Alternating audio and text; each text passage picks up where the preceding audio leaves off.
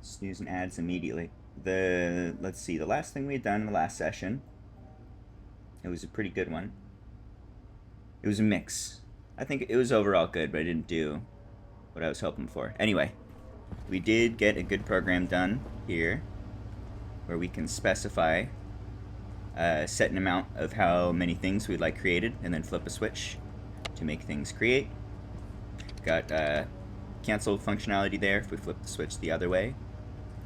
And I was working on trying to get these things to request whatever they need, so that if they ever run out of material, they'll send a request out to a different program, more or less, or a different program monitoring them. We'll see that they need stuff, and then it will take control of the shoot dial here, send them stuff from the mall, and that way all of the buildings can essentially just autofill, and we can just run up and specify, give me like 1,000 sheets or whatever, and it'll do that. The outputs from all those are combining, going up,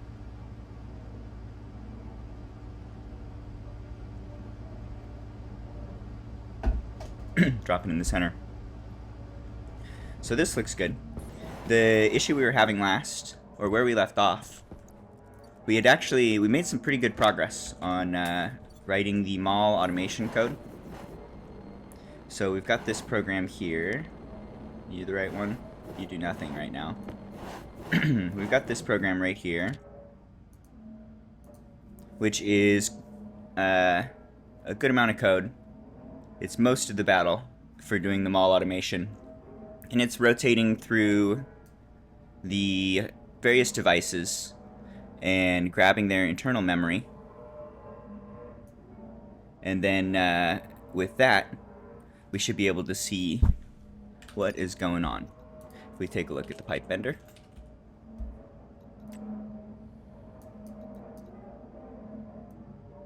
it's got a section for internal memory, so we can get access to this memory. And if we look at index 54 right here, the missing regions is something that we want to access. So this is basically all we're looking for. If we can get this should tell us what's missing. But where we left off, it just wasn't doing anything. Every time we look at this memory, it should be a stack of everything that's missing, with its region hash in there, and then how much it's missing. We're just seeing 0 across the board every time.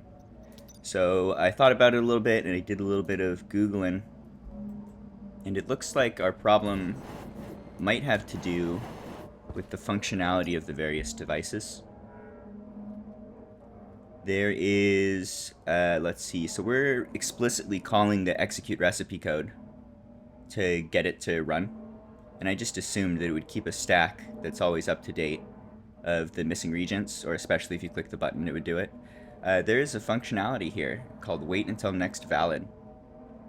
I think we need to set this, and then this should this like triggers internal state, so that when we call the execute recipe in the next line, this will, or at the same time even, this will ensure that it's correct before it actually executes. And I think that's what's going to like update the internal state. Reading the API online, it sounds like this guy is what's going to tell this one to wait and to also update the stack that we're looking at for what's missing in the region section. So I'm not sure, but I think we should at least give a shot to executing this as well. And then even if this doesn't work, I think we can get it working. I couldn't find like any examples online, but I found a couple people who claim to have it working. So I think we can get it working. I want to. I'm going to keep working on it. Maybe not. It might take a few days. We'll see. I think we're getting close. But even if we can't do that section, we can still manually walk up and set it, and then click the buttons and shoot stuff. So that makes it pretty easy to get whatever you need to whatever destination. And also we can still do automation for the furnace. I'm pretty confident we can do that. I don't know exactly what that's going to look like, but I think we can do that relatively easy. We can just have like a light for the furnace. We'll have like a control light for when it's running, make that like a spinny alarm or something. So we'll use that similar to the chute here. We're using this chute as like a claim of the whole mall system, more or less, so that we can share a bunch of different devices on the same device. And as long as they don't hit the chute at the exact same tick, we should be okay. Anyway, so when this guy's 0, this mall's open for business and things can request stuff if they need it. We can also turn it to a furnace, send stuff down to furnace, and we can have a light for basically like furnace is running. So we'll use that to see if it's busy, and if it's not busy and we need something in the mall, then we can just ship stuff to it and give it some settings for like max pressure, max temperature, min pressure, or min temperature. And we'll just cook like 1,000 every time. That should be easier. That's just like sending, we could use some consoles and a light as just like intermediate data to pass between the two devices, and have a chip for monitoring them all to determine what needs to be added where, send stuff to the furnace, and then set the furnace settings to be on, and then with the various settings it needs. So that would be really fun to do, and that's something I'm relatively confident we can do, even if we can't get this portion working. But an auto furnace just filling them all would be neat. And if we get it all working, then that's pretty crazy level of automation. All you ever do is walk up and click the dials, click the button, and it's gonna automatically keep the whole mall stocked perfectly and craft stuff when it needs to. Just add stuff. Another fun thing with the furnace could be, so like if we could put some info there, something like that. But another fun thing is we might be able to have, I was thinking we're going to need to set intermediate state to pass between the two IC chips. That could be like a console for the name of the regents that are missing. So if we needed, like let's say we're making steel and we're out of iron, we would have like iron with a dial that has like 2 stacks, it needs 2 more stacks, and then it would just say iron up there. So you could just like look at the wall and get an idea of, alright, what's missing in the mall. That wouldn't account for the logic that we're writing here, not yet at least, but we could probably get something like that for this section too. So even if it's not involved with the furnace, like right here, we're out of whatever this is. What are you? I have no idea. Something. We could just have that on a console on the wall. That would be fun. We've already got centrifuges that can handle breaking apart ore, and we have an infinite supply of gold and silver from the deep miners around us. If we can get more deep miners in the mix too, then that pairs really nicely with all of this, where the mall will just automatically fill itself. Ideally, we would just like never farm again and have infinite resources always and not even have to bother sending them anywhere. That's the dream. That's a lot of steps further than I've ever taken it. Usually I pretty much stop at mall because that's a lot of automation already and it's pretty useful. But having the mall think for itself is a neat thing to be able to do. Let's see if I can make it do it. So I was gonna eat food too. That's another thing I did last time. We just cleaned up. This whole area is looking better. You can't see any of the remnants of the starter base basically. Just like totally gone. And we converted this into a potato section. All the air filtering went to the greenhouse. This is now where we can harvest potatoes. Turn them into food. So we're potato people now. It's, I think, like bottom tier food. Our water only goes up to 100 now. We have to just like manage the dude more. But this will keep us alive forever while our water continues to rise. Kept an eye on the water last time too. It's definitely overflowing now. It's doing really well. We're over like 1,000 liters now. 1150. So in a good spot. Getting towards endgame, nothing can kill us. Other than crazy bad mistakes and refusing to save scum. Nothing could kill us. Alright, so I need to change the logic on these chips. I want to take a shot at using that opcode. Let's see if that fixes it.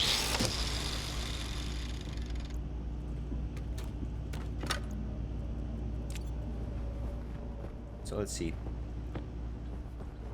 You're fine. We import. We edit, we look. What do you do? A bunch of stuff? You do a bunch of stuff. You do a bunch of stuff. And we need to do one more thing when you're doing some stuff. Let's take a look. So this is the logic for all the dials and whatnot on each of the devices. They have their own program where we plug it in to their various dials, the tens input, ones input, hundreds input, switch button, the stacker, all that stuff. So we're looking specifically for, what does it look like when we're doing the instruction? So this is where we're doing the execute recipe call for memory. Execute recipe being opcode 2. I think we just need to add opcode 3 to the stack at address 63. Something like that.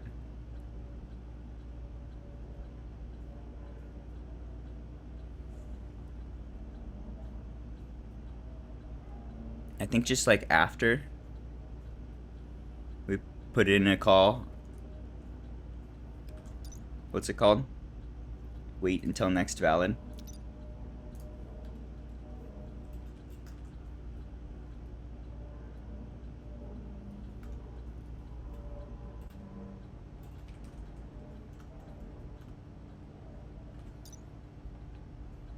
And I think we put it to a specific address.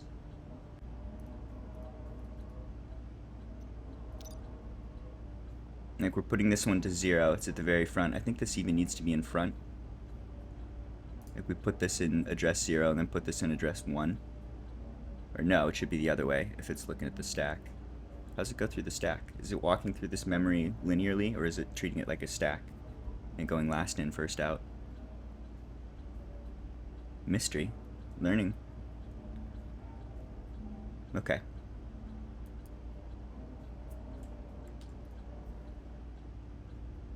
So I think we just like put a 3 in it. I was thinking the instruction would be we could wipe it to 0 and then we could OR it with a 3. Since this is just giving it its opcode, we don't want to do opcode 3.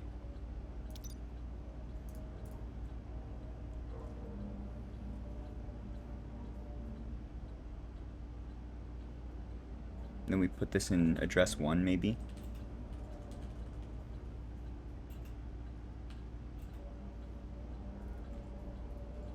All of this is just, we could just replace this with 3. It's just this opcode. I don't know if we should be computing it, but it almost makes more sense when we're reading it in the future.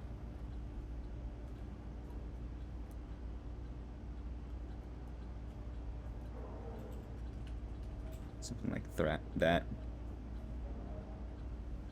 Okay, so this might work, and we might want to invert this. I'm not sure which one it's going to read first, but I think basically if it sees the wait until next valid ahead of the execute recipe, then it should wait on the execute recipe. And I'm just not exactly sure how it's going to read this stack. If it's going to go last in, first out, or if it's just going to iterate through from 0 to the end. So we can try both and see if it happens. Let's try this and see if it changes anything. I'm going to confirm this, export it, throw it in here. Let's see, you chill here, and then are you doing all the things correctly? I forget where we left off here. I think I was trying to update some output to, did you die? No, you're good. Trying to update some output to some consoles so that we could just see. I was looking in particular just like, oh, that's the wrong one. Whoops. You go there, that's the shoot dial.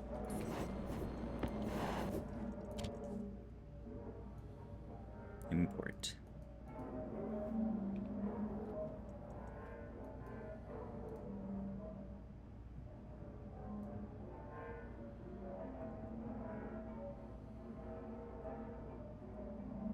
Alright, so this guy, basically we were just trying to load the internal memory.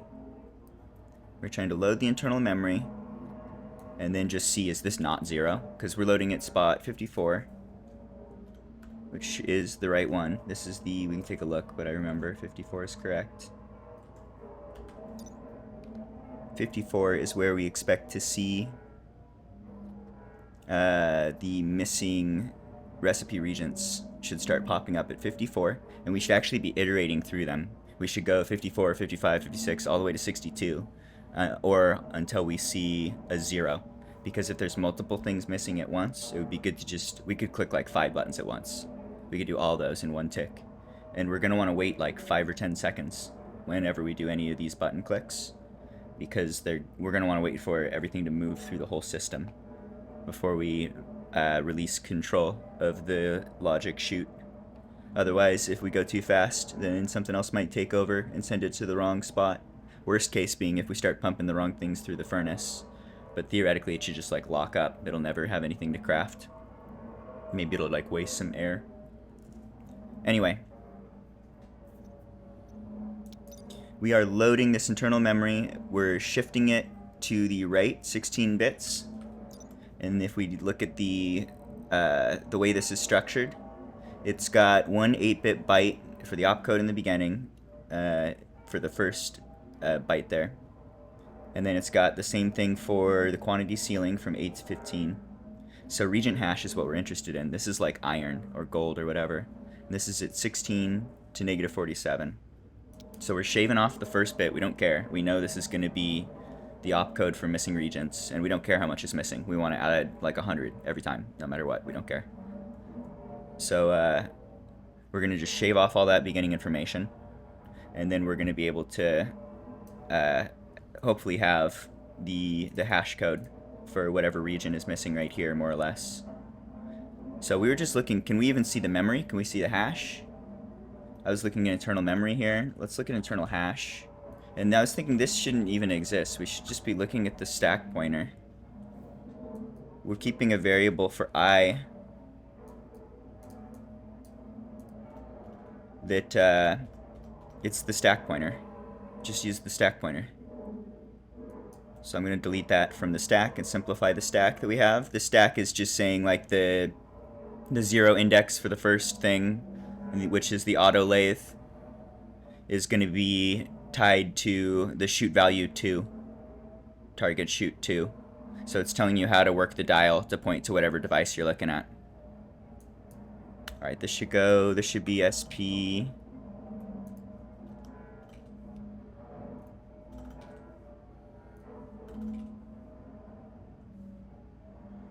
Okay, and then if it's 0,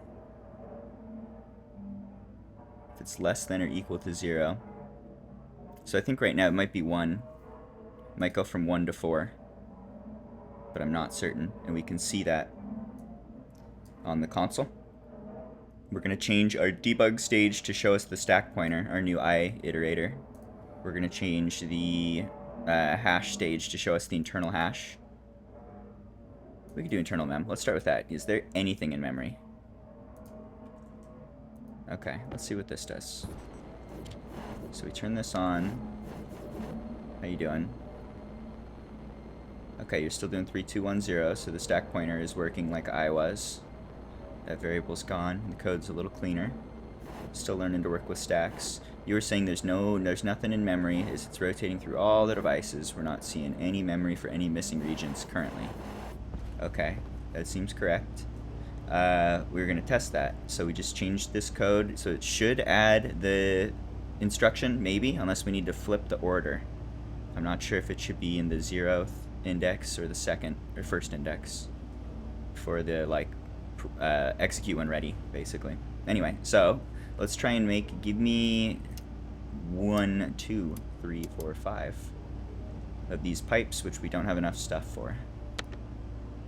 Click the button, should send the call. Now, do we see anything different on our rotation here? I don't see any memory coming through. If we have memory, it should be popping up in debug hash. Okay. What if I flip the 0 and the 1?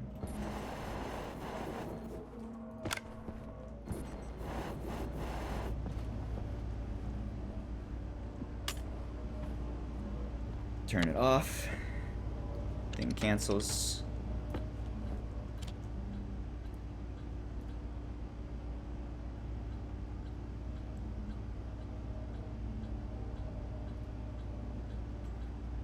So let's say 0. If it's going from the beginning to the end of the memory, then the first thing it's going to see is the wait until next valid. And if that's the case, then it should probably be here as well.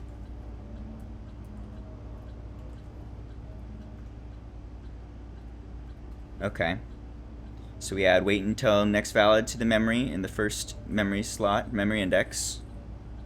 And then we... Is this in the stack? We should just be like pushing it, right?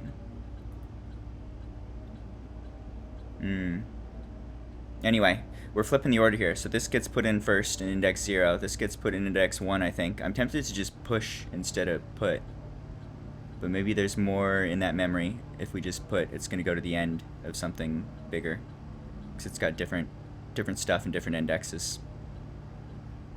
I'm not exactly sure how the internal memory is tied with the stack, or if it's tied at all.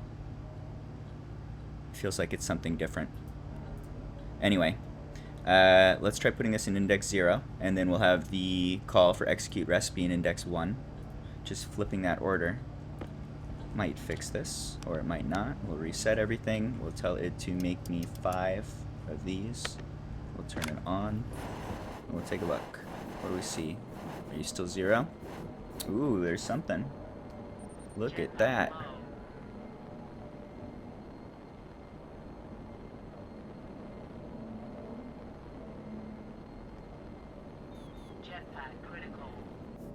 I don't know if I'm going to be awake at release. I might be taking a nap around then. I'm kind of starting my day right now. So, and I've been taking... I got my sleep schedule messed up, where I was like, almost like siesta style, taking a nap. But I'm taking like a 4-hour nap, or like a 5-hour nap. It's like 2 mediocre sleeps. It's not good. That's the worst thing you can do if you're doing a rotating sleep schedule. Alright, anyway. This is looking good. We see memory coming through, at the very least. Just seeing anything here means that we are actually loading that index, and it's actually letting us know we've got missing regions here. So this is the thing that we were missing that was like blocking us last time.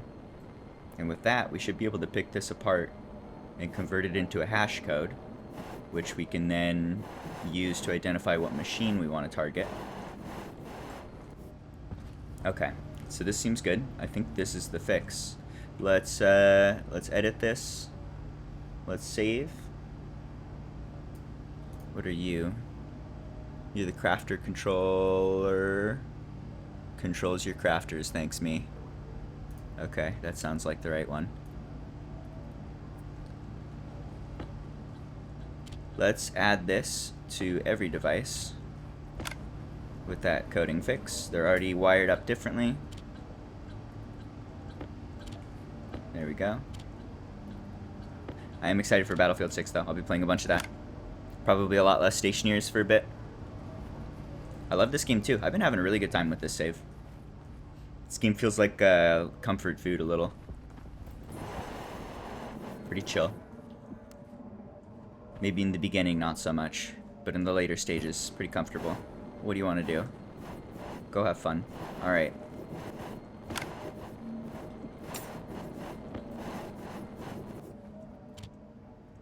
Let's see. Import, edit. Okay, so the memory's looking good. The stack pointer's looking good. Let's look at the internal hash. Show me the internal hash. That's just a big ass number. It's not very helpful. It's something. Okay.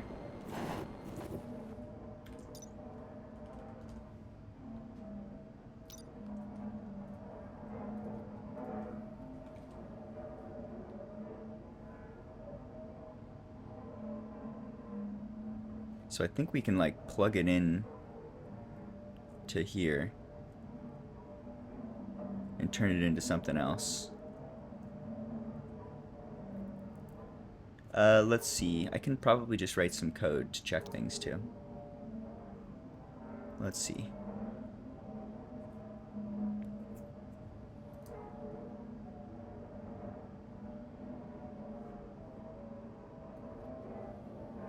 Just thinking, let's check. We know what we're missing, right? If we go take a look. we can see that we are missing... Oh, it's frozen. Let's turn you off. We're missing steel and silicon. So it's either steel or silicon is going to be in that first slot. And I would bet, too, that we could look in 2 slots and see steel in index 53 and silicon in index 54. So we're going to want to add the logic to go through all those, like I was saying. That's one thing. But right now I'm thinking, okay, we need to isolate the hash. We need to confirm that it's the right hash. And then we need to tie that to the vending machines. Probably to the name of the vending machines. And I would like to get it set up so that the vending machines are named just like iron, steel, coal, that sort of thing. So it's like human readable. And so that we can send that if, like the furnace, if we want steel, then, or sorry, yeah, steel's fine. If we want steel, then we would just send steel as the human readable string to target that. And that's going to be the name hash that targets the right vending machine. So this is like the only place we need to be concerned, really, I think, with the hash codes for the items. We need to just translate it from whatever the request is coming in as into something that we would like to use more. So just kind of figuring out how we're going to do that portion of it. Let's see, I was thinking we could take the internal hash code and we could just compare it with known hash codes and then write that as like a 0 or a 1. It's probably a good way to do it. Let me see, 15, 14, 13, 12, 11, 10. Let's add the debug. It's going to be our 9. I'm not interested in watching the stack pointer. I am interested in watching the debug. So we're going to put that in the other console. Okay. We've got our internal hash is located here. We've got it loaded, and hopefully it's pretty much the hash of, let's see, we could look at like steel. Is it going to be like this? Or is it going to be this? I think if I remember right, we saw 1.33 whatever times 10 to the billionth. So I think it's this. I think we might need to do a translate. I mean, it might need to do that like RMAP to change it into something like this. Okay, so let's test that real quick. Let's say we've got our internal hash. We'll say set equal vdebug the internal hash, and then let's do steel. I think it's this. Let's see. So we're gonna load that hash code. We're going to test a known code. I think we just plug it in like this, but maybe we do hash of this. I don't think so. I think we just leave it as a number. I think hashing it turns it into a number. Okay, so let's see if these are equal. And that might be like all we need. We can just use that to branch. We're going to have to translate everything, I think. I don't think I want to name this, what is it called? Like item steel ingot. I don't want to see item steel ingot on my console. I want to see steel. So it's worth spending 10 lines to get all these guys synced up properly, probably. Might be a little bit of a pain. Yeah, we're gonna have to do that like 20 times. Ah, fuck. We'll see. I'm getting ahead of myself. Export. Show me. Do you ever go to 1? I turned off the thing, right? Turned off the thing. Make me 5 things. You can't make me 5 things.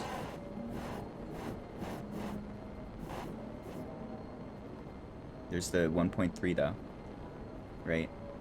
Times 10 to the 9th. So I think it's this. What if I put the hash down?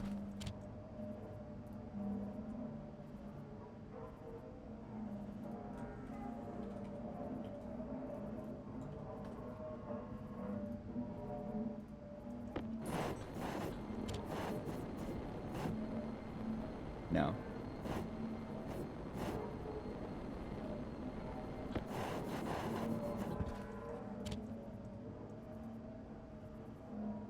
Okay.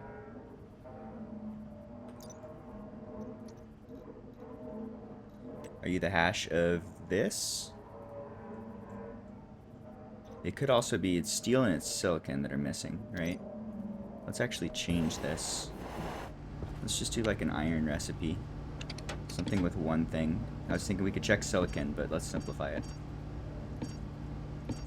Can we even do that? Give me, can we do shoots?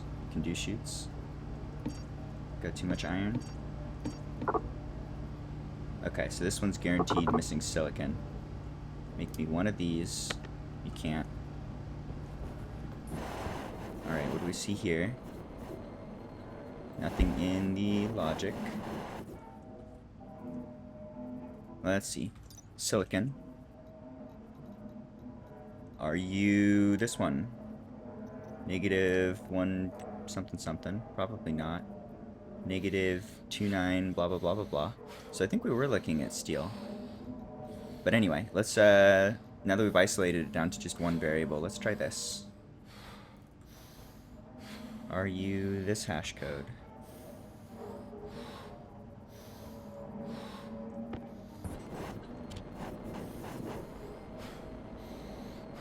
.7 E something. Why am I dying? Thirsty?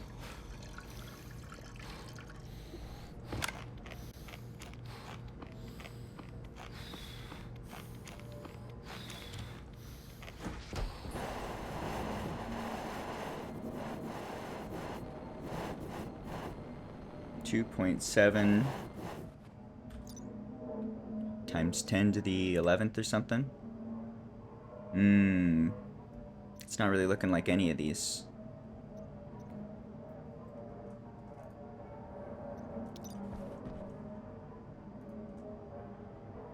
Okay, let's try hash again.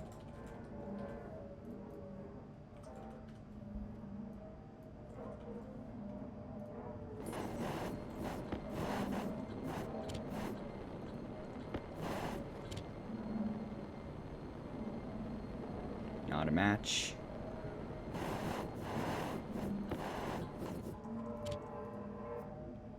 Am I outputting that to the console, right?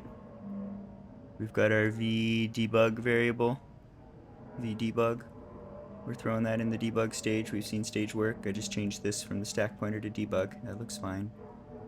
Debug is set equal v internal hash and hash doolulululu.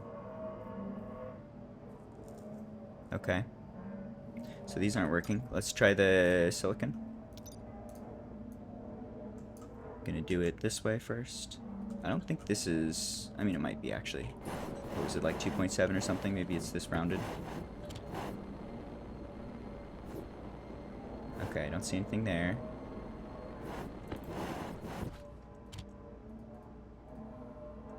Just double check. Not sure I exported. Okay, nothing there. Let's see, what if we remove this portion? Might have to use that rmap function. I'm just trying to avoid that because the rmap function... Oh, actually, I was thinking it requires the device, but I think it's going to be the same for all devices.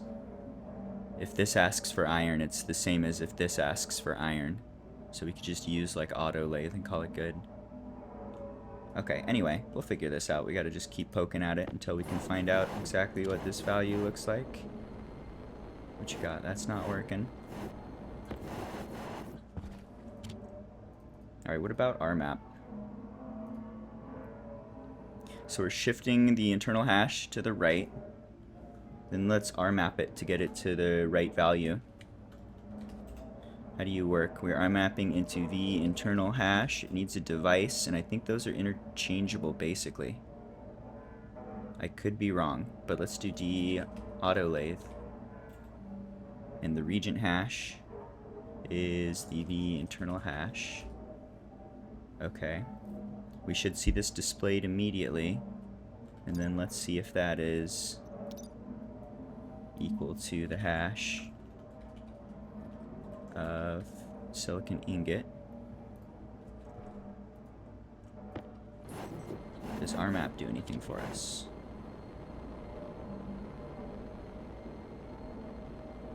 You just died completely? You're 0 now forever? Well, that made it worse.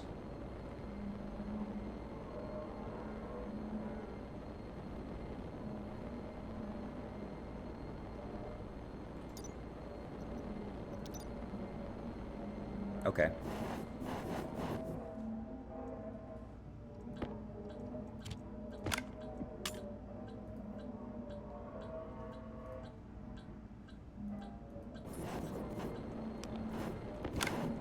What you thinking, little rectangle? What's going on in there? You look like a spider. Okay, so our map looks like it wiped our memory in a bad way. We could try, maybe it has something to do with the device. Are we even using an auto lathe there? What device was I interacting with? This is the pipe bender. Should be the only one sending a signal. So let's try the pipe bender device and see if that's going to work better. Maybe it does have something to do with this. Oh, we'll play Battlefield 6 when Battlefield 6 is playable. Until then, I'm a spaceman. Welcome to Spaceman Time. Have some pianos.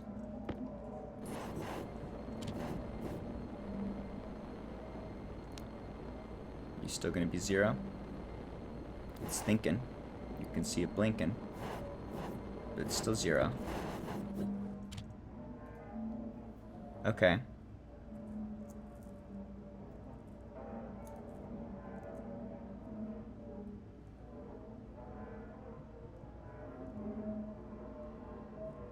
Yeah, this basically is what we want, I believe.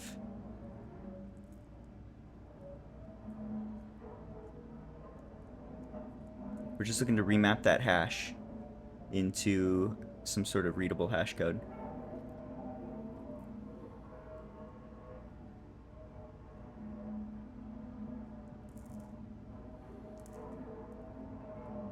Now, I think this looks right. We're storing it in the internal hash code. We're just looking at the pipe bender as an example of how to, it's like the dictionary of how to make the translation, I believe. And then we're feeding it the current internal hash code, which is whatever that hash is supposed to be.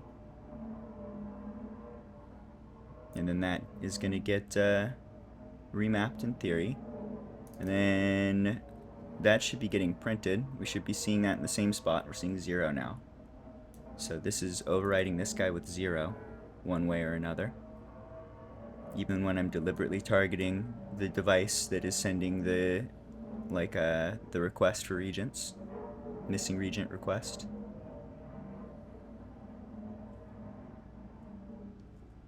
And we're still just looking, we want to get debug. We just want like a 1-to-1. We want to figure out when can we match whatever hash code. What hash code is this pointing to? So I think we're getting close here. Not quite sure what's going wrong. I want to do a little Google foo and see if people have an example of our map or loading this internal memory. I'm thinking maybe it has to do with doing like anding out the stuff that isn't involved. So if we take a look at the recipe here, if we take a look at the printer, and we take a look at the memory. Where are you, memory? Way down here.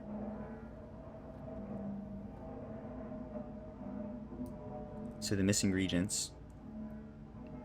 Theoretically, we should be shaving off everything in the beginning when we're shifting right 16.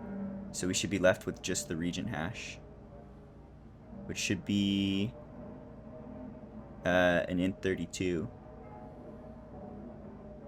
which I'm guessing is like the maximum memory size. So I was thinking maybe there's like some garbage here that we need to get rid of. Like we could take this thing and just and it with like a 32-bit integer. I wonder if that's necessary. That's not really a bad idea.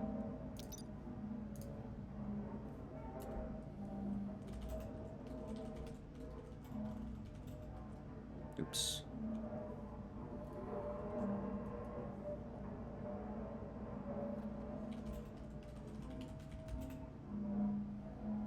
Does that button not work? No? Come on. Oh my god. Come on. Give me a squiggle. We did it. No, it's gone. Squiggle, please. This keyboard is fucky. Squiggles are hard. Are we good? Did I make a squiggle?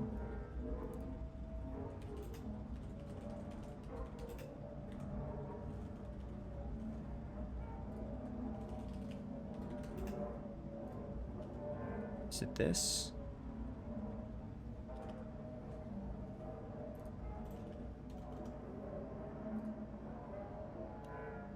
Eight, 16, 32. So if we just do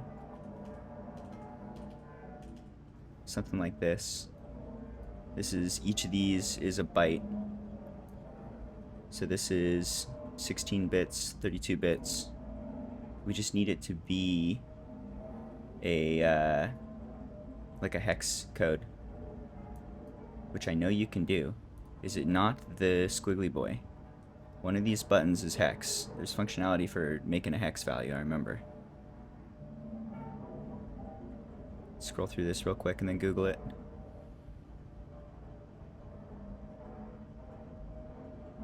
I don't think this is necessary, but it also shouldn't hurt. I'm pretty sure this thing's already stored in a 32-bit variable where it's not going to be able to have any sort of overflow affect it. I'm not seeing anything here.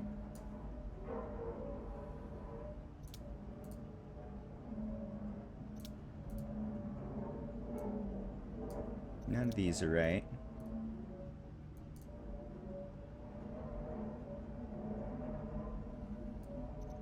Alright, I'm consulting the wizard.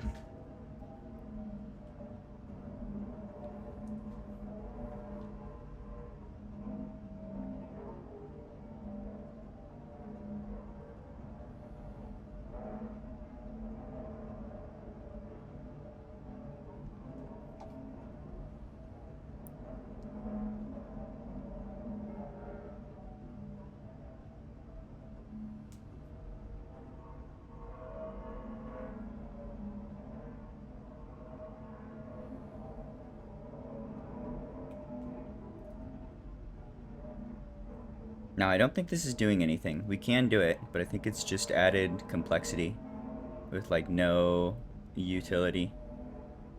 If we wanted to use this to, like, shave off an opcode or something, that might be useful.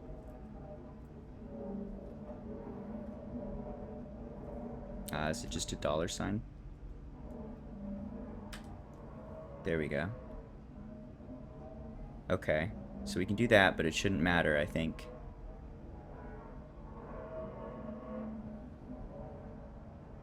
I'm gonna do it just cuz, but I expect nothing. Still 0. Let's just take a look at the... Let's see. Let's just pull out the R map here. Maybe leave it like this. Shouldn't affect anything, I think.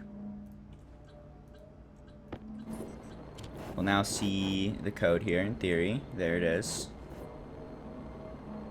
And it's 3.1 something times 10 to the 9th.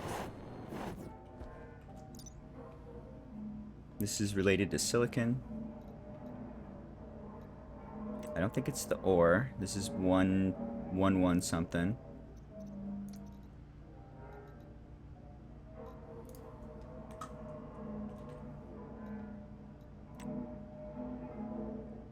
This is -11 something. This is -29 something.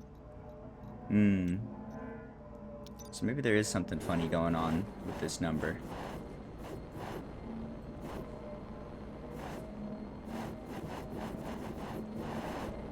Maybe it does need some more preparation, basically.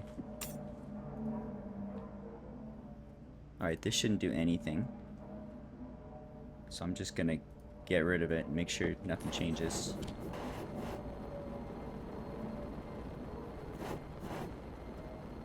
Goes to 2.7. Is that different?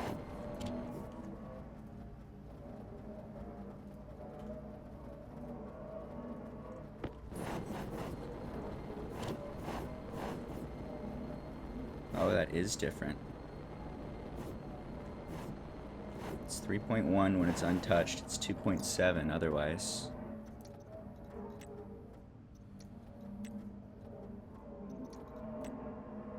None of those look right. If I remember right, steel was near that. No, I'm not remembering right at all. Okay.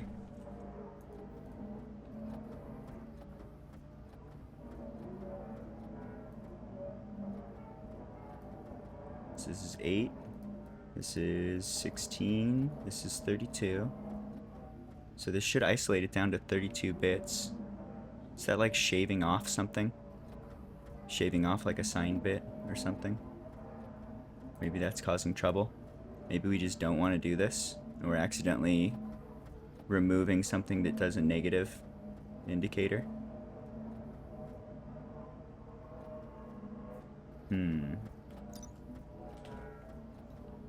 Let's see, can we see...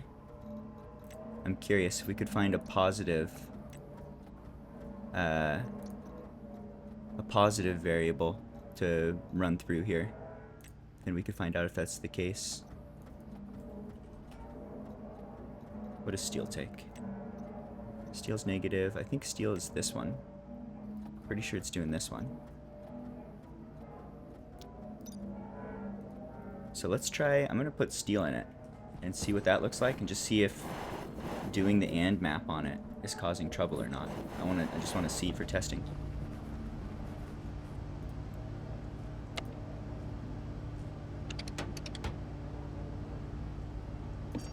Give me something to take steel. What takes steel? Is there anything in here that's just pure steel? I can think of like steel and silicon.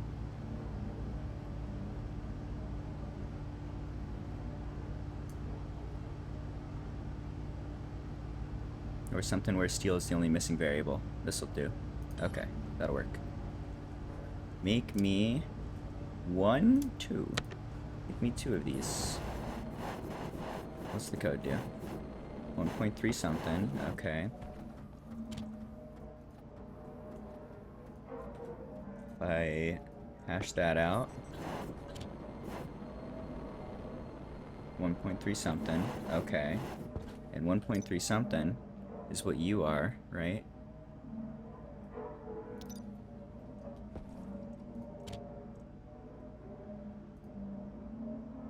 Okay, so I think we don't want to do this. I think it looks like this is deleting a signed bit and the negative ones are getting messed up. Likely. And it looks like this is the steel hash it's looking at. If we look at all the steel stuff, none of these are close to 1.3 something.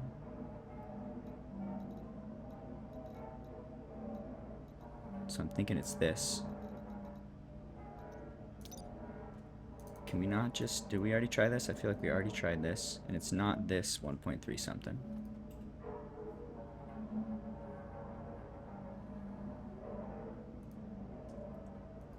Right? Oh, it is? Oh, fuck me. What? That's like the first thing I tried. Oh my god. Programming.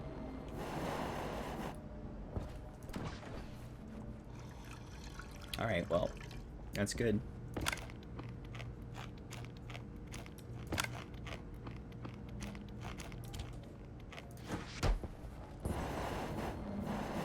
Okay.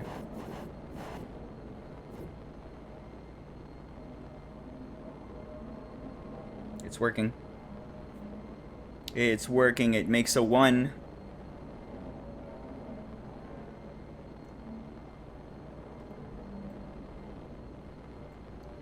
Okay.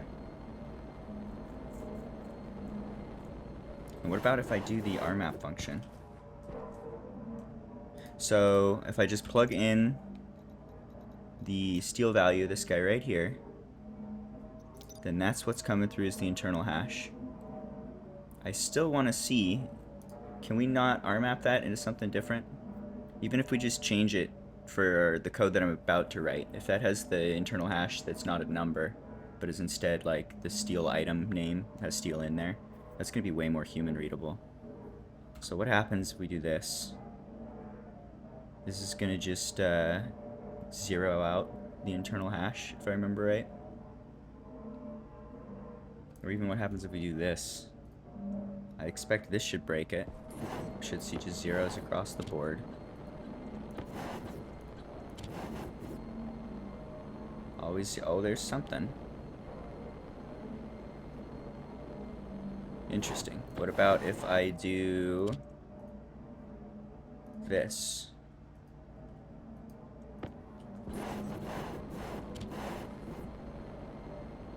Okay.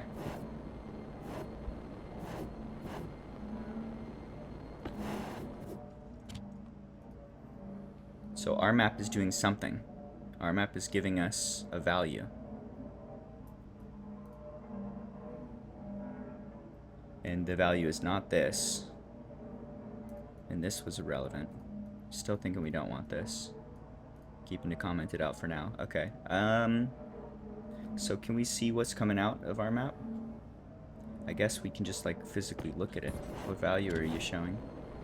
Negative 6.5. This is for steel. Negative 6.5. Okay. So that should be this guy.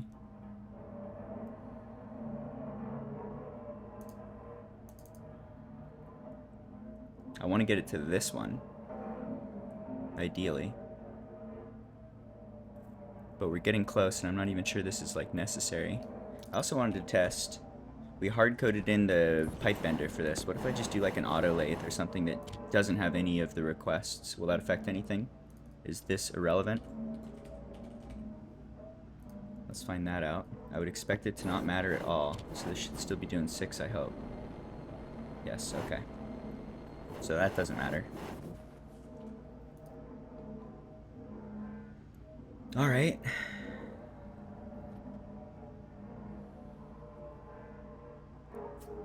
We need a function for like turning a hash code into its corresponding name. I would assume that's a thing.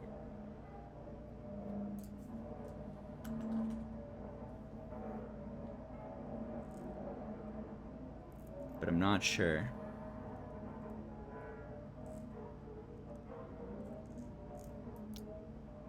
Okay, well, regardless, at this point, I believe we have the item code for it. And let's just double check that. I'm going to throw this in here.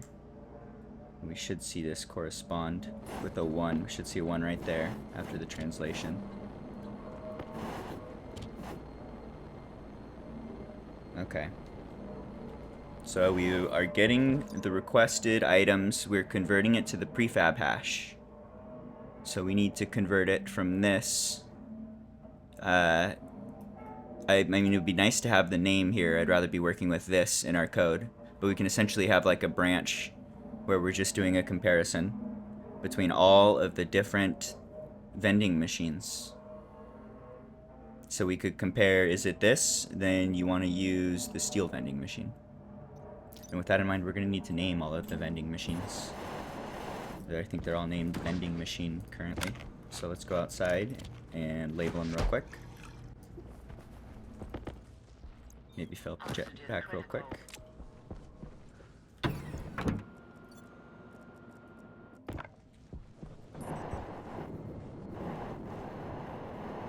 Alright, here's our mall sorting.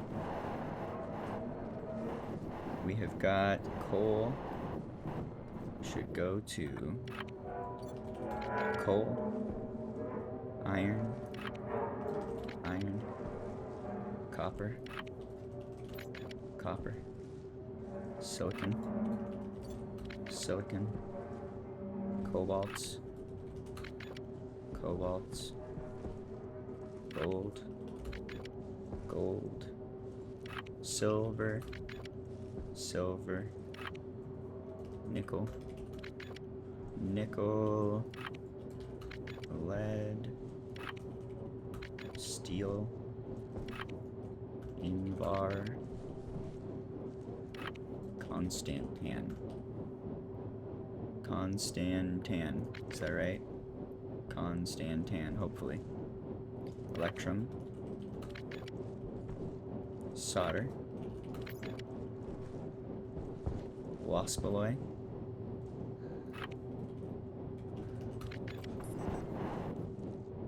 Incanal. Astraloy.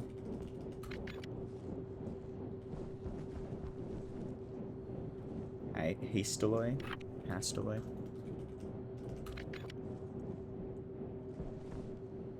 Stellite.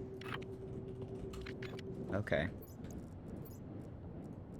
So now these all have a label, so we can just do the set by name, or set batch with name, and say the vending machine named Steel. Go ahead and activate. And that'll click a button. That's the idea. We're getting very close here. I think I painted a couple of these on accident. Yeah, let's fix that. Can't have that. Gross.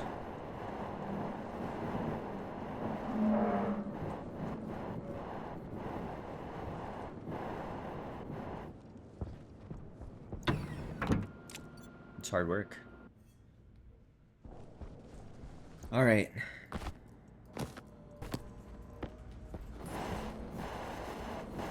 How are we doing, computer? You thinking?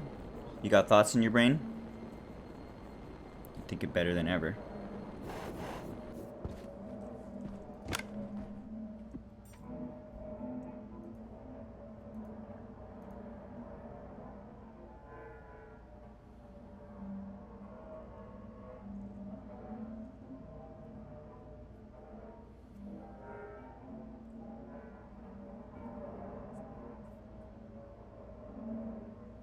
Alright, so this is load vars still.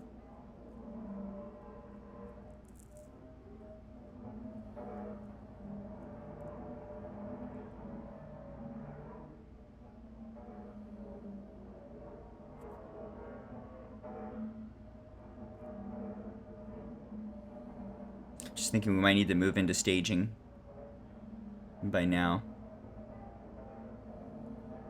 Or we might even not need staging at all. We're gonna need to loop over this and do more than line 54 or memory address 54. We should keep incrementing that until we get a 0.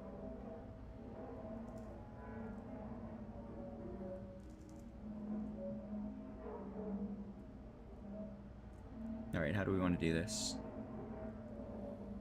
How do I want to do this? Do I want to move this code up? Maybe. Maybe move it into idle and then loop over it. I don't even know if we need any sort of staging.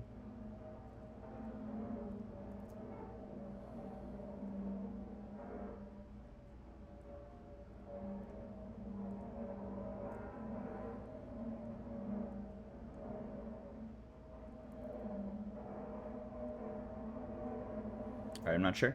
I'm gonna take a stab at it in a second. Let me use the bathroom first real quick. Run ads as well. Back in one moment. Alright, where are we? We were changing some stuff and some things. We were doing some stuff and some things. I want to see too. We saw it working with steel. So I think we were seeing it work with like a positive variable. What about a negative? Can we see it go with silicon again? Are we going to be able to match this number here? I'm going to do this. We're going to export that. Let's change it to line up with silicon. And then it should be a no. Good. Turn it off. change recipes to something where we're missing silicon. I just mouse through that.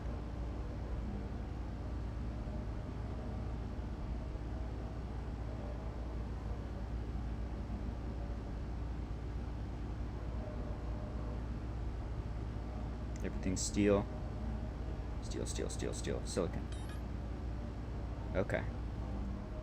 Make me 5 of those. You fail. You get new memory. Ah, and memory's 0 now. Okay. So whatever we're getting back with the R map is not... It's a 0. It's not quite right. That's good to see. So what happens if we do this anding again? What if we make sure we limit it to 32 bits? Is that going to work nicely with the R map? Is that how I'm supposed to use this? Or are we still going to see a 0 here? Not seeing anything. Did I export that properly? Hopefully. Click it 8 times. 3 times. Okay. What are you showing? Let's say this and this get removed with no R map involved. Should see something, right? Seeing the 2.7 blah blah blah. Which I don't think that should be the silicon here. It's a negative number. Okay.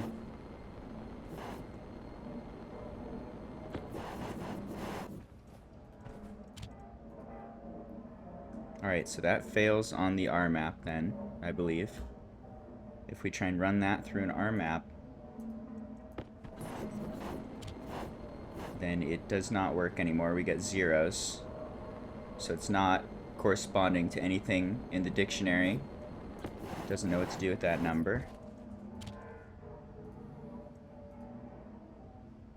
Okay, and if we again and it just with 1s for 32 bits,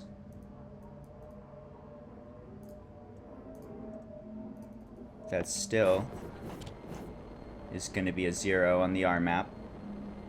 So that's not helping us. Could just be doing something wrong there. Not sure if that's necessary. Or like how that sign bit works exactly. You have to get back to like computer science fundamental stuff. Alright, and what about if we do this? Now we'll get a value. We're going to AND it with the 32 map. I think we're going to get something useless out of that. 3.1 something something. I think we're just misreading a negative number there. Should be finding this, more or less.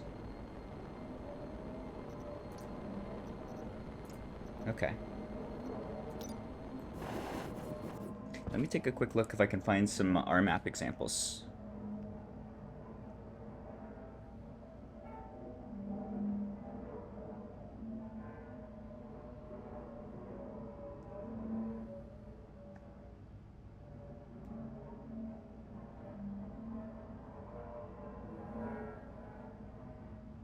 What's Google got for me?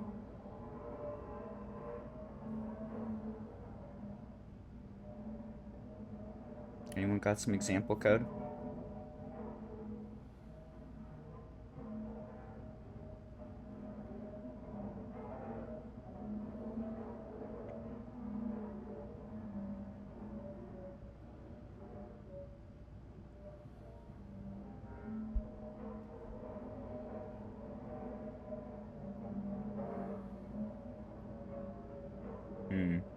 Looks exactly the same. People reporting the same issues.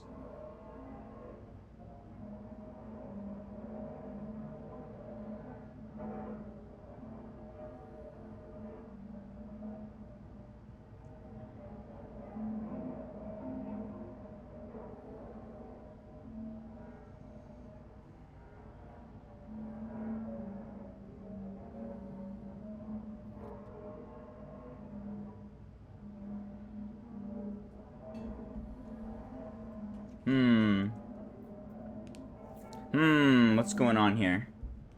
How do I work you, RMap?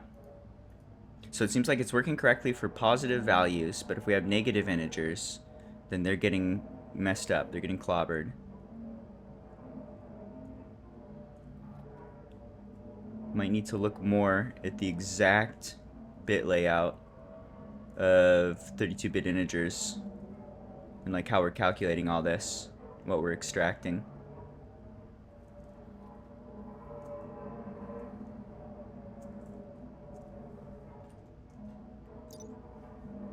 Let's take a look at memory real quick.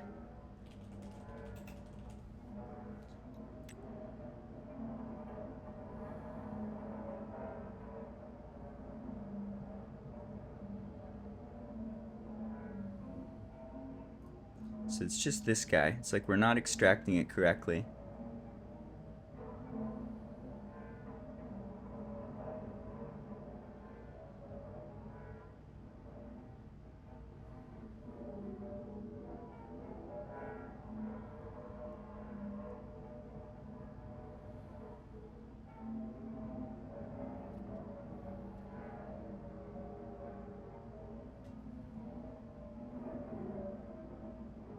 It looks pretty straightforward. Shifter right 16 bits. Works for steel, not for the negative value of silicon.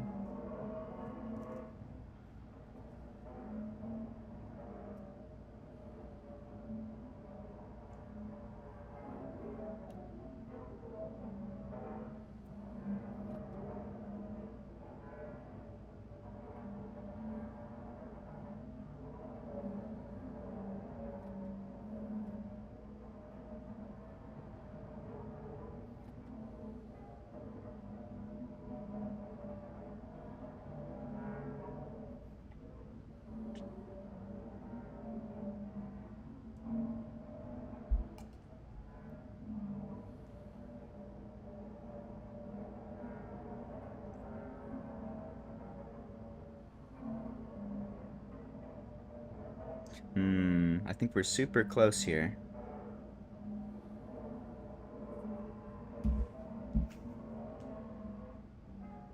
Trying to think of how to do this.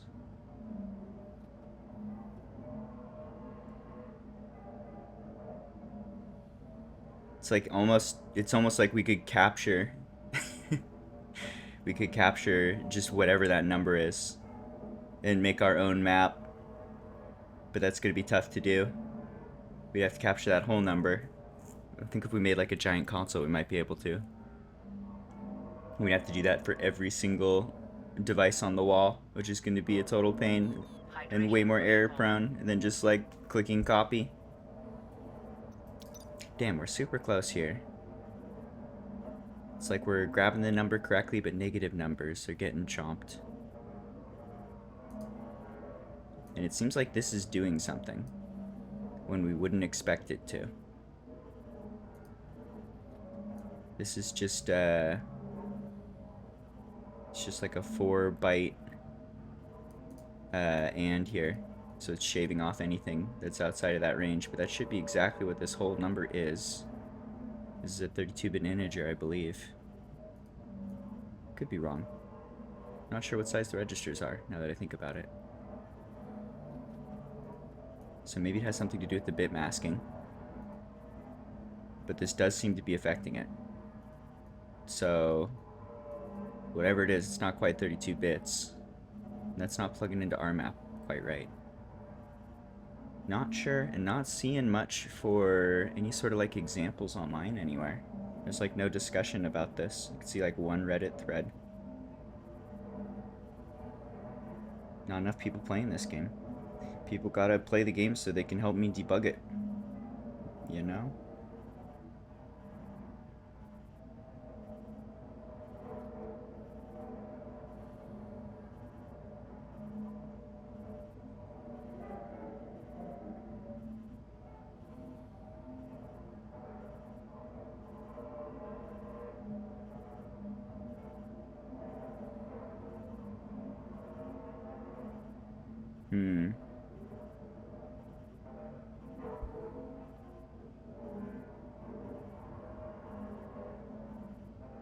Should we try accessing the memory differently, perhaps?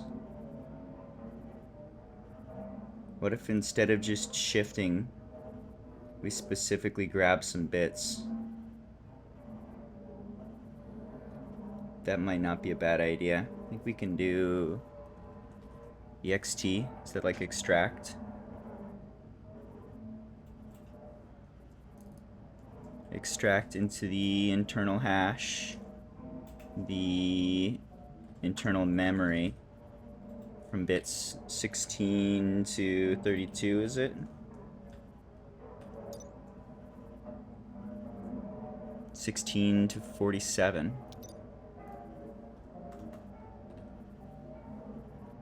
Okay. Then get rid of the and, maybe. And then we can just see what this is to start. So let's just explicitly extract this range. Grab these bits, because that's where the internal hash is supposed to live. And then let's play with that and see if that's any different. This shouldn't matter. But if there's any sort of... it should like just guarantee the range of exactly what we're looking for without having to do any sort of masking or anything. We're grabbing these bits only. Theoretically, that should be the same, I think, as masking it. If we just shift it right and then mask off everything on the end. But maybe not. What does this look like?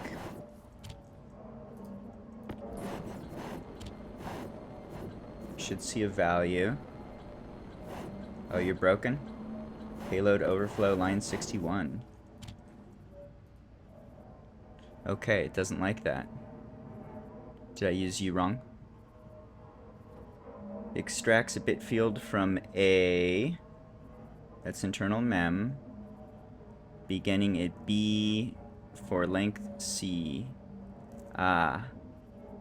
47 is too long. We don't want to go to 47. We want to grab a 32-bit integer. So go 32. Okay.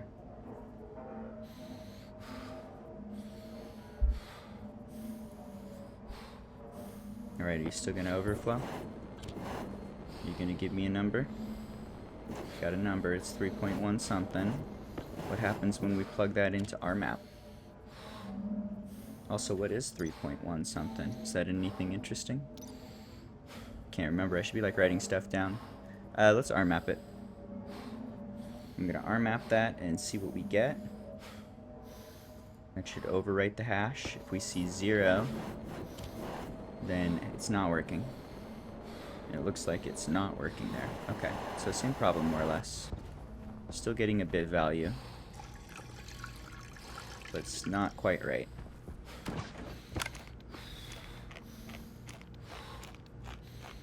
You're okay, Potato Man. Potato Man's very thirsty all the time because he only has potatoes. Poor guy. At least you're not dying.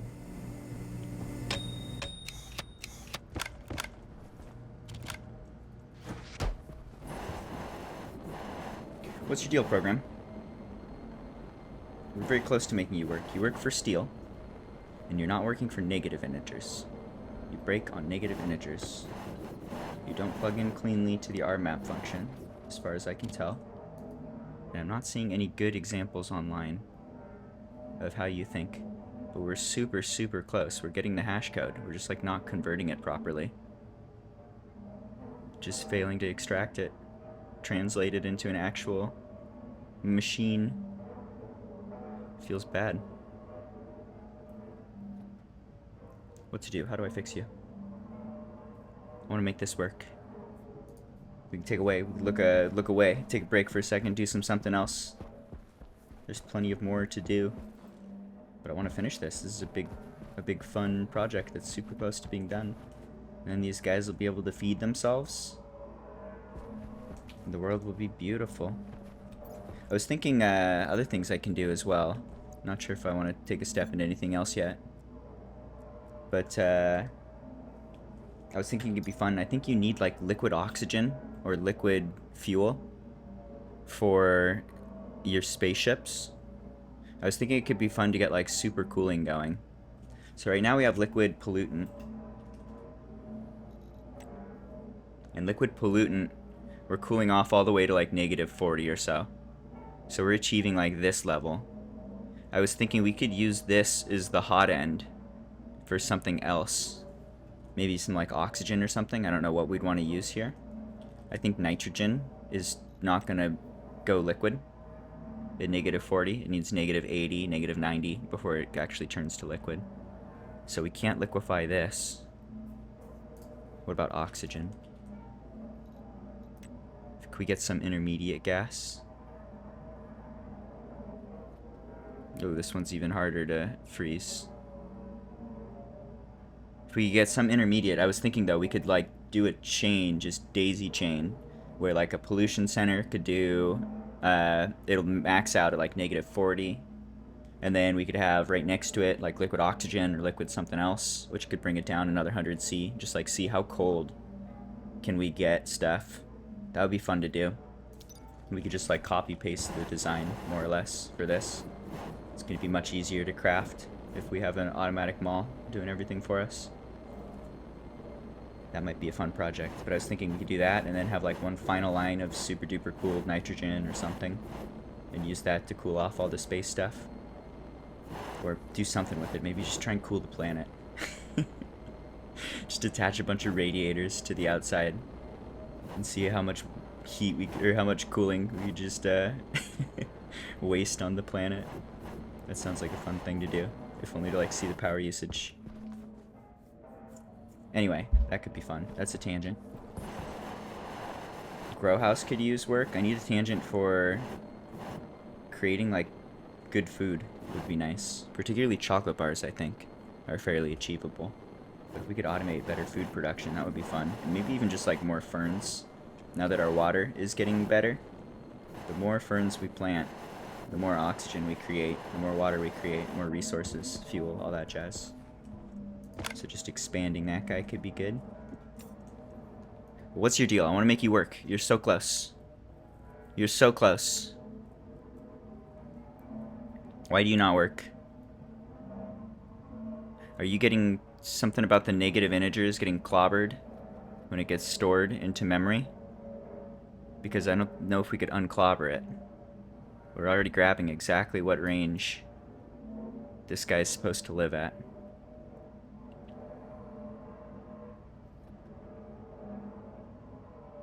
It feels like the RMAP is just like not working right. We should be able to grab this and then RMAP it. Feels like that's the whole point of RMAP. But maybe nah.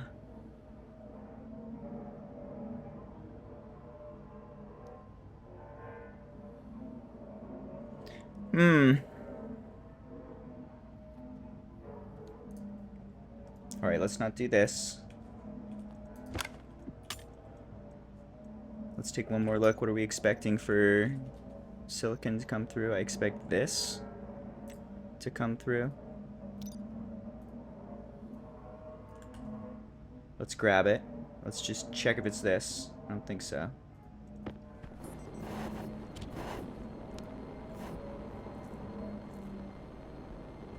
No, it's 3.1 something. For silicon, right? You're the only one doing anything, and you just need silicon for that.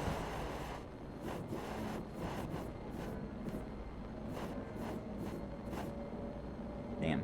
Feels bad.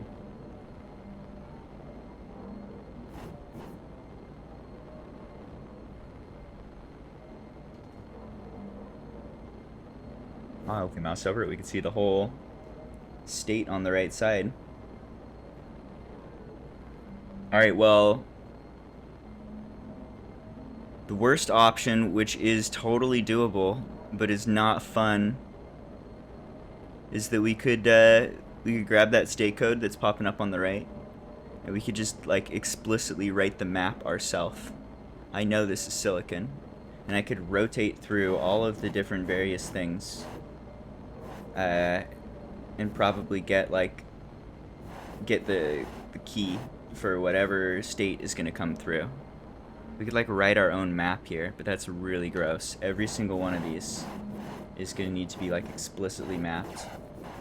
And we'd have to get the device to be missing only one of these at a time, and then run, and then write it down, and then be perfect and not make a single mistake. That is very prone to human error, and that's a big chore. So that's like one solution, which is an hour or two of busy work probably. I don't necessarily want to do that if we can avoid it. That would be doable. I like to know that, or at least think that we could do this. But there's got to be a better way to map this code from whatever we're getting to whatever it's supposed to be. And I'm wondering too, maybe we take the whole memory and just like display that and then convert it to a hash and then just like look at it. That could help with just seeing what's going on inside. What's getting set that shouldn't be set. What's going on here that's funky. That's not a bad idea.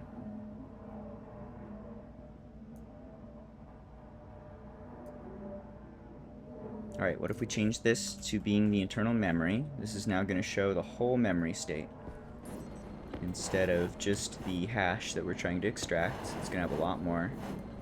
It should be too much to show, but it should show up here. There it is.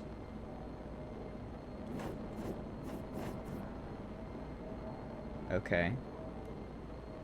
Do we have any functionality for like converting that to a hash? Am I going to have to manually do that? I'm guessing you don't have anything for like a hash.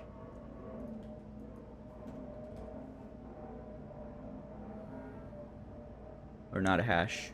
Hex.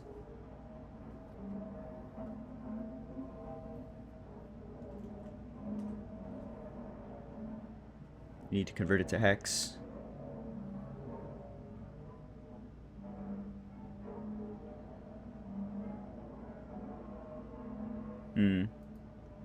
Okay, well we can just like write this down real quick. Let's see.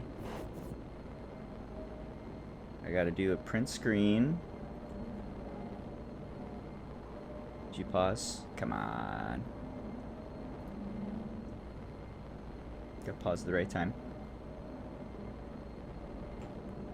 Ready? Oh! Excellent.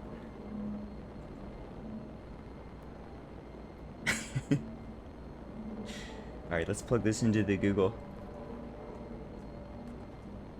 -7, 8, 3, 7, 4, 0, 5, 4, 8, 5, 2, 5, 9, 9. Copy. X converter.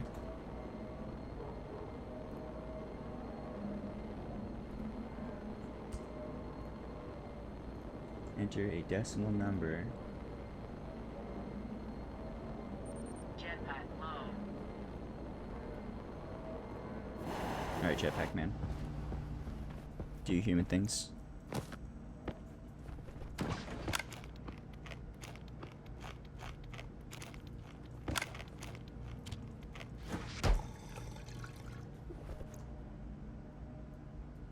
Let's get Twitch chat back. There we go.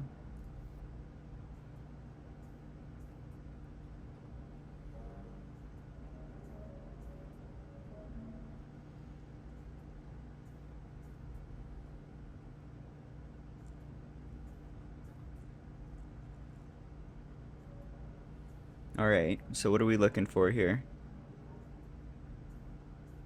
The first, what, 16 bits are going to be like opcodes and stuff. Is there anything we can shave off of this? It's going to be byte, 2 bytes, 3 bytes, 4 bytes.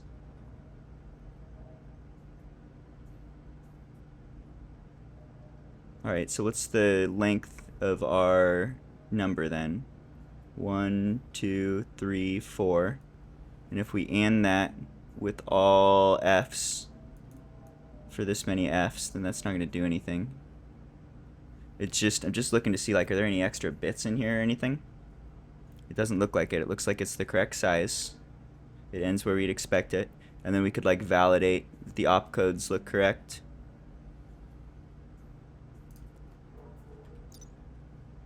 Let's see.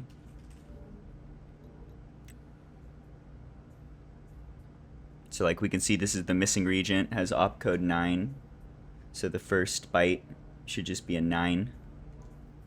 We can see there's 9 there. The next one's an 8.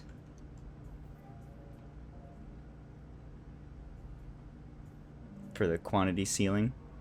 So it's missing 8, I believe. Is that correct?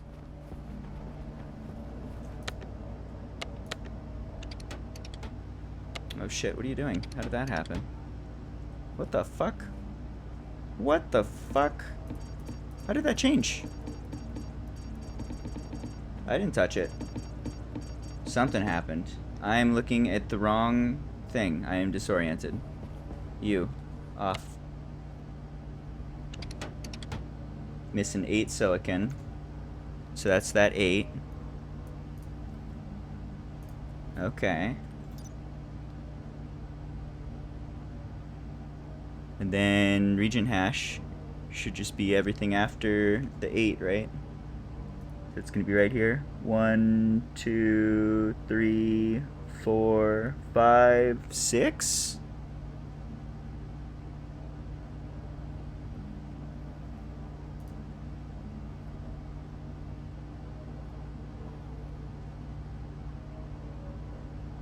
That feels like too many bytes.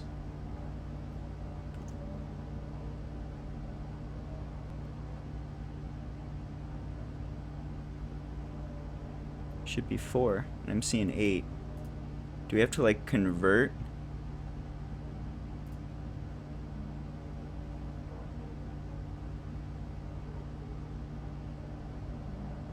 Is it like a 64-bit integer that we have to convert?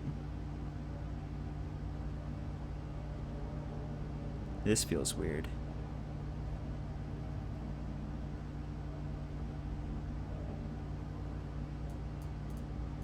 One, 2, 3, 4. I'd expect it to end right here. And then it's got F's there. Is this because it's negative and inverted? And it's a 64-bit integer? So it's got a bunch of F's at the end, which actually means 0, and all of this needs to be flopped because it's negative and we're getting a completely wrong number. Something like that, maybe. Seems like it's giving some info, getting closer. But yeah, if we just do a shift right on this, we're gonna get a big number. So I think somehow it's like it's going from realizing it's signed to be negative to being an unsigned integer, and then everything's wrong.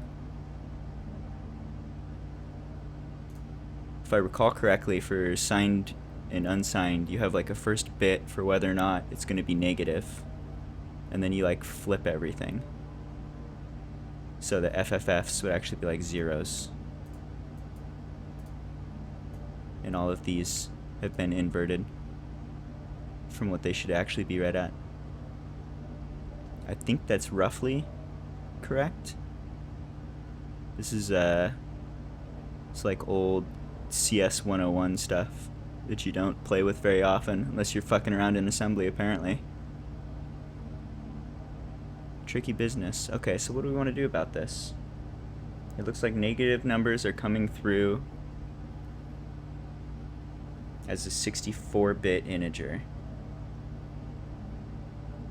What happens if we try and capture a 64-bit integer here? Is that going to cause trouble with like stealing stuff, or is that memory going to get wiped to 0 every time? If I recall correctly, when I had the wrong boundaries We like immediately broke out of the memory and had trouble. I would expect to, if we... I mean, we do capture the whole 64-bit integer. If we just do the shift, if we do the shift right 16 bits, then just whatever's been put in there we're going to get. But it seems to be misreading it. Thinking out loud. This is tricky business. Every step of this has been pretty problematic. Had to find the little trick for telling it to get ready before you run. You'd think that just running it would update what's missing. But you have to tell it to do that. And now it looks like it's messing with the hash codes. When it's giving us hash codes, they're in a weird state. That's pretty tricky to figure out and translate into actual items in memory and whatnot. Would love some backseating if anyone knows.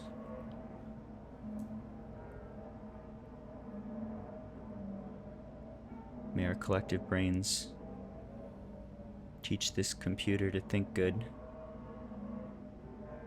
Alright, well, what do I want to do with you? I'm not sure how to manipulate that number to be able to convert it into something usable. Halt and catch fire. What? What? That's the thing? Can I do that to my whole base?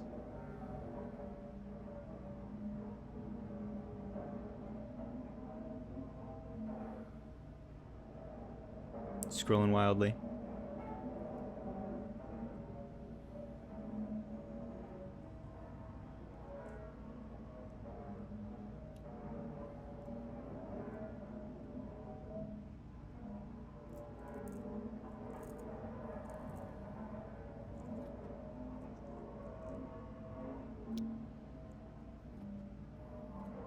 Alright, what if I do 64 here? What's this gonna do? Is this gonna break out of the bounds of the memory?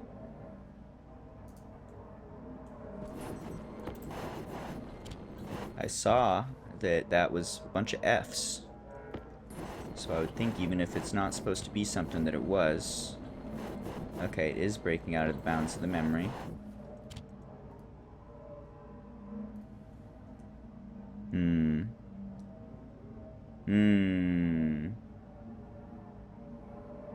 What's your problem?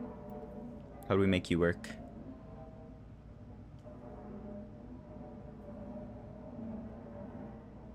Can I make you work? Should I give up and go do something else for now? And then maybe Google you in the future more? We definitely got closer. We're getting a hash coming through. And we're just not quite converting that correctly. Not getting that into a usable state. Negative numbers are getting messed up.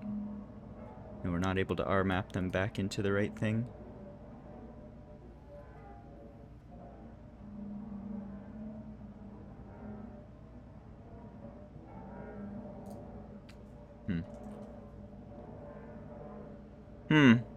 Unfortunate.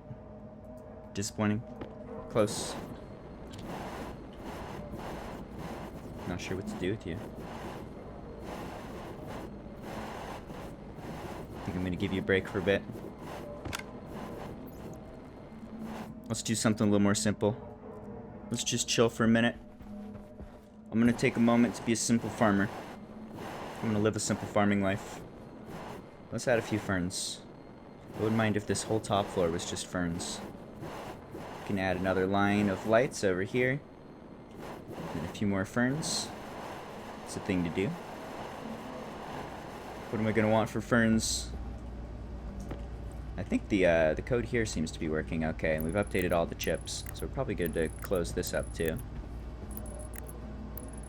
You're not working, but you are. Okay. We want to make a bunch of these. Can you give me 100 of these? Begin. And then that's gonna need iron. This is going to the pipe dude. Pipe dude is number 3. Let's give him some iron.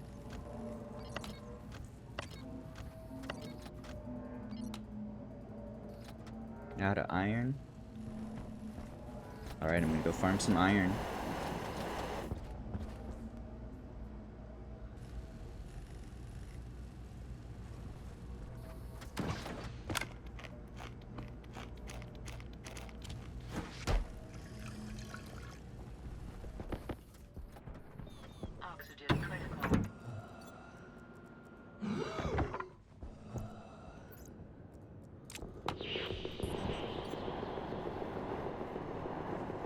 Farm some iron.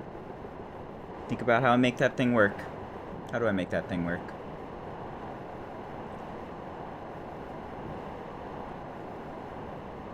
You don't like negative numbers. If I could just see one example. If there's one good example online. I think I've only found one example and it almost works. It's got the steel working. And it's failing with negative numbers. So that's close. And maybe there's just something a little off with the game itself. Maybe something funky's going on, but I feel like there's gotta be a way. It's so close. I would like to see a small change to that, like execute when ready. That should just be default functionality. That feels like it should be tied into the execute button. I'm not sure why they would have that separate.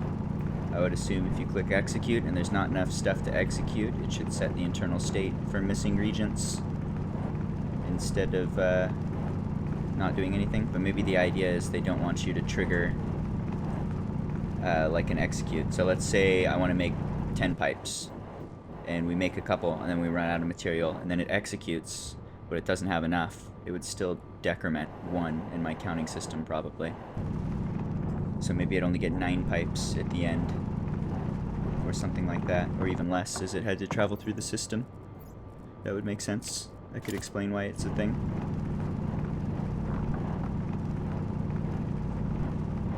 Alright, I might have just talked myself into it. Okay, devs.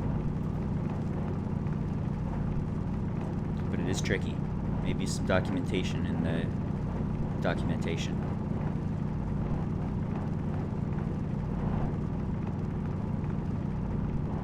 Last couple hours. I love this content. I'm having a good time. This is one of my favorite games. It is extremely niche. It's a special kind of nerd.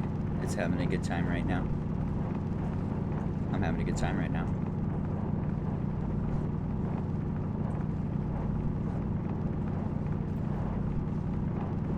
I'm excited for Battlefield 6 though. Battlefield 6 will be good. Unless it's not, but it looks good. It will be fun. Unless it's not, but it looks fun. I had fun. Do you need Little Bird? Little Bird when? I'm gonna keep saying that. Little Bird when, and cat ears for Liz. And maybe fix the 2042 queuing system. So that they can support more game modes. And let people play what they want to play, instead of forcing everybody to do everything in Conquest, which is not a good move.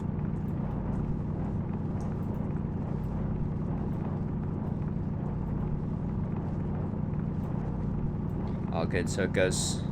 What are we at? 8 hours? 8 hours till next game? Will I be awake? Will I be sleeping? Maybe. I don't know, we'll find out. Could be either.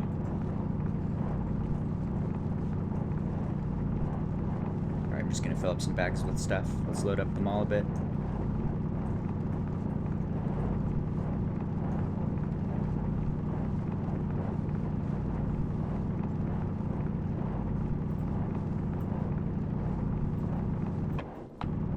What up, Neff?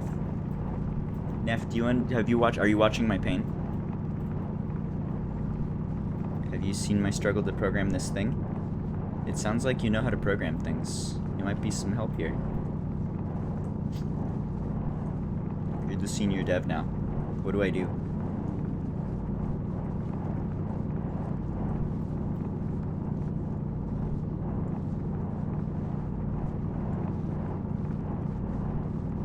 I'll be playing a ton of Battlefield 6.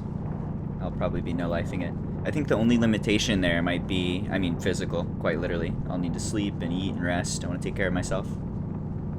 But also, just holding a controller, holding the drive button for that long can cause arm pain. I might only be able to play for like, I don't know, somewhere between 5 and 10 hours a day.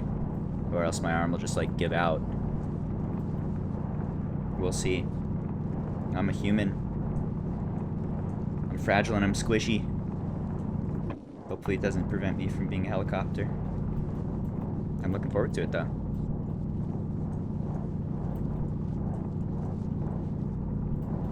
There will be at least a few hours of fun a day, I would guess. At least 5-10 hours.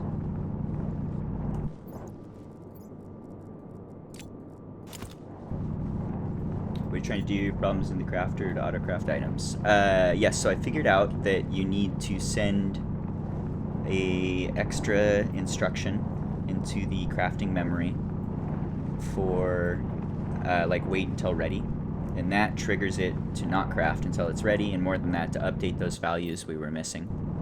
So I've got it to the point where it's getting a region hash code coming through, and I've seen that being completely correct for steel. Steel is like positive 1,300 billion trillion zillion zeros, starting with 1-3. But for the positive values, that seems to be working, and I can plug that into our map and turn that into the hash code for the steel ingot. So like that one's totally fully working. However, trying to do silicon, which has a negative hash code, it looks like it's coming through as like a 64-bit signed integer where everything's getting flipped. And so when you extract it, you pull out the 16 bits, they're all just completely messed up from the negative, kind of like flipping stuff. So I'm not sure about that. I could try like inverting the bits maybe and see what happens. Maybe invert the bits and run it through our map. But something about converting that into an actual usable hash code is tricky business. I can't work that out. And I'm not seeing any good examples online.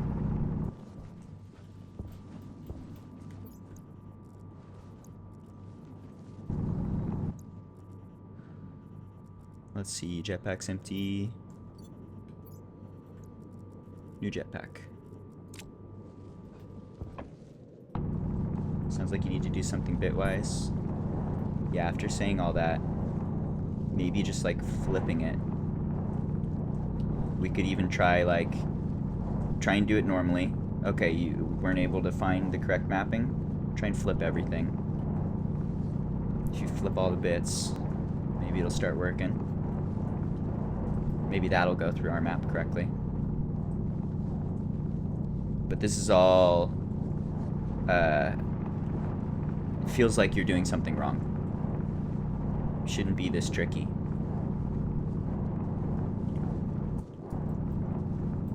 Feels like overcomplicating and probably prone to error.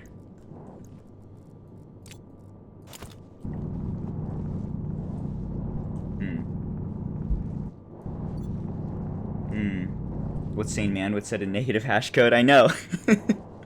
Why? You can go to billions. Just go. You got that many ores? You need to go into the negative side too? Come on. Don't be like that, Dice.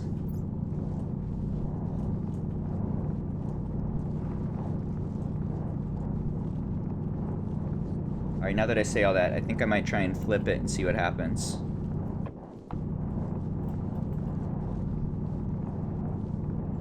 Let's flip it and run it through the R map.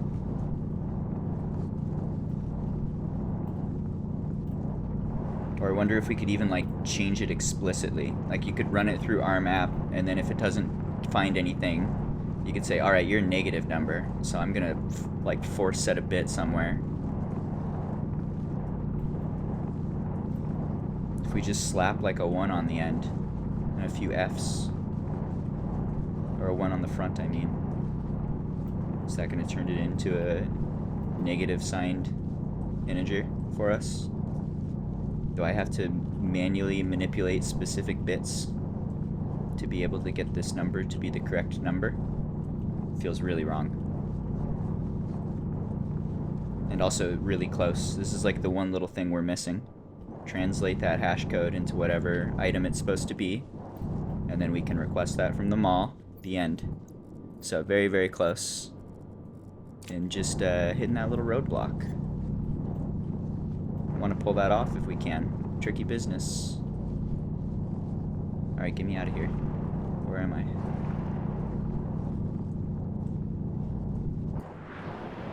Oh, it's a storm. Yeah, so I think the bits are already all flipped. Maybe we just set the specific bit for whatever the whatever bit is telling it that it's like a signed integer.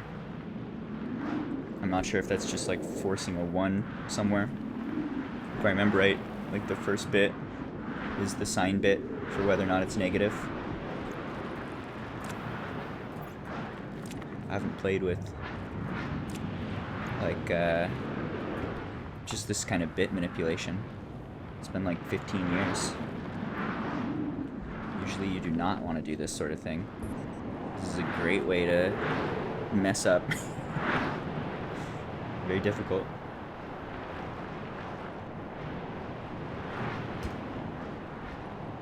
Alright, we're flying home. We're going to throw all the things into the auto furnace, and it's going to give us a bunch of materials. That's something to do. Let's expand the greenhouse a little. And I got to run ads. Ads are here. Unavoidable. I think I'm going to use the bathroom too real quick.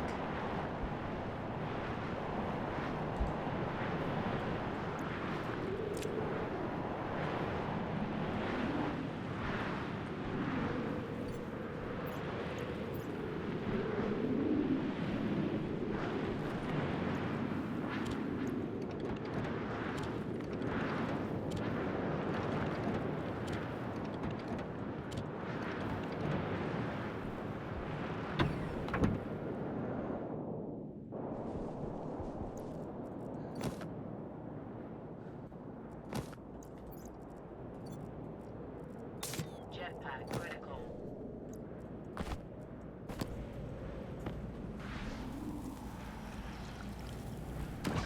Potatoes.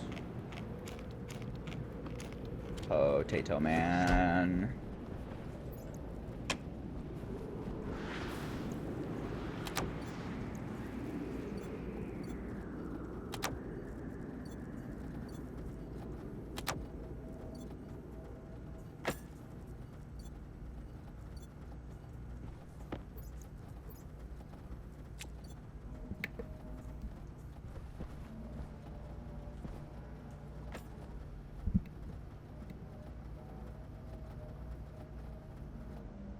How are we doing?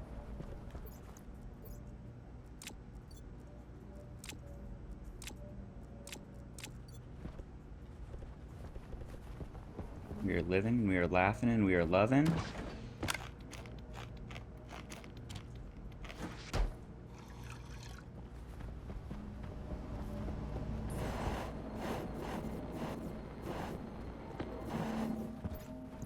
Alright, can I work this out? Is my brain strong enough? What if I'm just super persistent? There's a lot to be said for being super persistent. What if we just keep trying till it works? Willpower the computer to victory.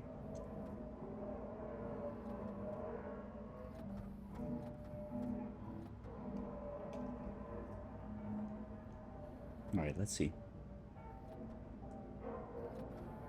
So I think we might want to like try to do like a 2's complement on this, like invert it, and then see if that will go through the R map. Maybe we do 1 R map initially to see are you working, and then if the R map comes out as 0, then we say all right, you must be a negative number. Let's try and flip you. Maybe that could work. We could also do a little check. I was consulting the wizard ChatGPT while I was in the bathroom, and it gave me some code we can try here to just like flip stuff, which seems pretty easy to do. So maybe those are a couple things to try real quick. Let's see. First, let's try this. We will say set greater than or equal to for R0 the V internal hash, and then let's see, just a big old number.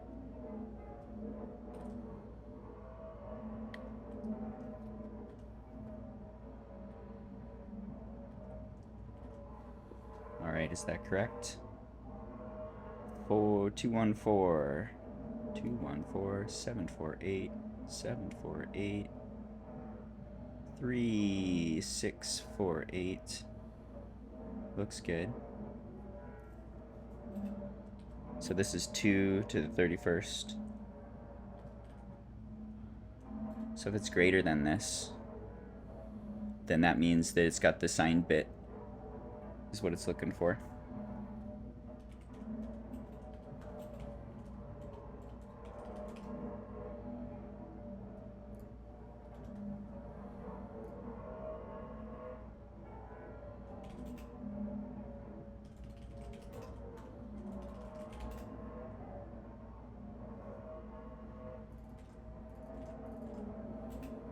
And we got another number.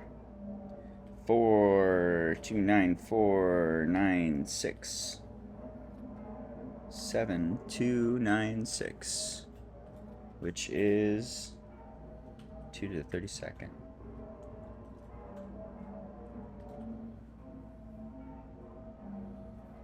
So basically we check to see if it's got the like assigned bit. That should only be a 1 if this was originally a signed number, in theory. If it, we skip if that's not the case, and just keep going. Otherwise, we're gonna go ahead and subtract a big 1 from it and just like flip all the values, basically. So let's try this and see what happens. What's this do with our internal hash? What's this do with our RMAP functionality? And is this even a useful tangent? Maybe. Unless it's not. Maybe unless it's not. So they need iron right now. We seen anything coming through? We should see iron coming through over here, I think. Let's double check. What are we seeing? What are we displaying? We're displaying our stage in the vdebug. In the debug hash, we're just doing the whole internal memory right now. Okay, so that should definitely be happening. Is it that this thing turned off? You did turn off. Okay, so if I turn you on with a value, then it should fail. It should send stuff through to here. So we're seeing the memory. That's all good. I don't want to see the memory. I want to see what's our internal hash. Let's see if we can get this to line up a bit. Show me the internal hash. We should see iron. I'm looking for silicon. Silicon's the one that's breaking, but let's just look at iron. What happens with iron? What do you got for me? Negative 6.7. This is for iron. Should be the iron item like this. Ooh, negative 6.7. Okay, so that might be working. That's good to see. I bet if we RMAP you, we'll get something. This is not... I don't like this. I should not have to think about this. I would love to just have, like... I don't know, like an array or a stack or something of just the regions that are needed. Or if I do this, pulling them out of memory like this, it should be totally straightforward. I should not be having to interpret negative numbers and invert them. This is quite the... it's a difficult thing to figure out. All of this has been like super challenging. This is tricky. Those are going to be hang-ups for a lot of people, I imagine. I imagine that's causing many headaches for people who are trying to work with this. And it's pretty awesome functionality that you would definitely want to work with. Okay, anyway. What was I doing? I was reintroducing the RMAP. Okay, and that's just overwriting the internal hash with the correct hash, in theory, for iron. Export that. So if it comes back is anything other than 0, we're good. Ah, and I see a 0. This hurts me. I've never been so hurt to see a 0 before. It was getting the right number, more or less, right? Let's see exactly what it was getting.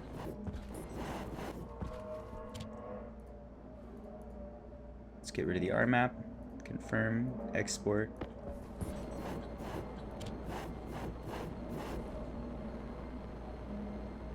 Oh, it is 0. You're off again, aren't you? When this thing, it can't do anything, it keeps accidentally counting down, which is something we should change. It's gonna have the wrong count for stuff it creates. When it runs out of material, it's gonna every couple seconds run another loop and think that it printed something when really nothing could have been executed. So that means that this is sending zeros. Let's give it, make me 900. That'll keep you busy.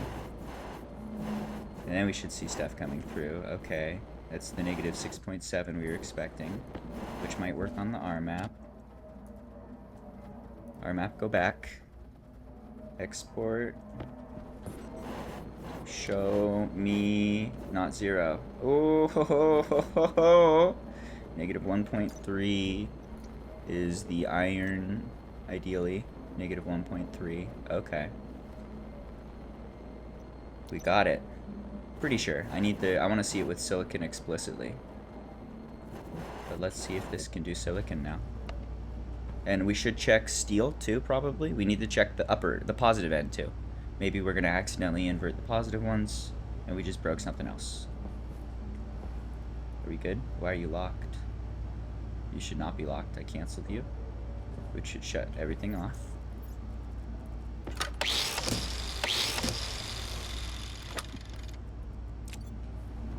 Programming. Excuse me, what the fuck? Why? No. Got down to 892.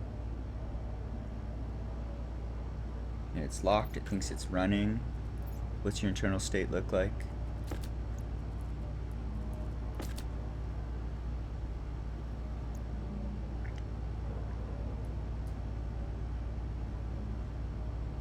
Completion ratio is 1. I don't like that. It just leaves it at 1. Is that something I can set?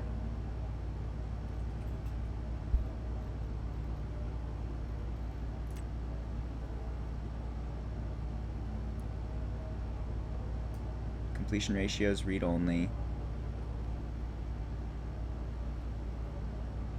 I wonder, should we send it like some sort of clear command? Can I send it an empty run? Just like execute recipe, make me 0 of nothing. Is that gonna wipe the completion ratio for us?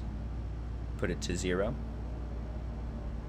How do I reset that? Because right now it thinks every loop it's checking basically the point we're looking for, the breaking point into the next function of being like, oh, you're done crafting, is when that completion ratio reaches 100%. Because if this starts creating stuff correctly, then it goes from 0 to 1. So it's just thinking it's done. Every iteration it's checking, oh yep, it's finished, on to the next one, on to the next one, on to the next one. I could hold my own local variable, perhaps, for like last completion ratio. And if it's a 1, then it's never been wiped. It didn't get cleared. We should only be triggering the move on to the next one when that actually has been able to go down below 1 and then move up to 1 again. So maybe something like that. But ideally, we would just have the right completion ratio. It should be at 0% right now. This thing's not doing anything. Why is it at 100%? There's probably reasons. If it reset and went to 0, then we have a different set of problems. We have to deal with that. We wouldn't be able to look for the 1 because it's only going to be there for like a tick. Alright. Ramble, ramble. We're getting closer. Does your avatar at the bottom right change expressions? He can dance. Watch. Look at that. Look at that. Look at him go. He's having a great time. Oh yeah. Big dance moves. Okay, what was I doing? I was shutting this off. It should shut itself off. It's trying to do stuff, and you can watch it just tick down. The dials move. 889. Alright, so if I shut this off, it should do the cancel functionality. Looks like cancel functionality broke. The only thing I've done here is added one extra instruction for like wait to craft until ready. So, what's going on here? Why are you breaking? What you thinking? Let's take a look. We need more consoles. Console. Got any consoles on the wall? Yep. Perfect number of consoles. Let's do a stage console and then a debug console maybe. Okay. Debug. Let's see. So this is gonna fight with the other debugs that we have for the mall. They're on the same circuit. So I'm gonna call you debug crafter stage. Gross. And then just debug. Debug? It was called debug before. Oh god, no. Temp. Debug temp or something. Just whatever. Let's track the stage though. What's up with the stage values here? Why aren't you correctly moving into the cancel stage when we flip the switch? What even changed though? Let's investigate. I'm gonna edit this. This is looking better. I'm gonna save it and we're gonna delete this line of code. That's not doing anything for us. Okay. Let's maybe add a comment here.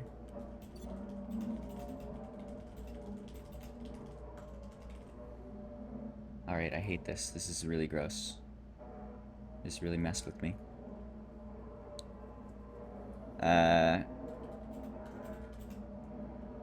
What is this map? To item? Hash? Something like that.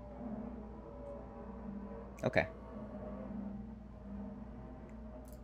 You are the craft. Nope, you are the mall manager. So overwrite that code before we accidentally lose anything. Confirm. Alright, and what are you thinking, dude? What is even going on inside your brain? We got our debug crafter stage, debug temp crafter. Debug crafter stage is going to now show the crafting stage, and then debug temp crafter. Should be crafter temp. Can show item count, sure, whatever, dude. It's just general, something we could swap out. And then let's rename that. Debug crafter temp. Alright, so if we export this, we should get a little bit of insight into what you're thinking. It's getting the correct number. It's in stage 1. This should be canceled, right? Are you plugged in correctly? You must be, otherwise it wouldn't have turned on in the first place. Stage 1 is stage idle, correct? Stage 1 is stage idle. So it's chilling in idle right now, waiting for the run switch to turn on, which is correct. We turn it on, it should start crafting. Goes into 2. It can't craft. Goes into 1, 2. 1, 2. Alright, so what's going on here?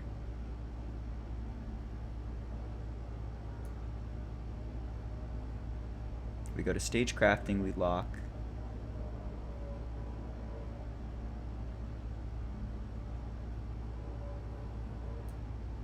I think the only thing we changed is this one line of code. We and we changed the index here. So now the very first index in memory is going to be opcode 3, telling it to have the wait until next valid. And then we say execute recipe call, goes into position 1. So that's what's feeding the info to our mall brain, where it's getting the required reagents and doing its wizard math from ChatGPT the wizard to convert that back into a negative number if necessary.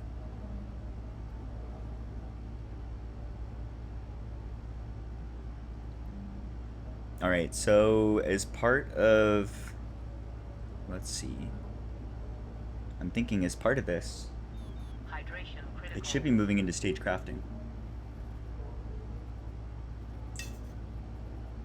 It is doing this.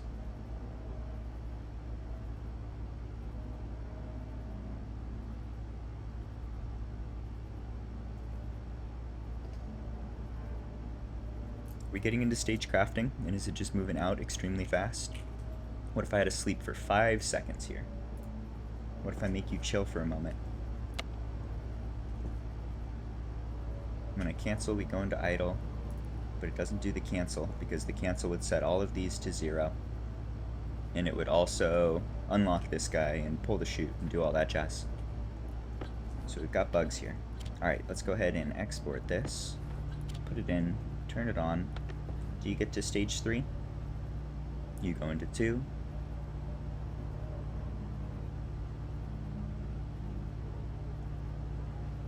What you doing? Then you go to 1, 2,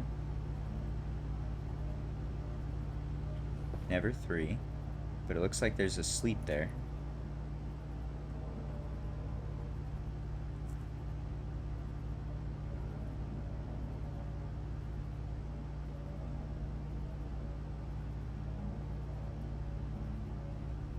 What's going on here?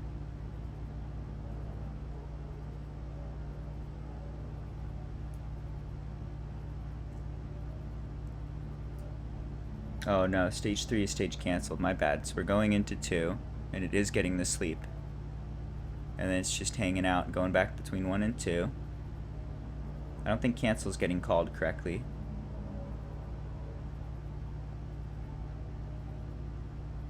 And then stage completed is 4. Did we delete something at the end? No, we haven't hit max lines. That's good to check. You can accidentally just run off the end of the code here and delete things. I'm trying to think of what's happened here. What could have changed to make you be funny? What are you even doing? What are you doing? Looks like it's getting into here with the sleep 5. I'm chilling for a long time.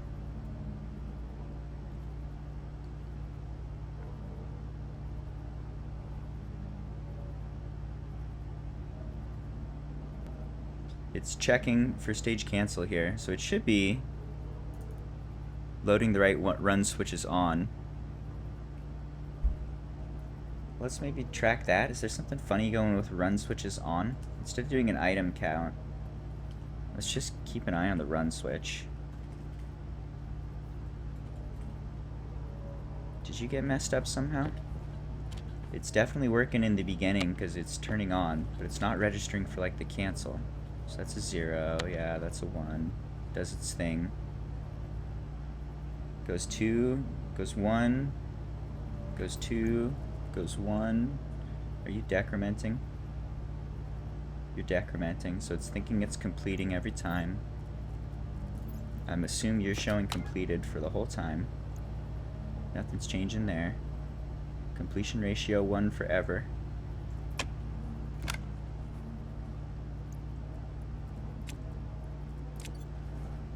What if I'm gonna edit this? Well, first off, I want to see cancel working. Even if this is the case, we should be able to cancel. I should set you to 0. You should go to 0. We should go to stage 3, which is cancel. It should do all that and unlock the thing. So it worked that time. Let's try that again. Oh, no. What the fuckity shit are you doing, dude? Oh, yeah. The right thing. Yeah, that's fair. You're done, so you go into the cancel functionality. We need to tell it to build something. Okay, so it's in the flow of that. I should cancel here, and it should go into cancel state. Let's see. So it's not canceling. Is that because idle is handling cancels differently? Oh, yeah. If it's going to stage idle, then this is no longer a cancel functionality. This is just like waiting to break out of stage idle by turning it on. So it didn't trigger the cancel because it was in stage idle when it got canceled. Okay. Why are you going to stage idle? Also, I'm thinking I want to just send like one tick of an execute command for 0 just to see if we can get completion down. No, that's not going to work. I don't know how to wipe that completed memory. I'm just thinking this bug might be related to not tracking completion correctly. Anyway, let's take a look at this. So stage crafting is somehow going to stage idle. Yep. Because the completion ratio is wrong. Let's see.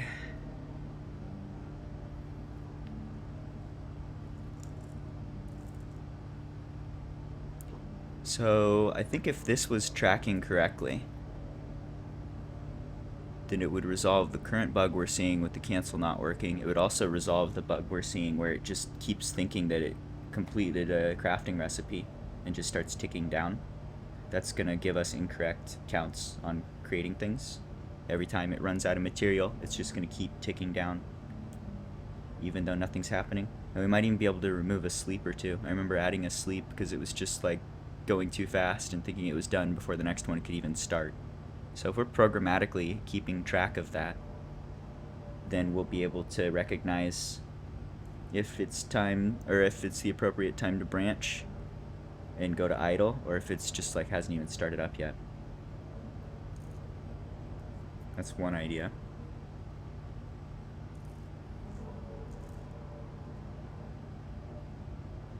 I'm also tempted to send an instruction telling it to make 0 of something and to see what happens.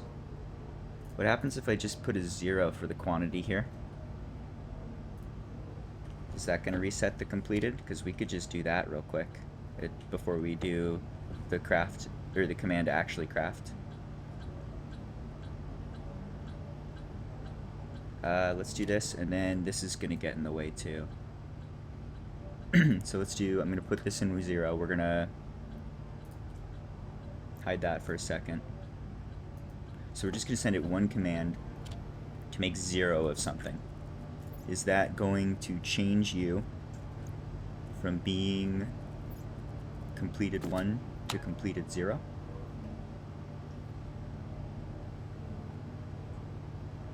Water is good. Alright, give me 509. Go. Completed ratio 1.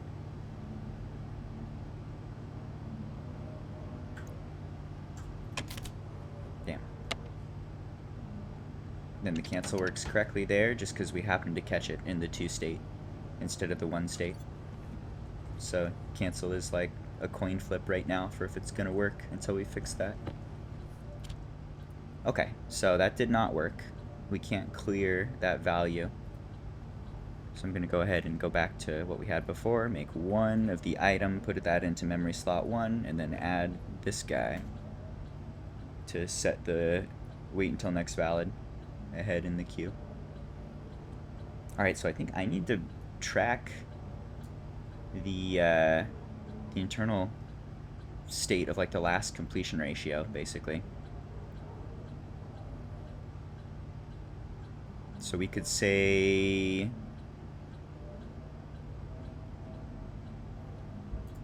like alias v new job started.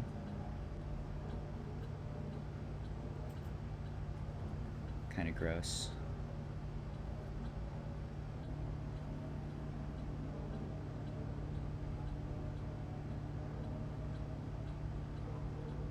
We need to track that. New job started. how's this gonna work? It's gonna be if the completion ratio, let's see. It's gonna be when the completion ratio has flipped from 1 to 0, then we're gonna have started a new job, or like the job is running.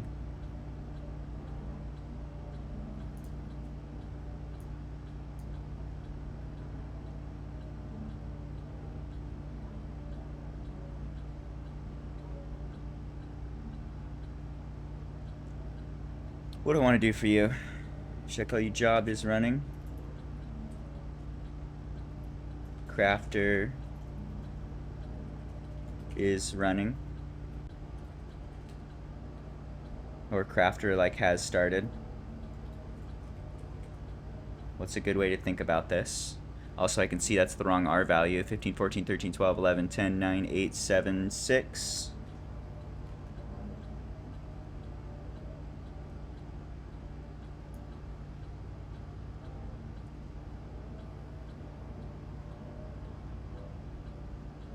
Let's see. Probably want to do the computation in load vars. So if the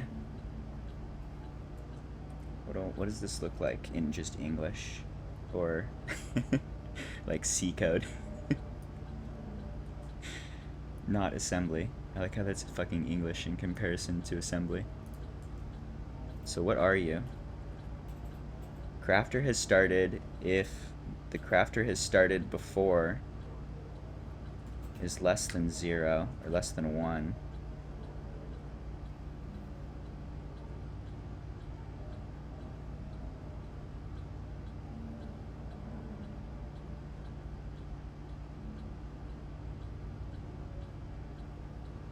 And no, it's if the crafter started is equal to 1.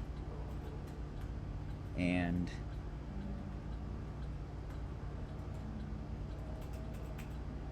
the completion ratio is less than 1.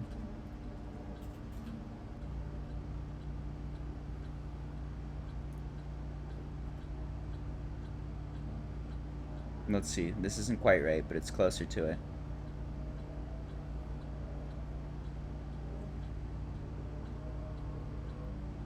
Maybe we keep track of the last completion ratio too.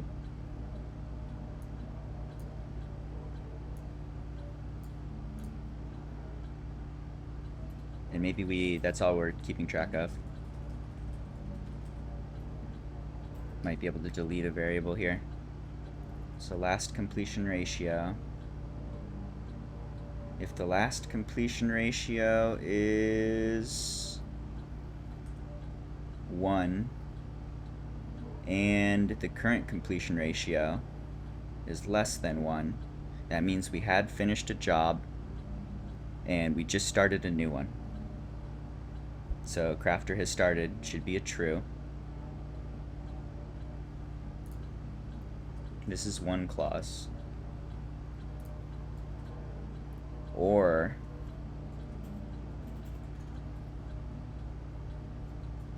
and we're out of code, and I just fucking deleted my return.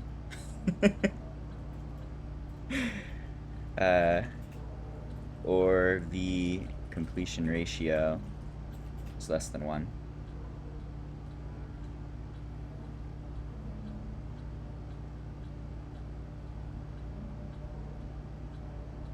This feels redundant. We need a JRAW at the end of load vars that I deleted.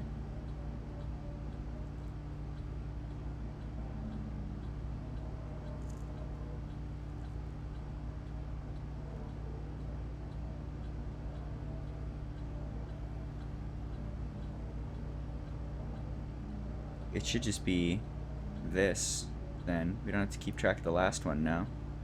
I feel like we do need to keep track of this for one reason or another. Not thinking clearly. I need to take a nap and play Battlefield. It's coming. 8 hours, 7 hours? 6 hours? 8 hours. Damn. 7 hours and 40 minutes. Alright, so how do I want to track this? I need to track when the crafter has started. I can manually track the completion. We know when it's done right here. So we can set crafter has started to being 0 then. And at that point, crafter has started is just going to be if the completion ratio is less than 1 or crafter has started.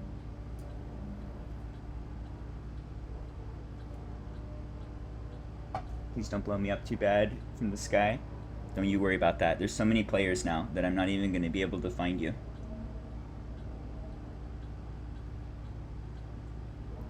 I missed your comment. V new task started. Yeah, pretty much. Crafter has started, I think, is pretty appropriate and keeps with we've labeled it crafter in a few spots.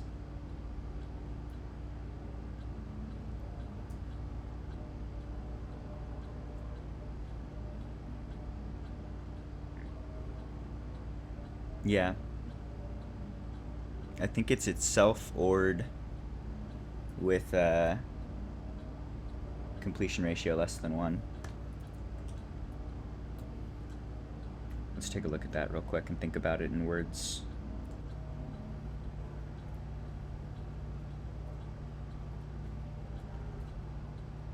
Alright, so we can, it starts off at a 0.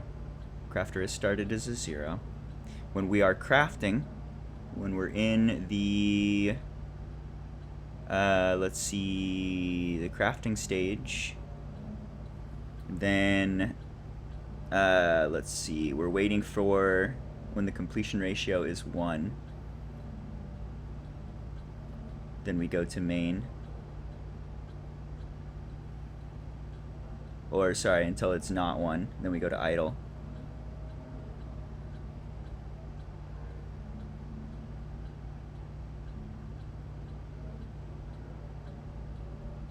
Let's see. So I'm just thinking right here, basically. This is the spot in the logic where we just need to set that the crafter has started is done. At this point, it's just finished crafting. So the move the crafter has started goes to 0. How am I on lines of code here? Am I going to start deleting stuff? We're like 1 line away. Oof. Okay. So we should just OR it with the completion ratios less than 1. We will say set less than VR0 V completion ratio 1.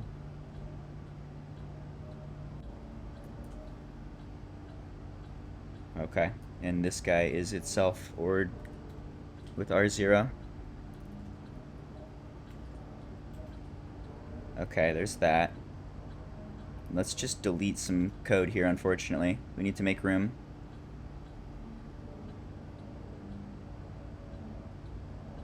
Alright, how we doing?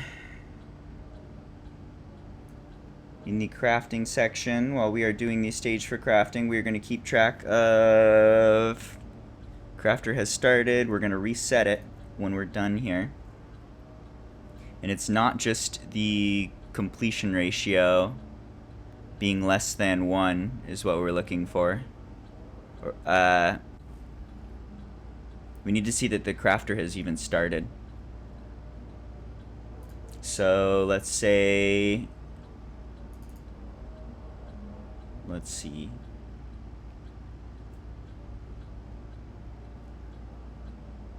What do I want to do with this? How do I want to do this? Should we just like auto cancel? Probably not. We should just wait here until the crafter has even started. So branch if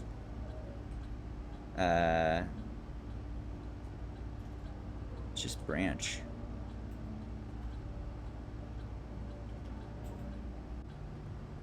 Branch if not equal to 0. Branch if equal to 0. Crafter has started main. Okay, so we're just going to jump to main as long as the crafter has not started. Otherwise, we're going to keep moving and we'll go down to the next line.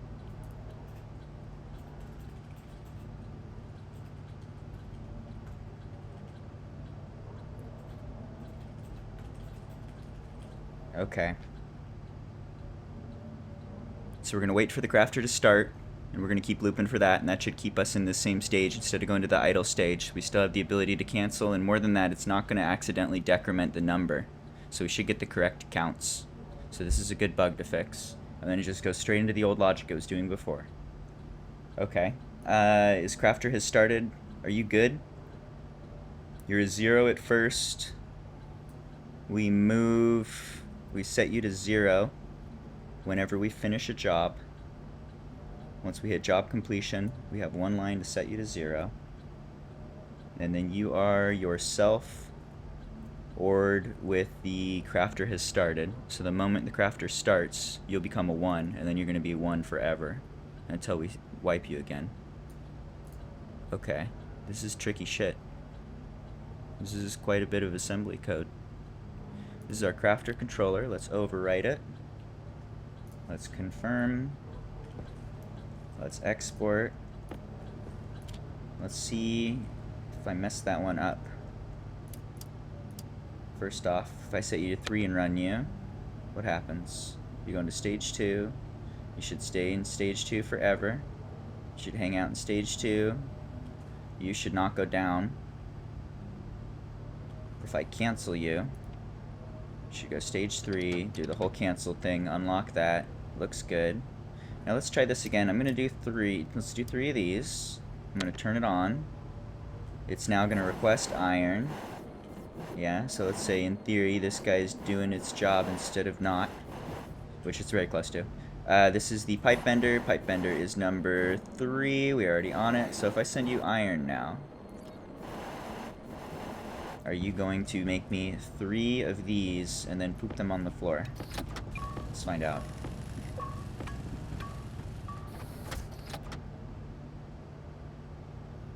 Do it. Do it. Do it. I believe in you.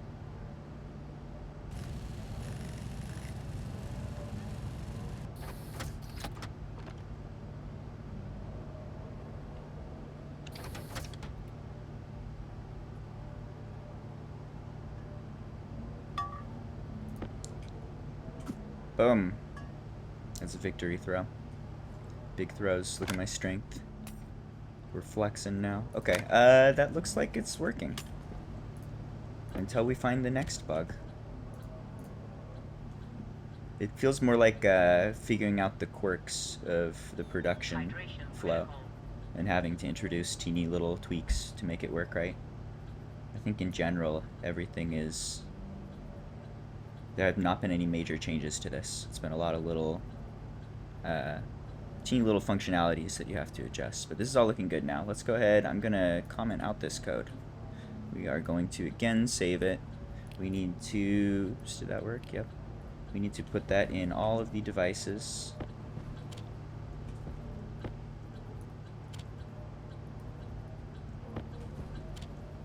Okay. I'm feeling more confident every time I put this thing back together. And then I keep having to pull it apart to fix it. But I'm feeling pretty confident. That's looking better.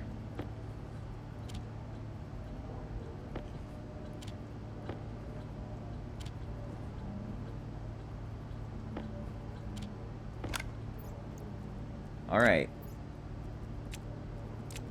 I think I fixed you.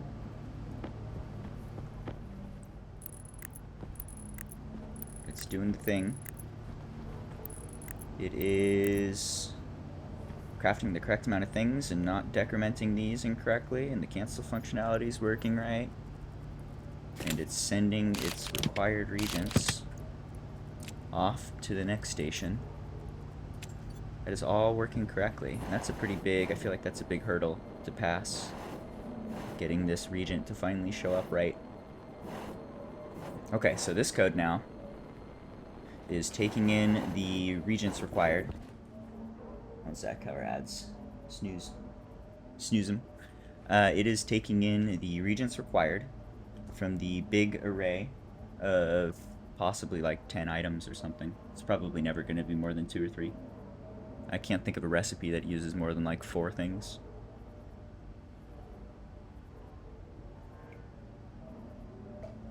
Water is good. Anyway, we need to gather those, and then we need to tie those to the machines. Now that we have the hash codes, that's really all we need. We can just map that and say this hash code means this machine, and this hash code means this machine. So it's going to be a few lines of code, but it's like 1 line of code per machine, or 2 lines. No big deal. Same pattern. 1 line of code 20 times.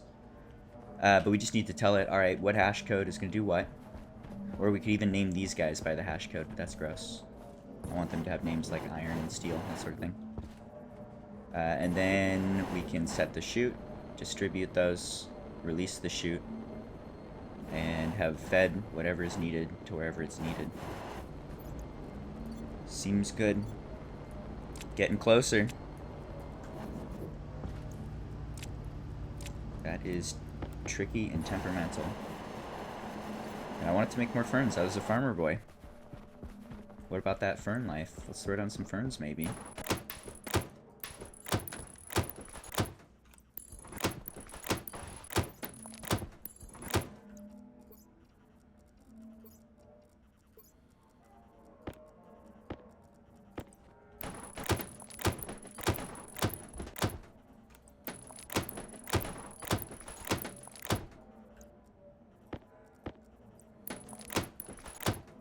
Battlefield out yet? No? It's been 10 minutes? Oh my god. This is why you don't look at the clock. It only makes it worse. It only makes time slower when you look at the clock.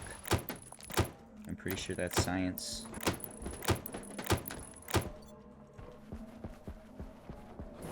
Alright, still need more of those. I want to be able to just set the dial. Get 400. How many do I need? 100. Go. You're gonna need iron. Have some iron.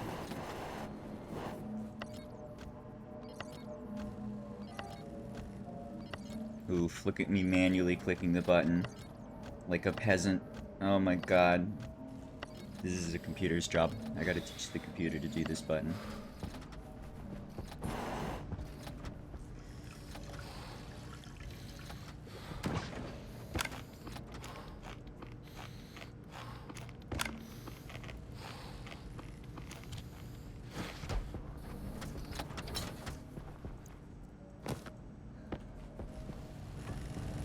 I love you.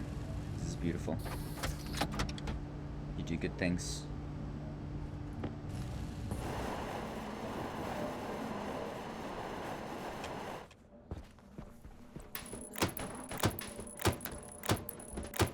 Alright, there's some more. What about some wires and some lighting? If I remember right, these are going to need a ceiling. Out of walls.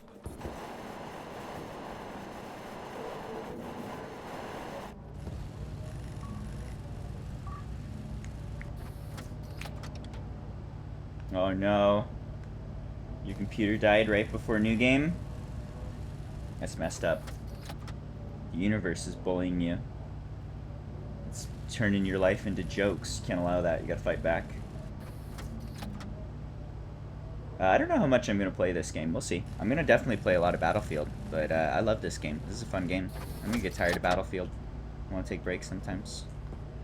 Okay, you're doing things. I needed to get just some plain old walls, right? Let's get some walls. 44 is just fine. And I want to set 44.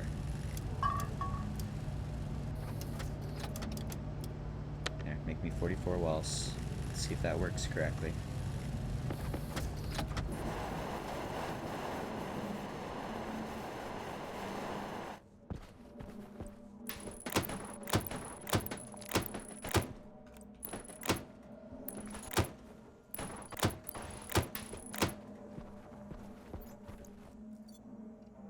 Lights, we've got 1. Don't have the wall for it. This one can go here, should be okay. That'll definitely get these 3 plants. Give them some power. Maybe turn on the nerd goggles and see what's going on. Gotta give them water too, I think.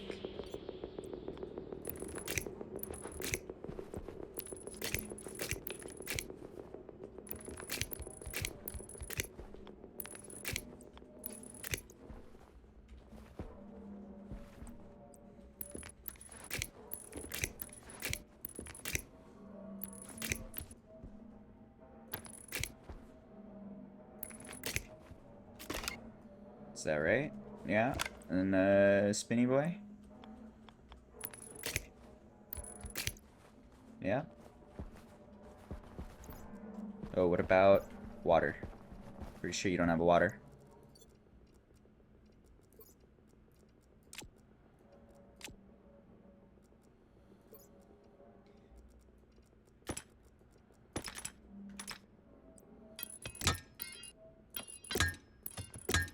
Okay, there's water.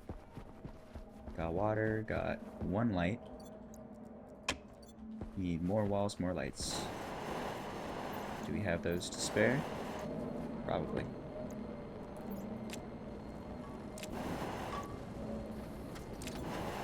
I think I remember some lights in the wall here. Grow light.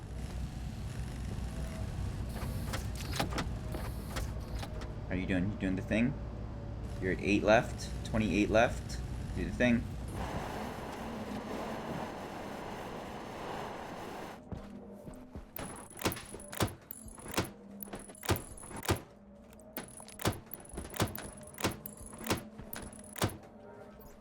And I don't even need to leave these up at all. I can just grab them and move them.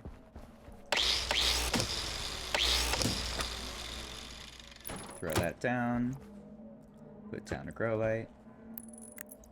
Okay. Alright. How much do I want to extend this? As much as I want, I suppose. For now, let's just multiply some ferns.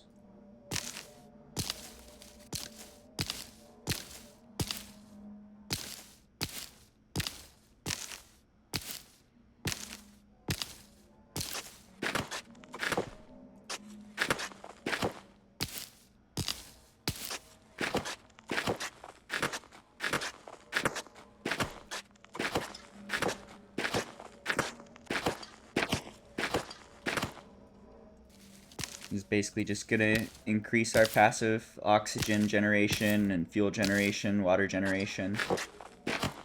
The more ferns we have, the better the system is.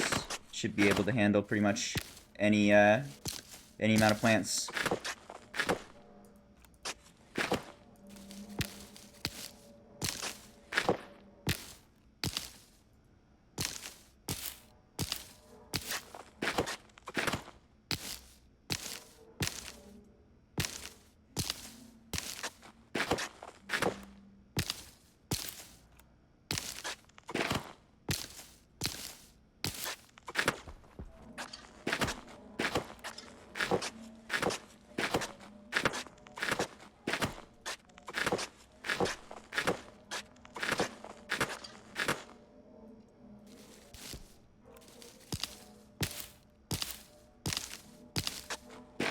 Alright, this is a good time to run ads. I'm just going to multiply these plants for a minute. Let's push the ads back by making ads.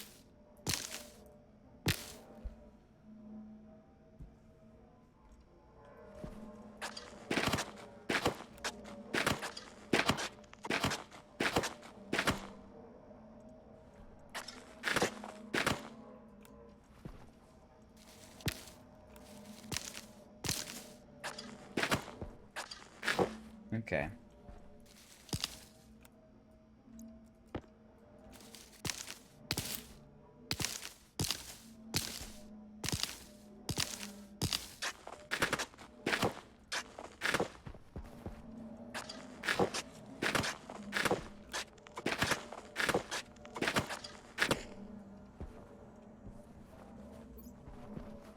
Alright, how far back are you guys from each other? It's like 5. 1, 2, 3. Can't reach. Oops, that's not right. Give me the angle grinder. I need 2 of those. Didn't have more walls? I do. 1, 2. 1, 2, 3, 4, 5. I think that's right. Looks about right.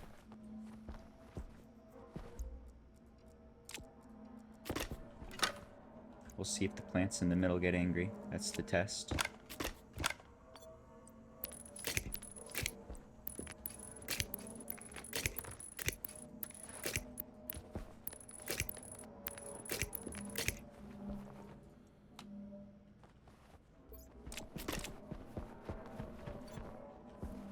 Or my ceilings and stuff. How we doing? Did you make 44 ceilings? 14, 30, that's 44. Ooh, hoo, hoo, hoo, math. Cool. This has been a huge amount of work, but hopefully it's got good payoff. Theoretically, that's a useful device. You are locked up now at 43. You want 43 more, and you're out of iron. Interesting. Have some iron. Is this even going to the right spot? Yeah. And then you resume. Amazing.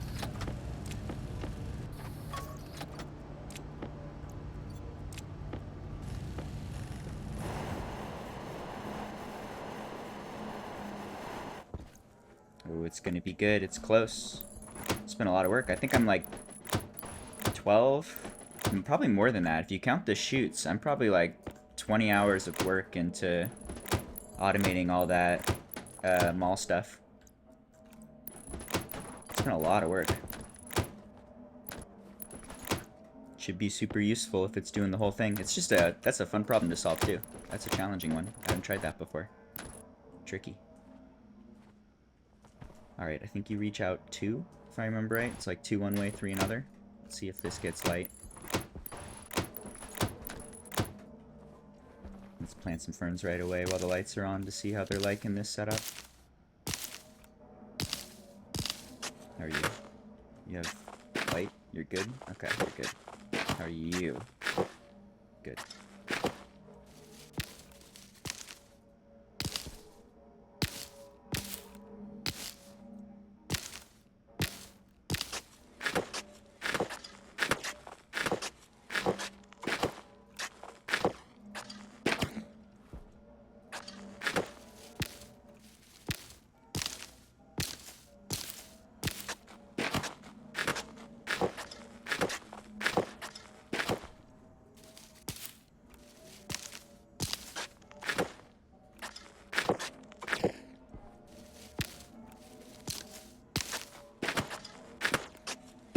Alright, none of these have light. Let's get these ceilings up real quick. Gonna need a few more ceilings. Going all the way back, probably to like here. You need the same here.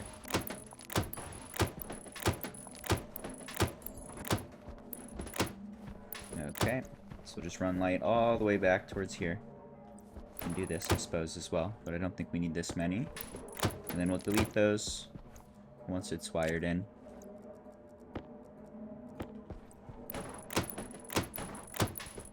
Then we'll have a gigantic floor of ferns, which we can roll around in.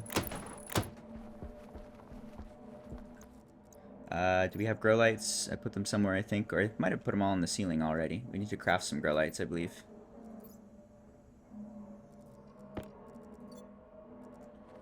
No problem.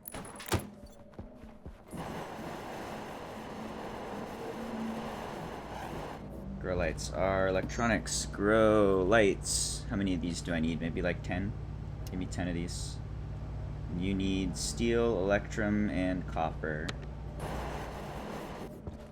Okay, you are the electric printer. Electric printer is 5. Change that to 5. Copper, you already had some. You needed steel. Out of steel, you needed electrum. There's some electrum for you.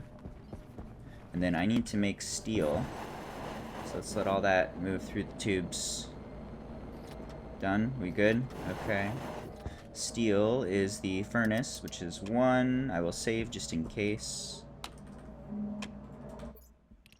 But we shouldn't have any troubles here. You're already off, and good temperature and everything with no activate switch. So we're good to make some steel. Let's see, how much is in this? What is your setting value? And that would be a nice thing to see right there. But it doesn't particularly matter if it's all automated away. We'll be checking programmatically. You have 28 and 27. So you have lots. I think we could make 1,000 steel, basically. So what's 1,000 steel? 1,000 steel is 5 sets of steel, which is 5 times 3, 15 iron. 1, 2, 3, 2, 2, 3, 3, 2, 3, 4, 2, 3, 5, 2, 3, 1, 2, 3, 4, 5. That all goes into the furnace. It's going to take a minute to melt.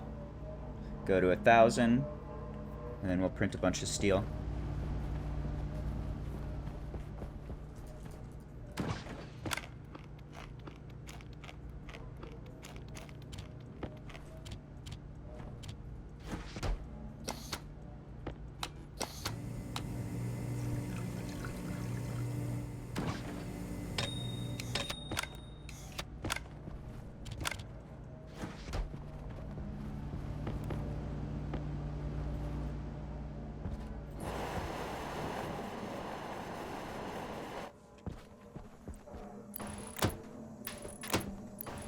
Let's run all the way up to the edge.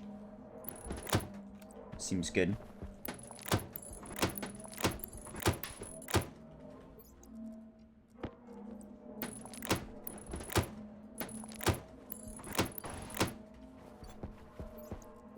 Any more? Inventory's getting pretty crazy. This is all just like unsorted. And it's all pretty full of miscellaneous.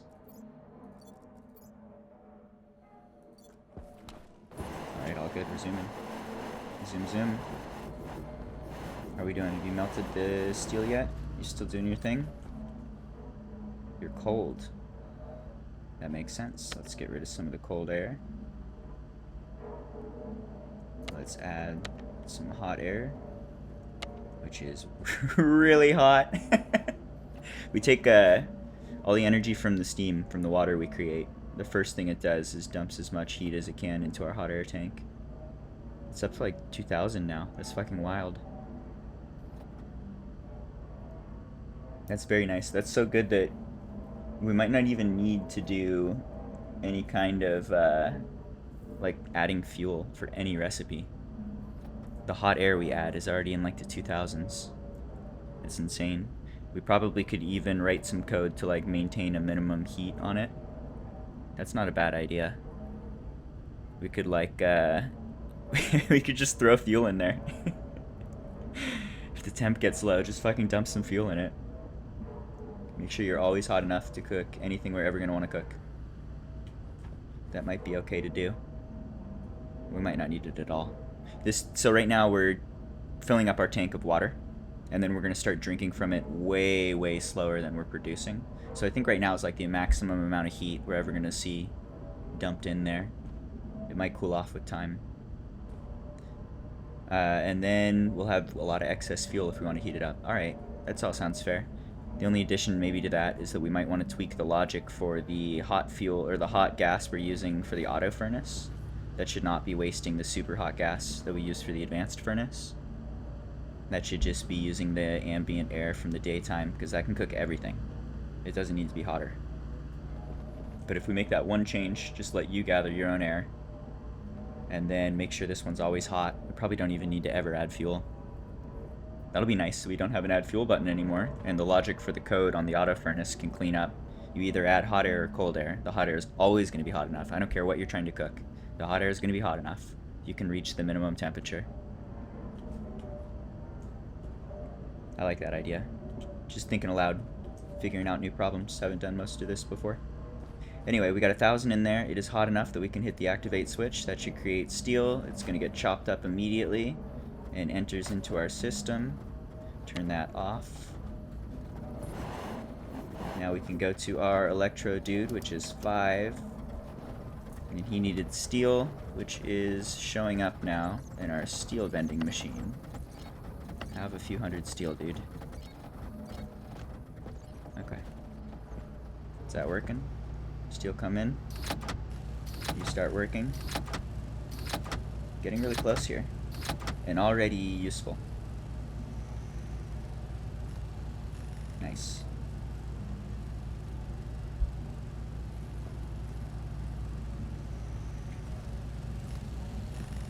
Alright, sorry for all the bathroom. My stomach's not happy.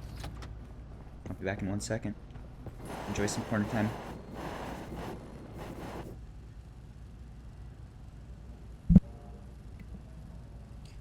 We're back. We are back. It is the middle of the night. 1 a.m. 7 hours. 7 hours from new video game. Whoop.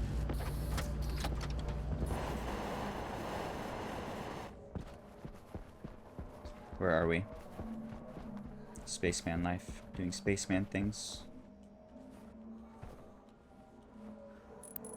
This goes here. 1, 2, 3, 4, 5.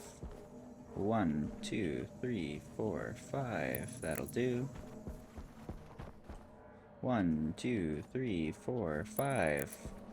1, 2, 3, 4, 5. 1, 2, 3, 4, 5. 1, 2, 3, 4, 5. 1, 2, 3, 4, 5. We all good? All lined up? Nope. Fuck me. You're wrong. Probably. If you two are right, you're wrong. Okay, let's get those plugged in. And then what about more of the hydroponics? Let's change to the pipe bender, which is 3. I assume you are out. How many more do you have? You have 28 you want to make. Have some iron.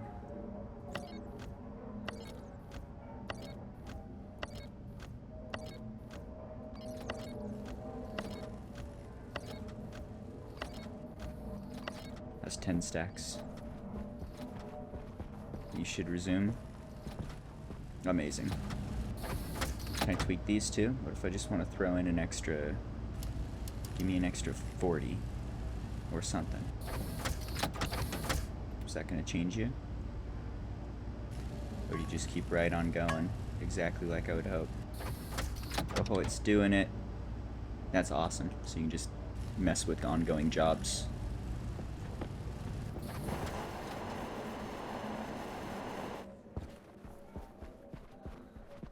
This is some good spaceman automation.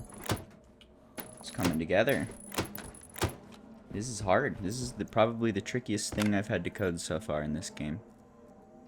Usually you don't get this tricky. Or this problematic. It's amazing how, like, clean all the code is for the most part.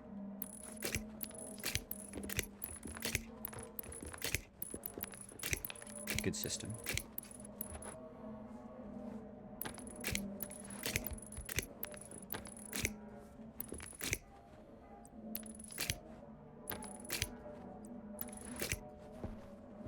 This is looking like a weed operation. Weed's legal here, though.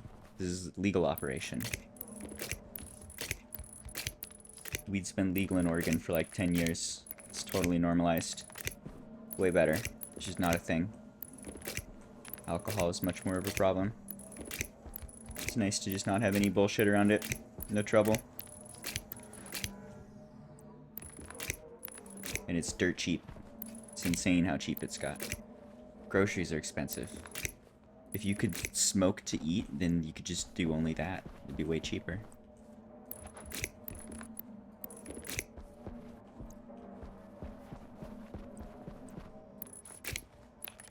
Do recommend, I like that. Do mushrooms next. Let me do some legal mushrooms. I'm scared of mushrooms mostly because of how illegal they are.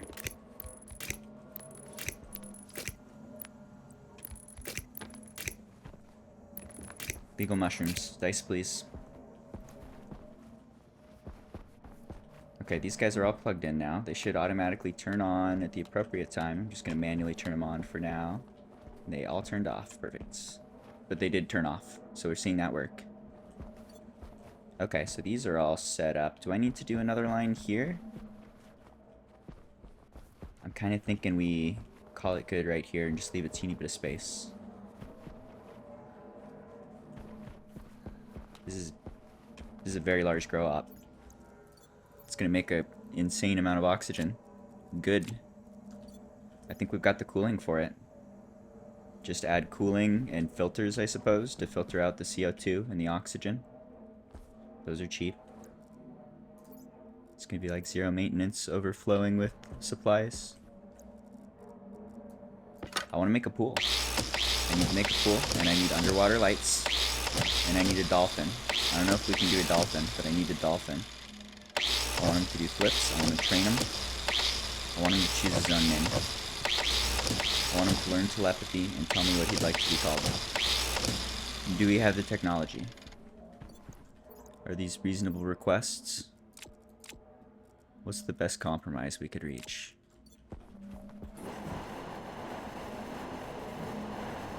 Let's find out.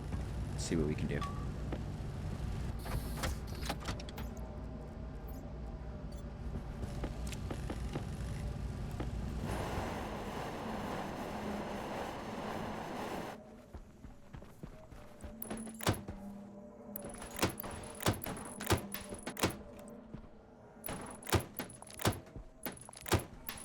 Yeah, that's very much what it feels like. Like the drugs are much cheaper than basic existence. Food's getting crazy expensive. Has anybody noticed? I bet one or two of you's noticed. When do I get to start eating crickets? Give me some bulk crickets. Put me on the snowplower train. What's it called? Snowpiercer? PB the bugs. Crickets win. I hear crickets are good. I was eating the other day. I was eating a bag of Doritos. We have an ant problem right now in our house. It's just like a seasonal thing. They come through, and even if you keep the house clean, they still come through every year for a bit. Have to put out little ant murder colony or little murder traps or whatever. Anyway, I go into the cabinet and I grab a bag of Doritos, and I'm eating Doritos. I notice there's ants all over my arm. I realize, oh, they were eating that bag of Doritos too, and I've just been eating ants for a couple of minutes, and I didn't really notice. So ants are pretty good. They go good with Doritos, apparently.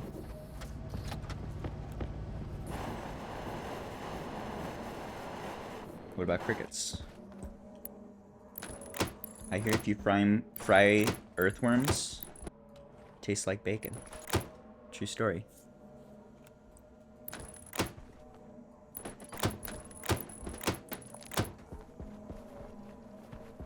Also, so, yeah, don't eat ants is maybe the moral of that story. Still turns my stomach a little.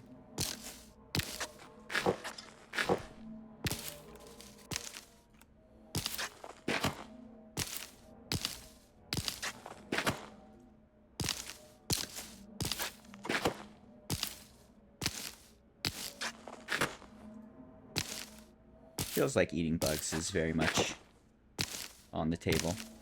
Like that's coming. I don't think that's gonna be so bad. You can make bugs taste good. It's already normalized in some dishes.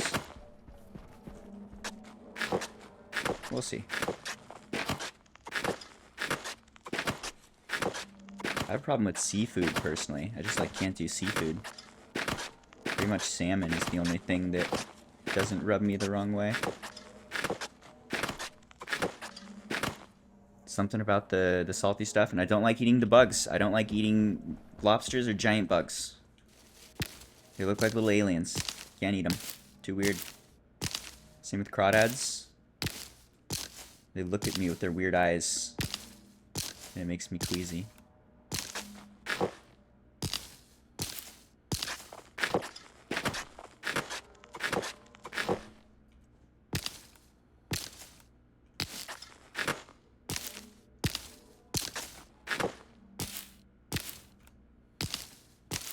I'm a farmer. One-time job. It's my second time doing this one-time job. But now that we have infinite water, you shouldn't die for any reason. And they just sit here forever, breathing forever, and making water forever.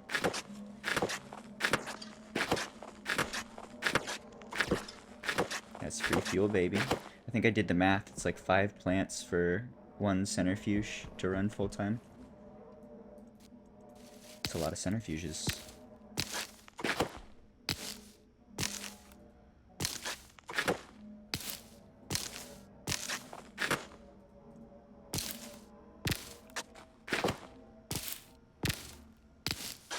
Bread is good.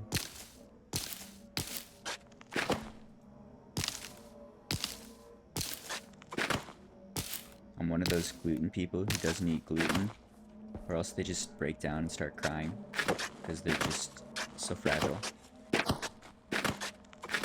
No bread for me. I miss bread most. Bread is delicious. The gluten-free breads have gotten better, but they're still very not impressive.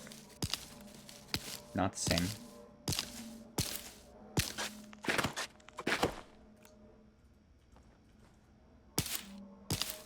Oops, I think I'm... no, we're good. These have seeds.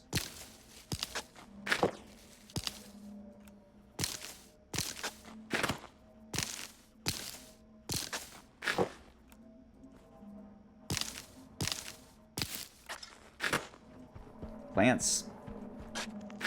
It's a lot of plants.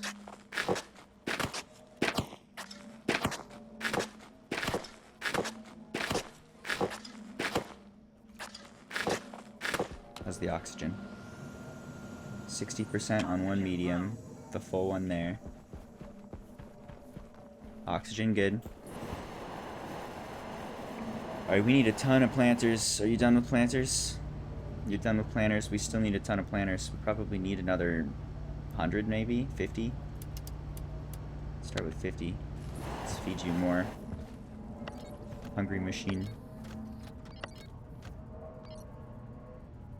And we're finally out of iron.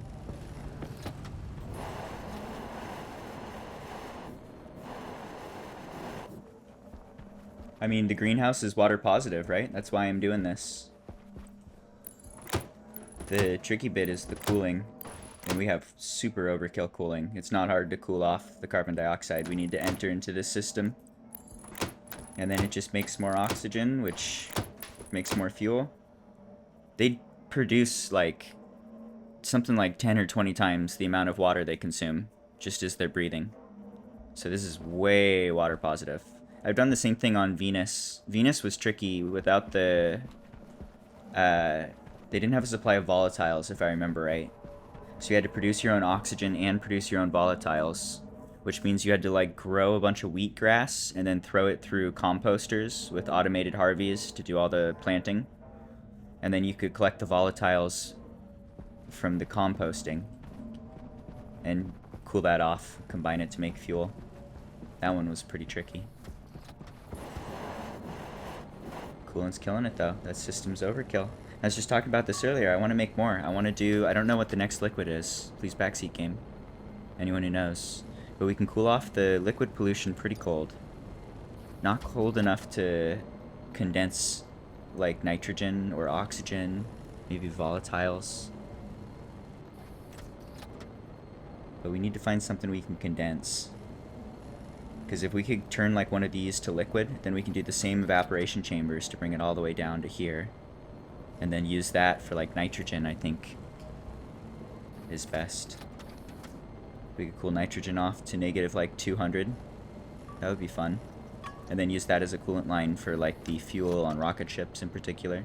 Or maybe that's just a more effective coolant to use everywhere.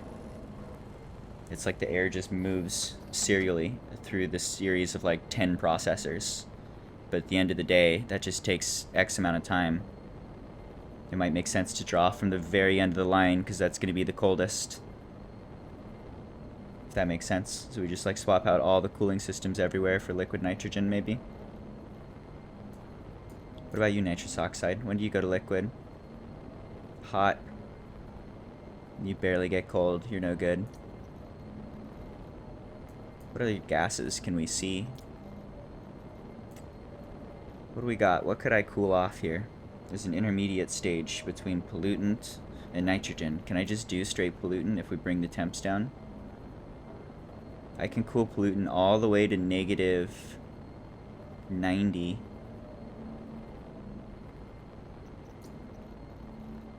If I really pump it, and then that is right on the edge of where you're going to condense.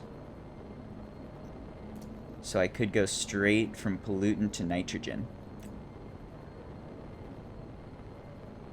Okay. I feel like messing with that. That sounds fun.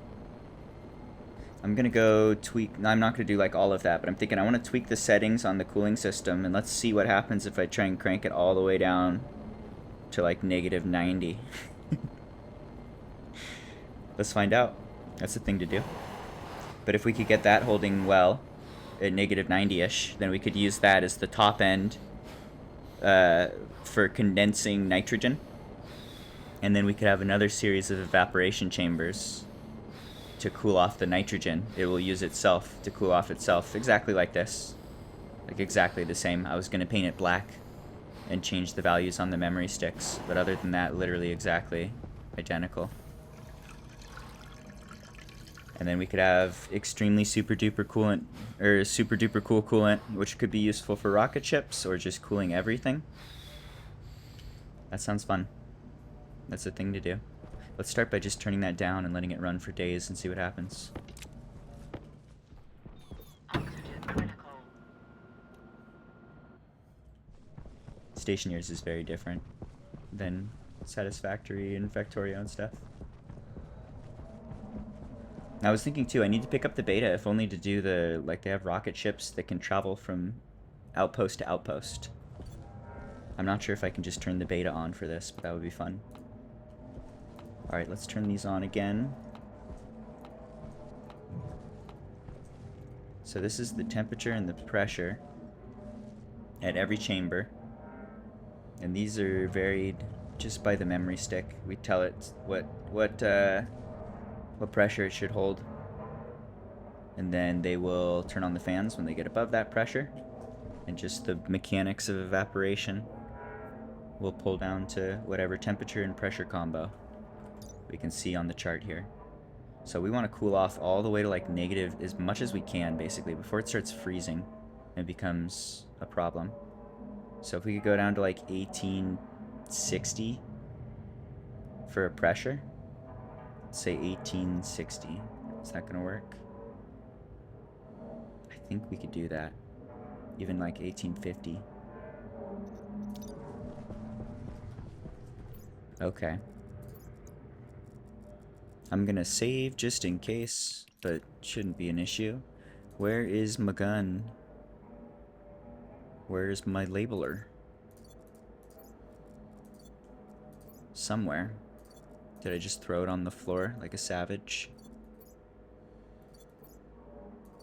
Likely. Nope, wrong bag. Okay. You are going to go to... I said 1850. Okay, and we should probably turn everything else down too. So if you... This one's 1850. Let's turn this to like 3000 max. Should be more incremental on the way down. 1850, 3000, 4000, 5000, 5700. Maybe you do like 5000 to start. Let's do 4,800. I'm just going wild here. I'm just doing numbers. 3,000. 4,000. Maybe something like this. I don't know. It's probably worth spending a minute figuring out what these should be, but we can just kind of throw in some new numbers and see what's clogging up where, what happens.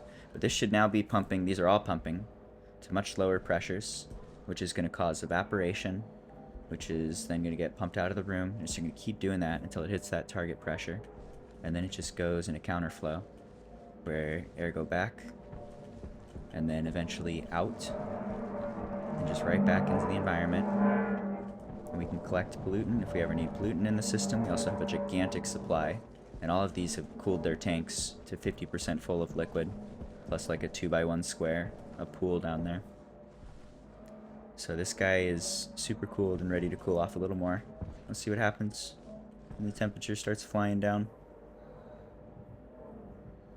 So we could use this and then dump the waste heat from a condensation chamber on nitrogen into this coolant line. And then we'll have the start of the chain. That's our production line for liquid nitrogen, which we could run through the same thing with black spray paint.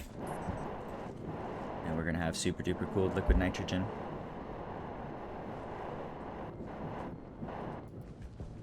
That sounds fun. Alright, we do all that. That thing goes. How are our values? What do things look like? Let's go take a quick look at all the things I haven't looked at in forever, as I've been programming for like 20 hours.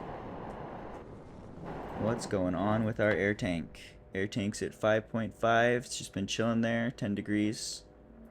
That's fine. They'll go up when we have more fuel and air. We could prioritize it. Might not be a bad idea. This guy's hugging 500. That's where it shuts off. Making fuel. Okay. So this guy, when it's above 500 and we're less than a desired pressure, it pushes in. Then this guy turns on when we drop below 66%. So we hold the perfect ratio for fuel. Fuel's up to 2.84. That's nice. So fuel's going up now. What about water? Water is up to 1,400 liters. It's going up fast. And we're making it go more ferns. How about the coolant line? Coolant line's hitting 180. Coolant line's getting warm. This is something I've been saying for a while. We should expand this. This is super easy to like double or triple the efficiency here. Let's just add a couple vents and then add a little more, 1 or 2 tanks to give it more buffer. And then all of a sudden that's going to sync way better with whatever's going on outside. That's the thing to do. Looks like that's a mild choke point. But all that's looking really good, especially seeing the water go up that hard.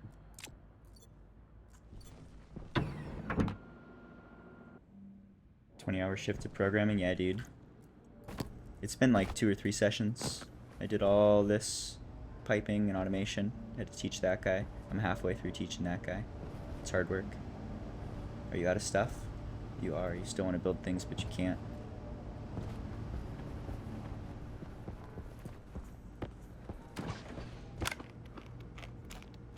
That's too bad, dude. That's a sad story, bro.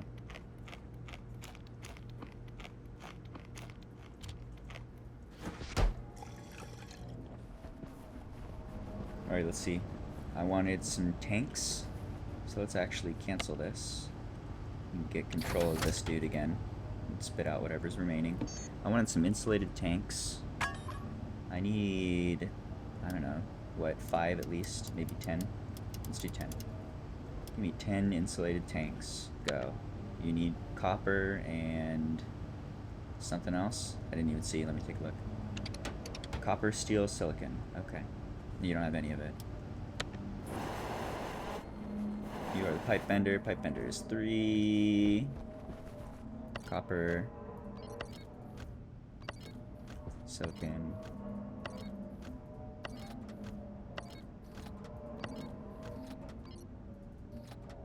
Steel.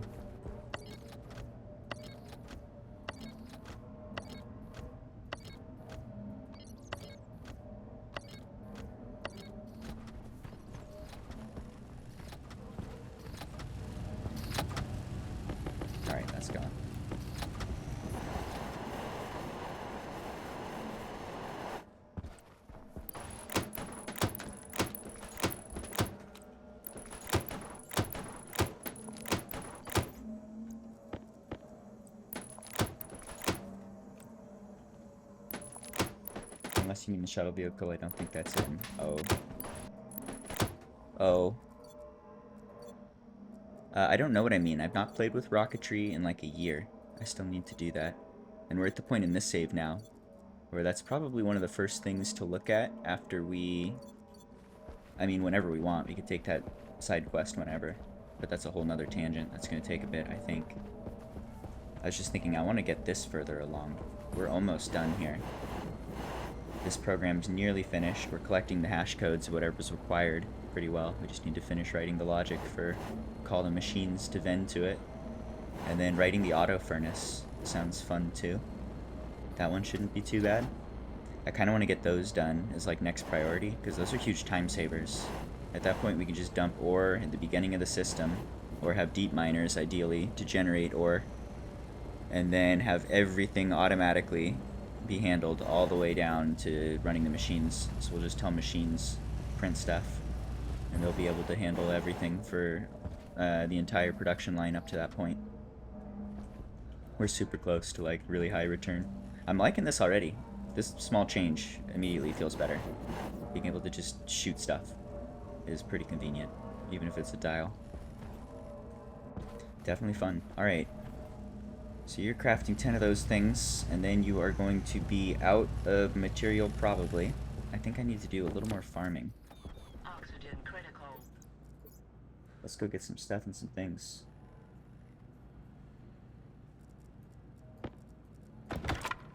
Oops, wrong button.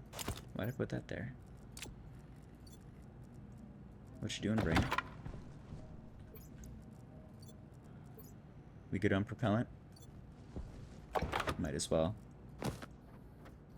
Okay, here we go.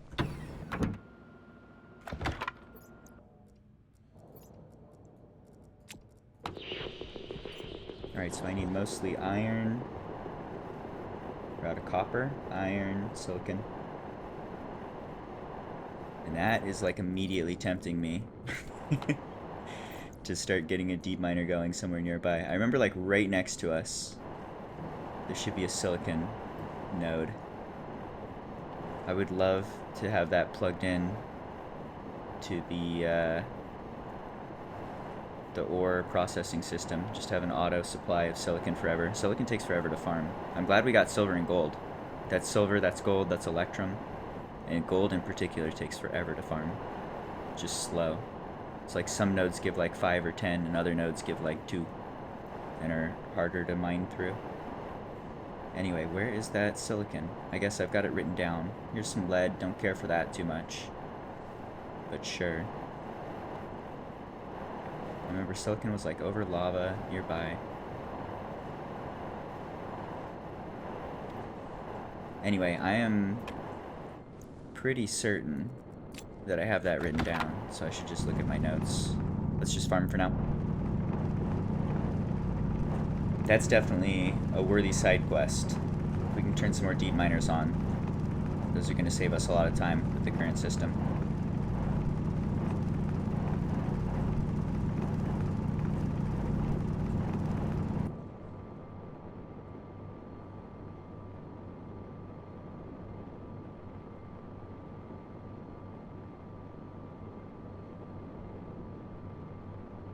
Sorry, I had to downvote this song.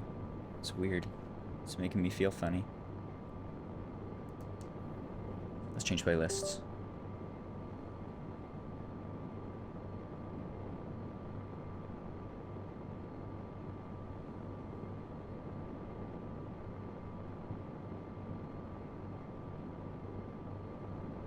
Alright, something totally different.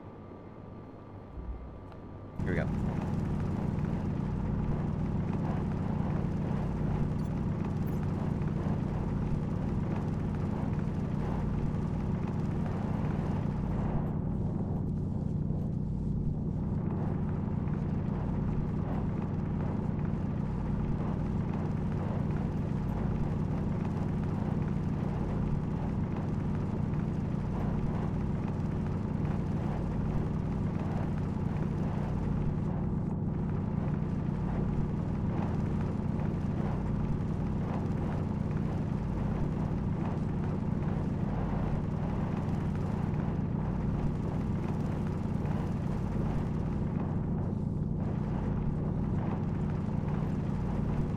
This makes me want to play Battlefield. Sad piano makes me want to play this game. Or exciting music makes me want to shoot people. Don't quote that. Cut that.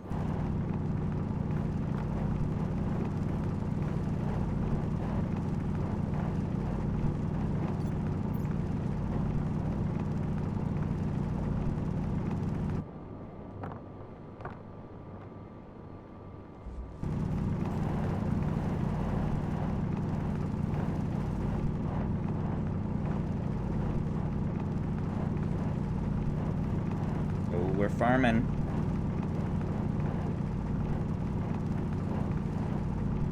Looking on those squares. Delicious. These squares are hydroponics.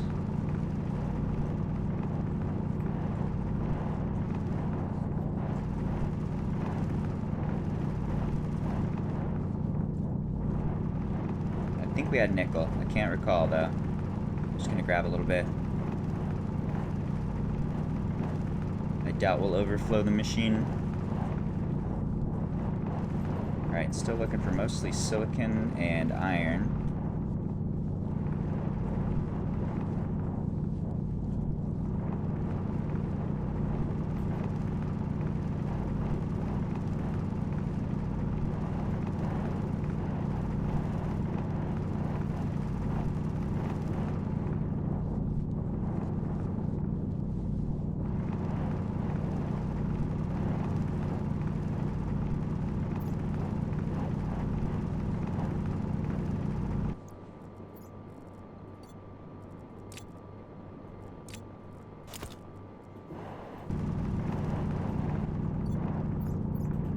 Loading up some mining belts.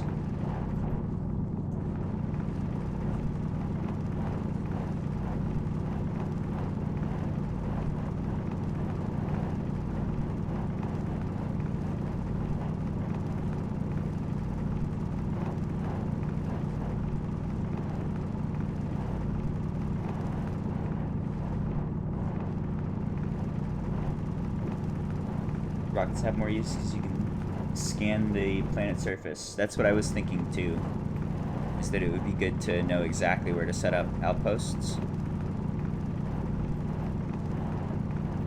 You got some rocket advice for me? Are we good to go? Do I just plug in some fuel and call it good? If I remember right, they need liquid fuel or something like that, which is probably pretty doable. Teach me, Neff.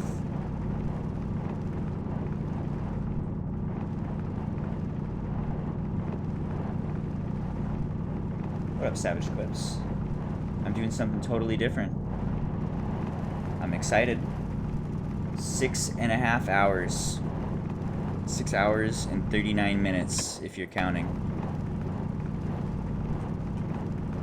Will I be asleep? Will I be awake? I'm not sure. Nap's probably not a bad idea.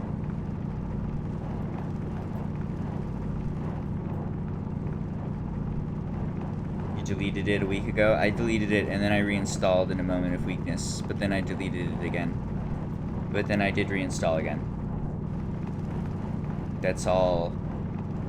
That is my last week. It's all true story. I was not happy to see the conquest changes.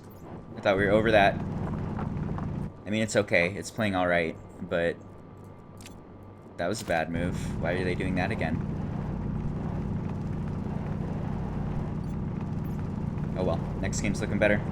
Everyone's gonna leave for next game anyway. Happy to see a good iteration of that game. Next one is feeling solid. We'll find out in 7 hours, 6 hours, and 38 minutes. Or something like that.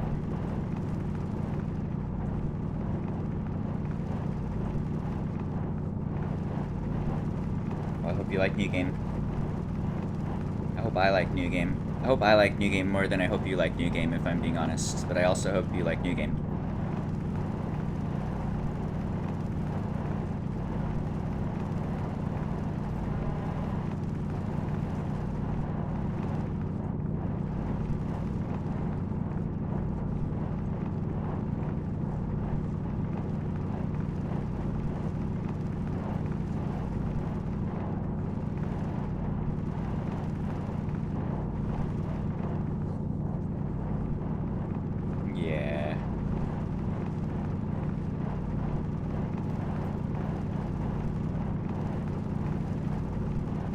think it's time for me to learn jets in New Game 2. I gotta learn how jets think. I need to know how all the sky animals behave. I only understand the helicopter and the pond hawk, which is pretty much the helicopter.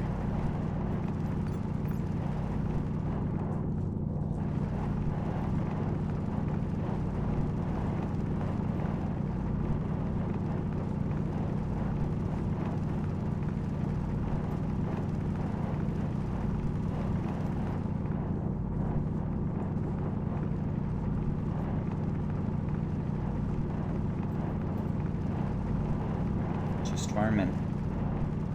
This should be a job for the auto miners. I need deep miners. They could just be doing this all the time.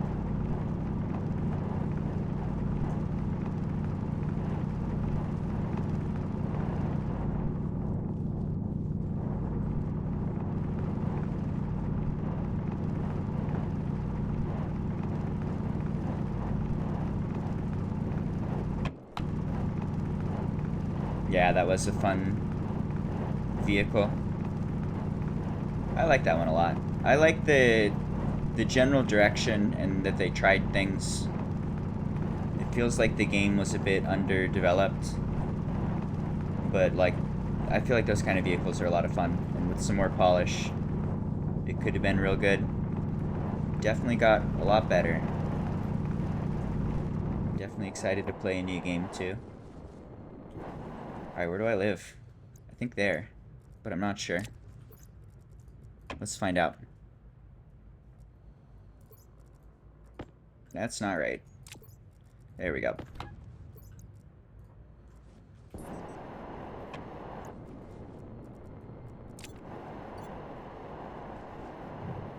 There it is. Hello, home. Jetpack low. Are we gonna make it? I've got a spare jetpack, but that's some clicks. Jetpack critical.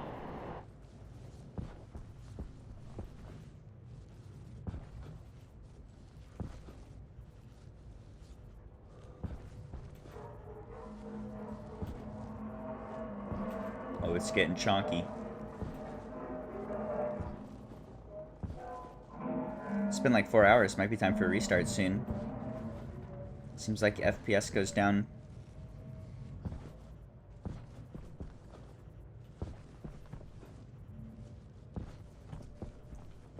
Alright, we've made it. We feed the bags into the system to be unloaded and sorted and smelted and all that jazz, because we needed something. It's been so long I can't remember, but I'm sure we did that for a reason. Hello, nice potato.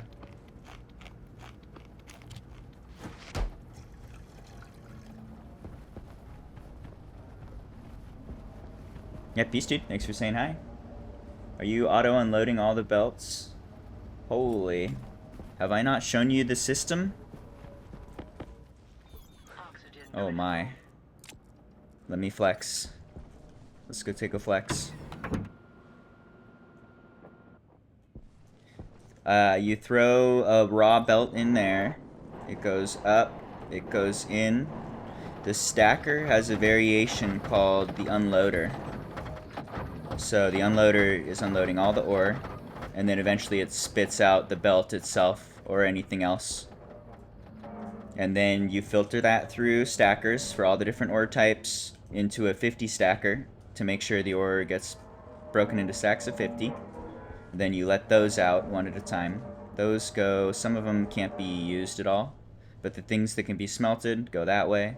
This is like cobalt and coal. We don't want to smelt those, so they go left into a final product chute. Now the ones that need to be smelted go into a silo where they are stacked up. And we've got code on an auto furnace here, which waits for stuff to come in and then starts heating up and maintaining a minimum temperature and letting them out when they are done, as well as clicking a shoot button to go ahead and let one more stack of 50 through. So this guy will process everything, That comes down into the mall sorting, where we just grab everything we're interested in, all of the everything. And then anything that didn't make the cut, which is like the belts or the mining thing, gets dropped through the black chute onto our head at the entrance where it started. And we've got overflows on the output so that the deep miners don't clog the system. If we get too much stuff coming through, which like gold and silver are probably full, that goes through an overflow and gets dumped into the lava, where it disappears forever without causing too much lag.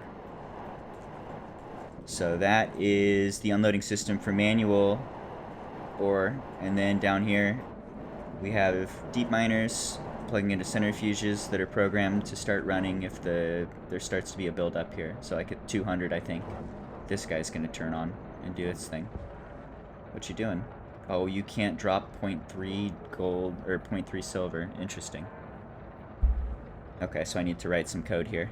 But anyway, this plugs into the same system. Ore just comes up and goes in right here, right at the where the unloader is, and then does the same thing. So it's all automated away very nicely. And we're almost all the way to having it ask for stuff in the vending machines, or not the vending machines, but the crafting machines, such that like the whole flow is completely automated all the way to crafting everything. You just walk up and say, what do I want? And it'll make sure that it can do that. Alright, but you're fucked, so we should take a look at that. I put you in, I import, I edit.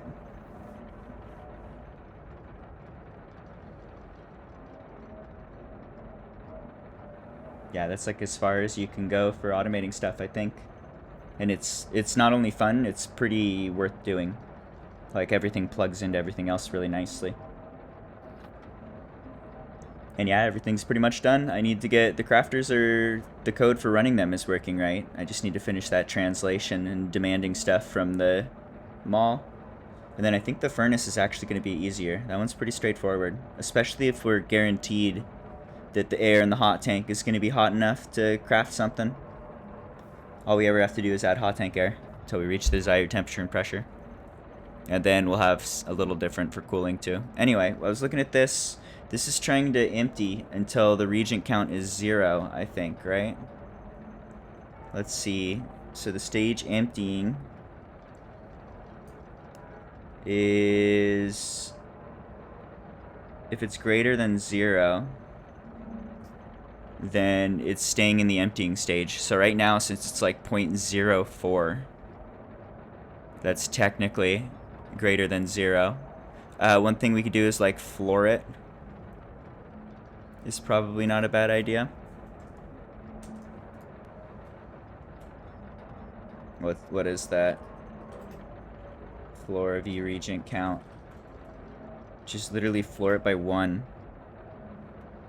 Make sure that we cut off whatever 0.04.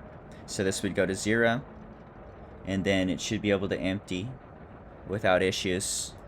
This is our centrifuge code. We overwrite that. We confirm. I'm not 100% sure that'll work, but I think it will. Let's go ahead and put this in and shut it.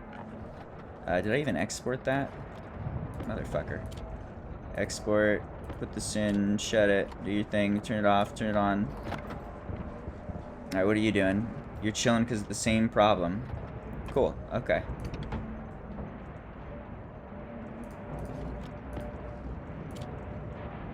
Export.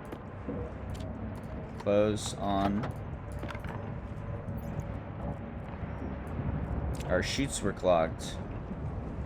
Nice. Good to catch. Alright, so these are turning back on again. We're gonna have to wait a long time. But I should just come down and check on these in like an hour or half an hour.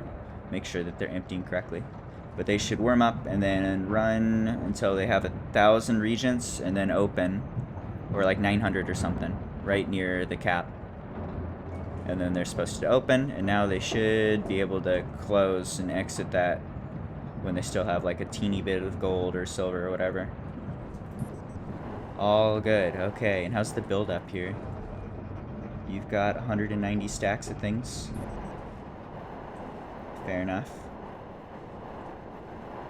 It's gonna be a bunch of gold, and it's probably all gonna go into lava. Alright. Fixed a thing.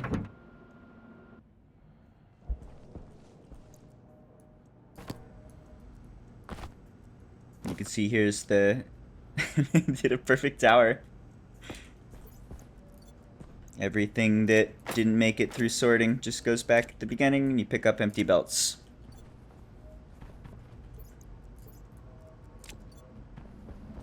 Nice. Okay. Where were we? Making these? Did you make them? Do you need something? You wanted to make 2 more. What do you need? Silicon. Okay. Make 2 more. I'll feed you silicon. Set the right spot. 3 pipe. Yep. Have some silicon. Maybe some more steel.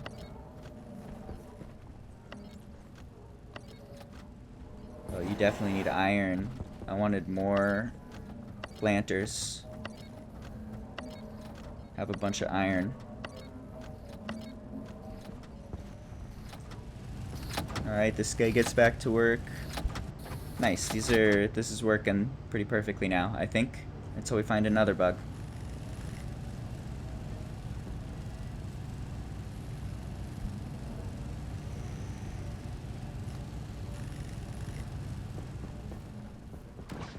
Alright, what were we doing? All of that was a side quest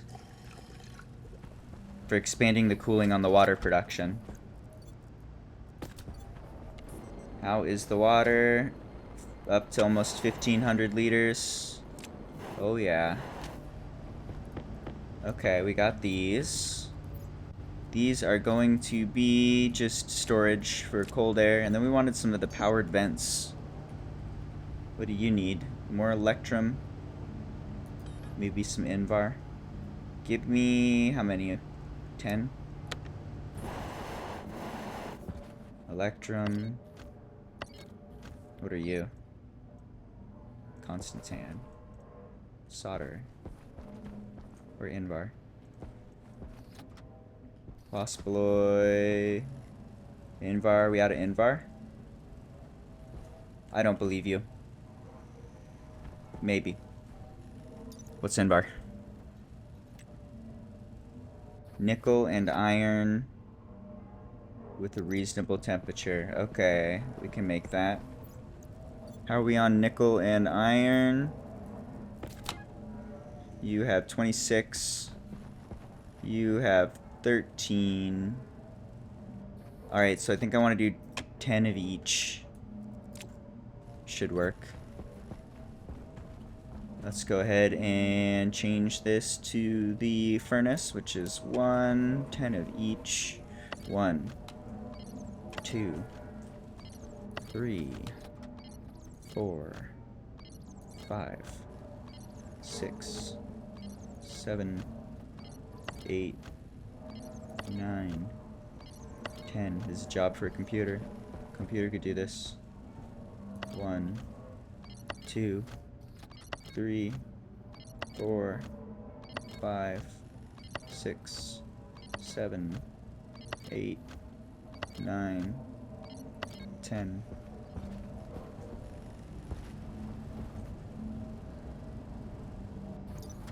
This is pressure specific, 18 to 20.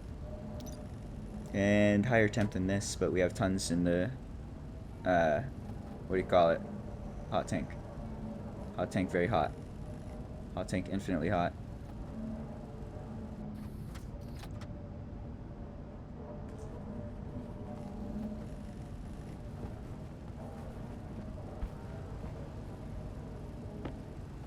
Where do you go?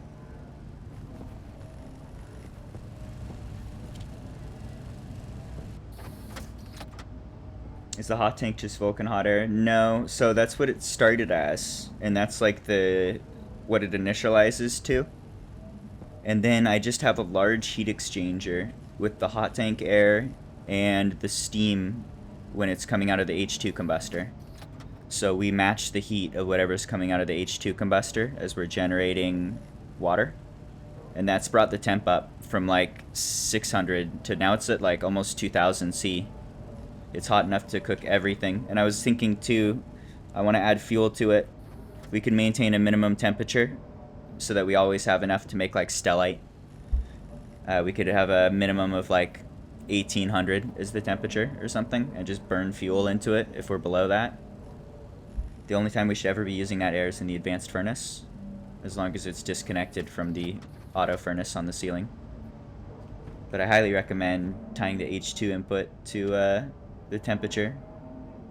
You just got to make sure that it doesn't blow up. It almost blew up before I realized it was about to blow up. Okay, so this is all melted. It is too cold. We can do the activate switch, but it's not going to work. Pressure's too high as well. Let's get rid of the cold air.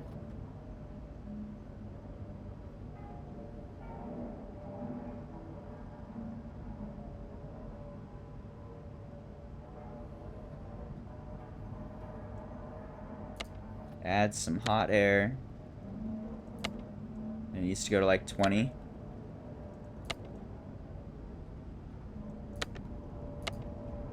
It's like really specific around 20. So we do an output of 1. Just barely let air out. And then we should hit the target spot. Unless I fucked up. Did I fucked up? Nickel and iron at... Oh, it needs to be a little colder? It's too hot. Okay. Interesting. This complicates things. That's going to be interesting to write into the programming of our furnace in general. But you need to cool off. We've got cold air from the nighttime. We can push some of that through. That's a little cold. Fuck. Okay. What are we looking for? 900 to 1200 is pretty specific. Okay, we're there now, but we need to relieve pressure. I'm going to add a tiny bit more and then turn the pressure on. Let's turn it up a bit. Okay. This should be good. When it gets below 20, we are above 927. So that should do it. Out goes the stuff. Turn that off. Turn that off.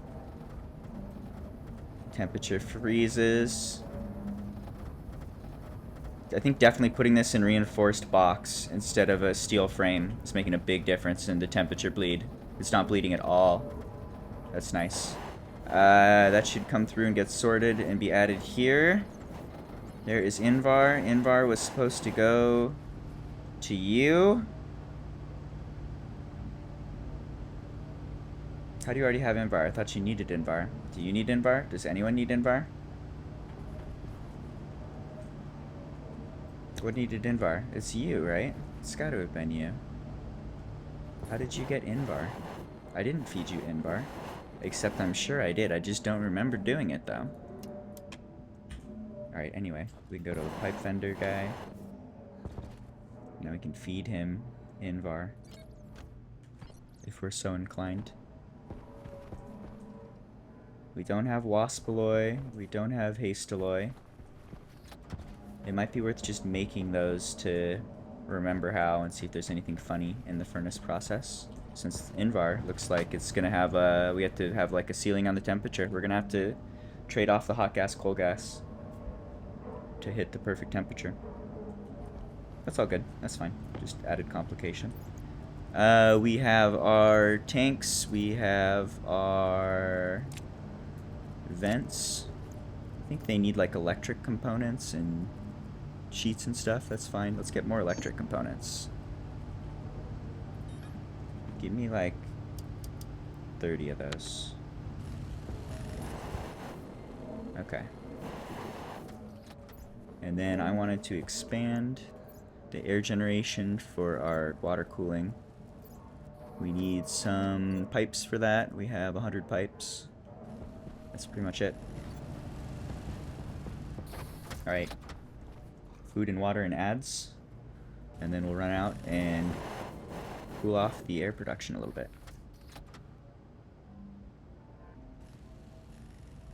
Back to the laggy games. Feeling laggy. I'm gonna have to restart it. It's getting chonky. Oxygen critical. Let's go out and craft that air stuff. And I remembered too that we should generate a few more of the hydroponics. Give me some hydroponics. Give me so many hydroponics. Let's start with 50. Alright. Are we good on stuff and things? I think we got everything we need as far as the stuff and the things go. Let's expand this. Doing no fundamental changing to this system at all. Just throwing more space in it.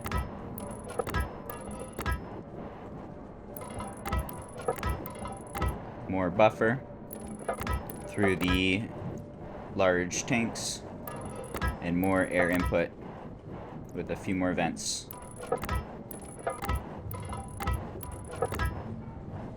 That should help.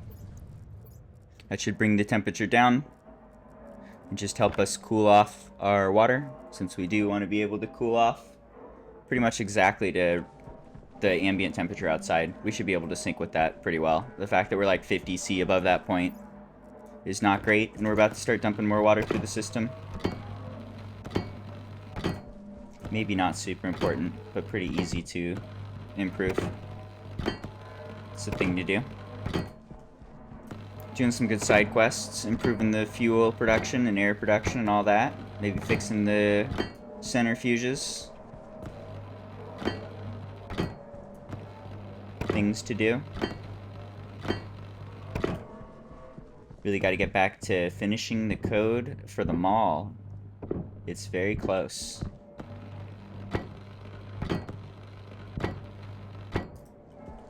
Alright. There is that. So we want to just throw down some more of the gray tanks. Let's do the big tanks. Just, yep, throw down a tank. Yep, that's okay. What is this? Oh, that's the exhaust. Yes, so you need to connect to right here. And these should be gray.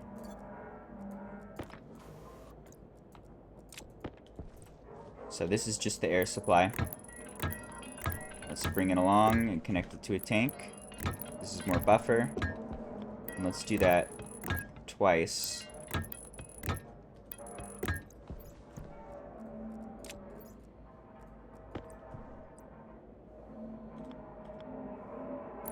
There we go.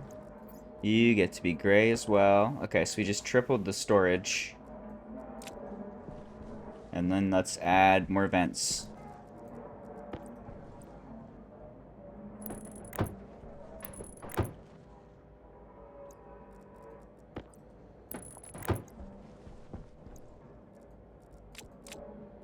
Are we on frames? We out of frames? Need more frames? I want to add more vents than this. I'm going to go make some frames.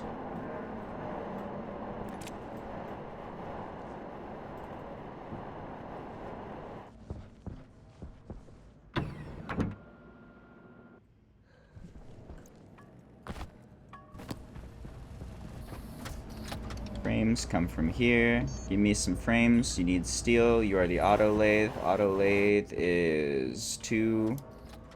Give me steel.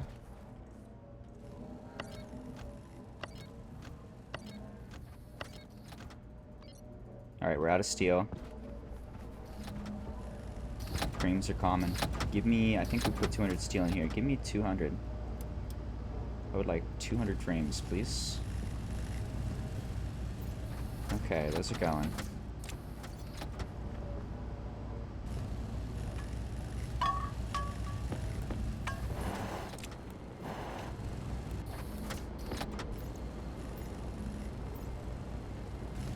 Just bouncing around. We're gonna bounce around all over the place here.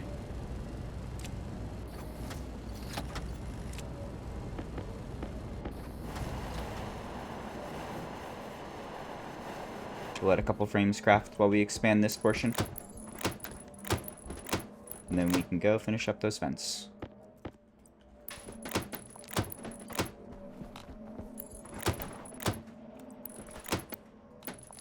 I kind of like the aesthetic here.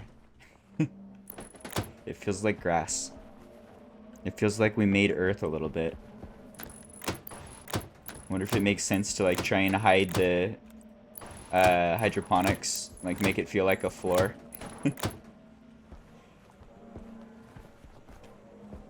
Maybe just walk into a room like this.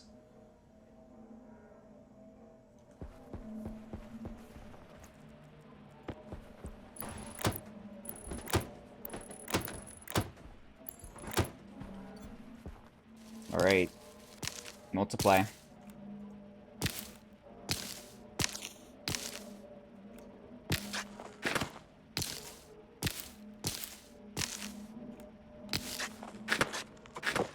Alright, those ones weren't ready with the seed yet. I should probably be moving back more to older plants.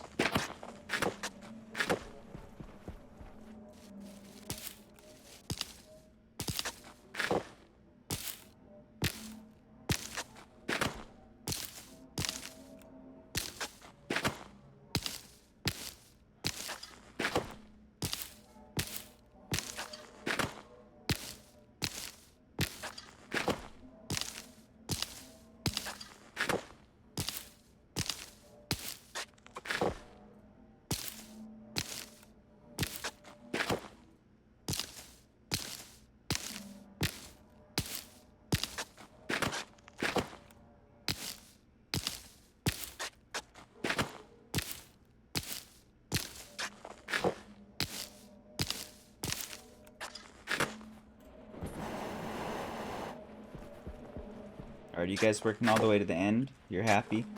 You're happy? That's good to see. You happy? You're happy? I think the general outline is just fine. Did you guys die? Darkness. Oh yeah. That'll do it.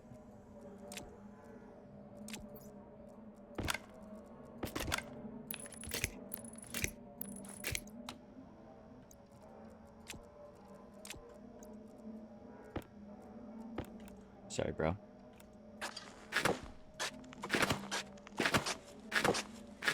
Okay. Hydration critical. Looks good.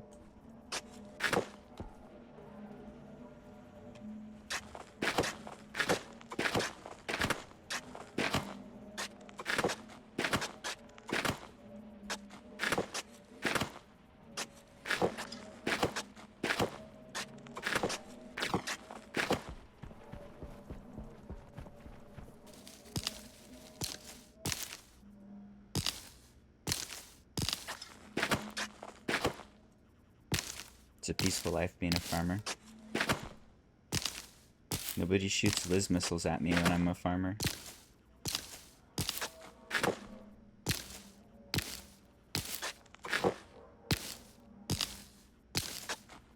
Six hours.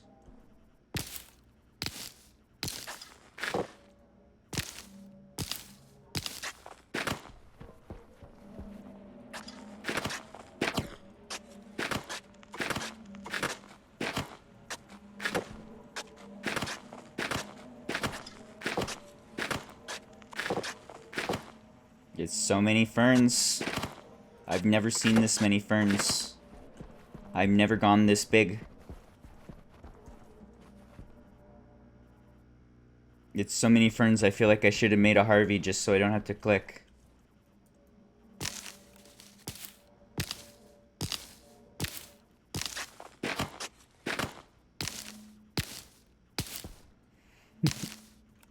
It's not weed. If I could grow hemp, I'd grow hemp. I mostly grow hemp in Rust.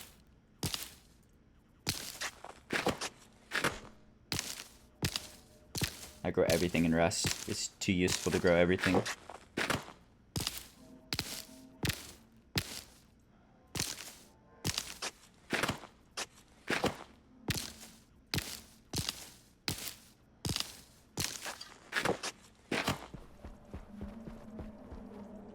You guys cool? Everything cool? Yeah? Life is beautiful.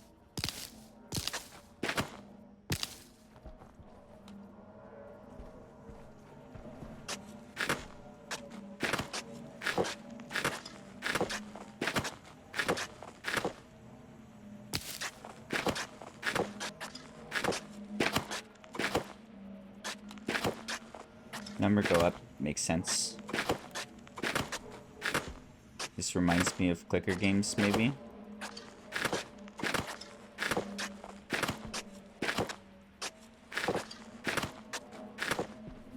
Alright, all planted.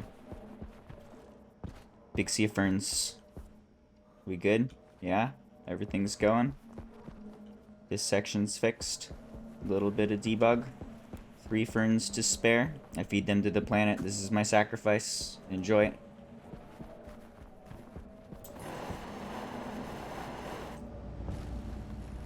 Alright, that was a good side quest. What were we doing? Expanding air down below, which means waiting for frames. Frames are starting to come through. It's also just going to store some of these. Have some to spare. And it made the requested count. That's really nice. I'm liking these buttons already. This is a good setup.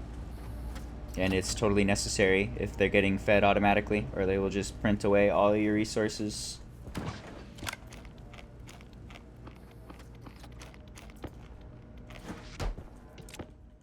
Alright, let's go. Oxygen critical.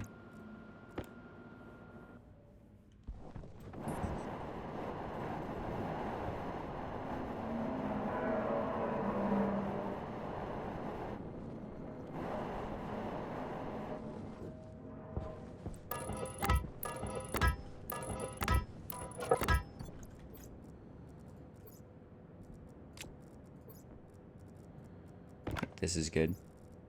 Just wanted a little more space.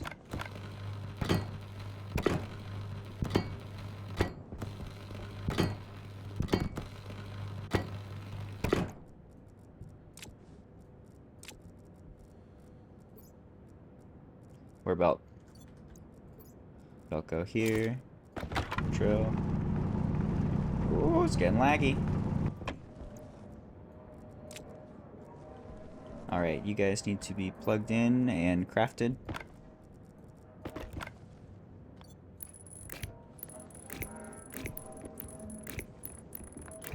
And I should make a couple more.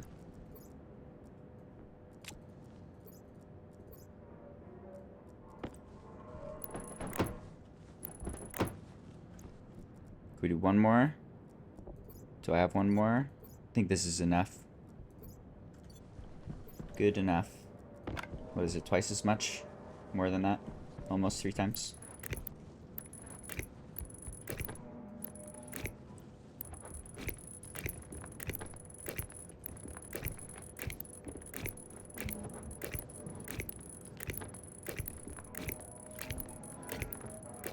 Alright, those are all plugged in.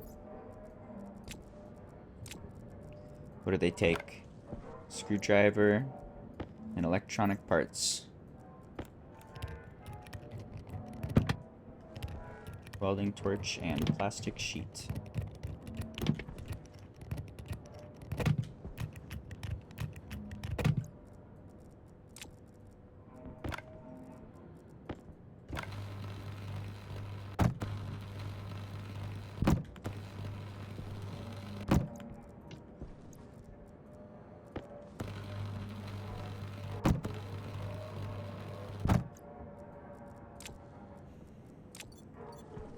Alright, and then set them to inward. Finally, they need pipe.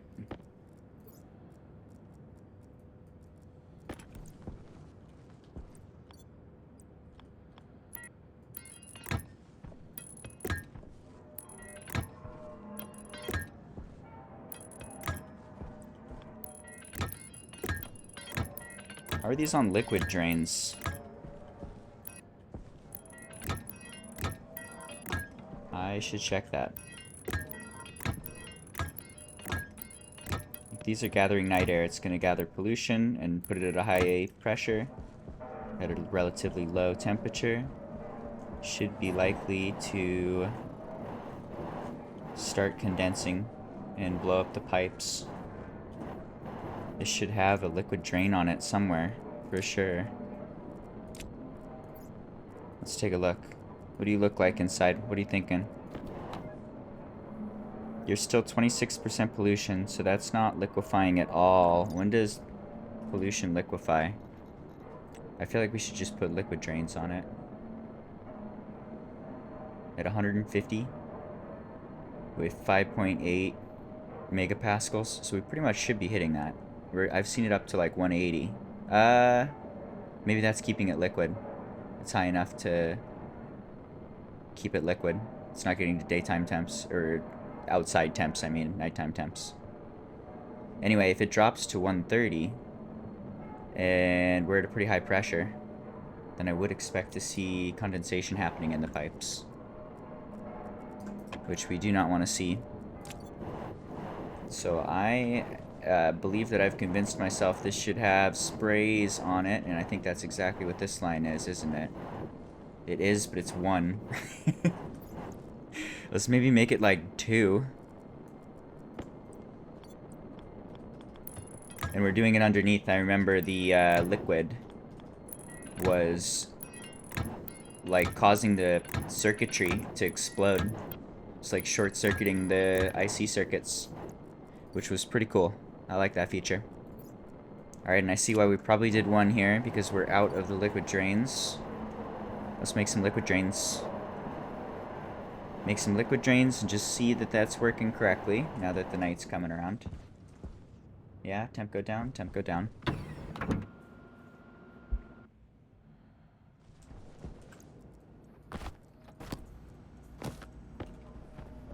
Alright, I want liquid drains. That is you. Are you not done? You're doing your thing and you're out of things. You still wanted to make 15. Too bad.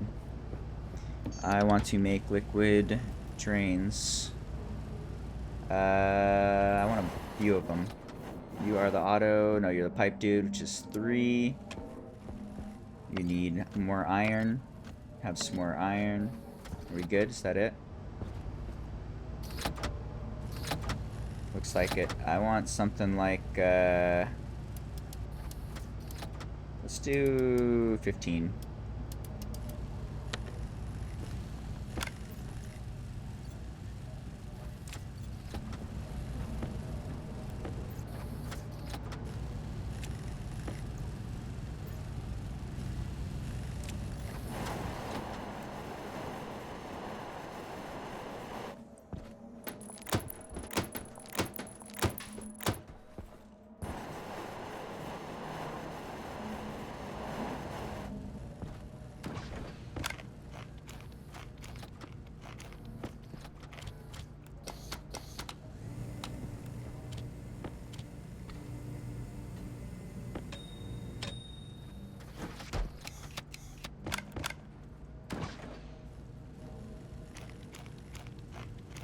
Potato.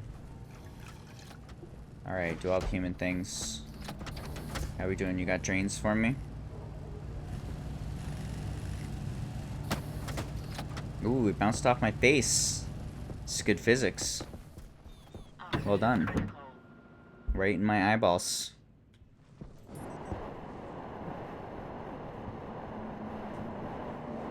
Alright, still haven't reached night temps. And still want to install more drains. We want to do the passive liquid drain just on this main storage tank. That should point downwards. Now, if there is any passive generation, or sorry, if there's any liquid generated, it's going to be passively dumped into this area. And I'm going to adjust this too. Let's make it look a little nicer. You can go here. Rotate, rotate, rotate. Which rotate? That rotate. That looks good. And we should adjust this too.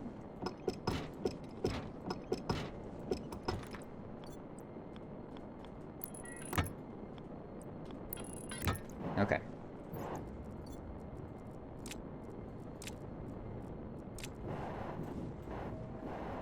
We good? You need anything else? You got a ton of outlets for when you're releasing hot or cold air. Hot air, actually.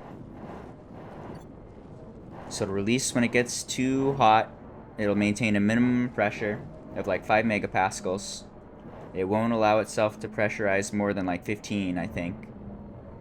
And then these guys are going to target 10 to keep it full. So if it's too hot, it'll both be pumping in fresh air and letting out air at the same time, and just like cooling off its gas and letting it go.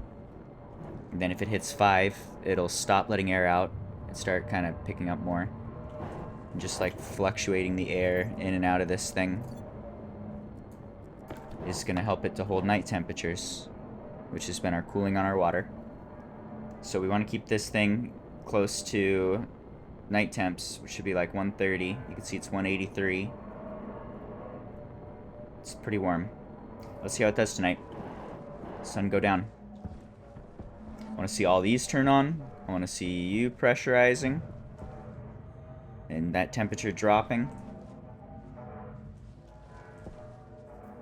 We'll see. And I don't want to see condensation. If there's condensation, it should be getting sprayed. But ideally, we don't want to do condensation at all.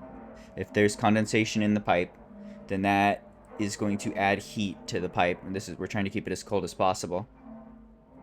And then it's going to evaporate when it sprays out into the environment. So it's like we're cooling the outside and adding heat inside the system. So we want to avoid condensation for this. Alright, you gonna do the thing?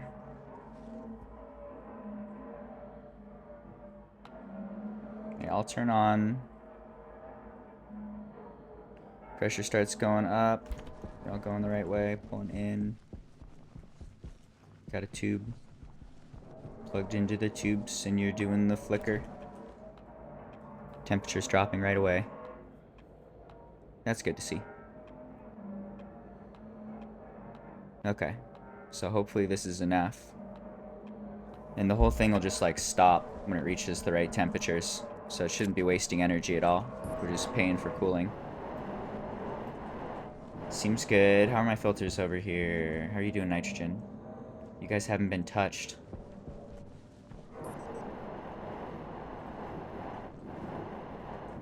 What else? We could look real quick. I want to check the CO2 and volatiles. How are you guys doing? One's at 40, one's at 70. 50, 90. So those rarely need to be touched. They will be needed to be replaced more as we start producing more air and water and cooling it down faster. Need more fuel.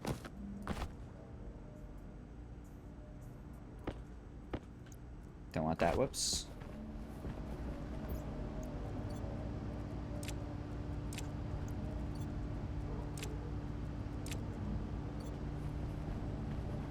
Alright, what else? What are we doing? How's the ferns? A couple more ferns, maybe? Almost finished this. Goes all the way to here. Probably need another 100 ferns or so.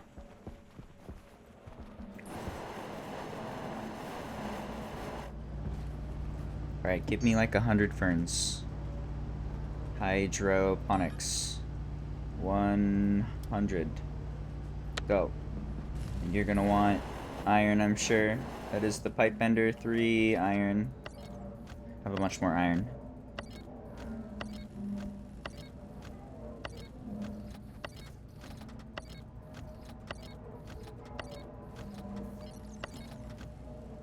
Alright, there we go.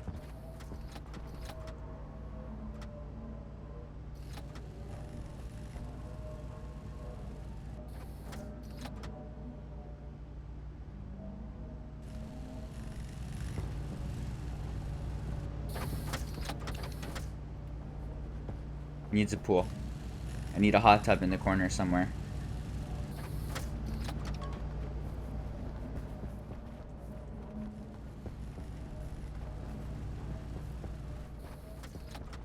Alright, how we doing here?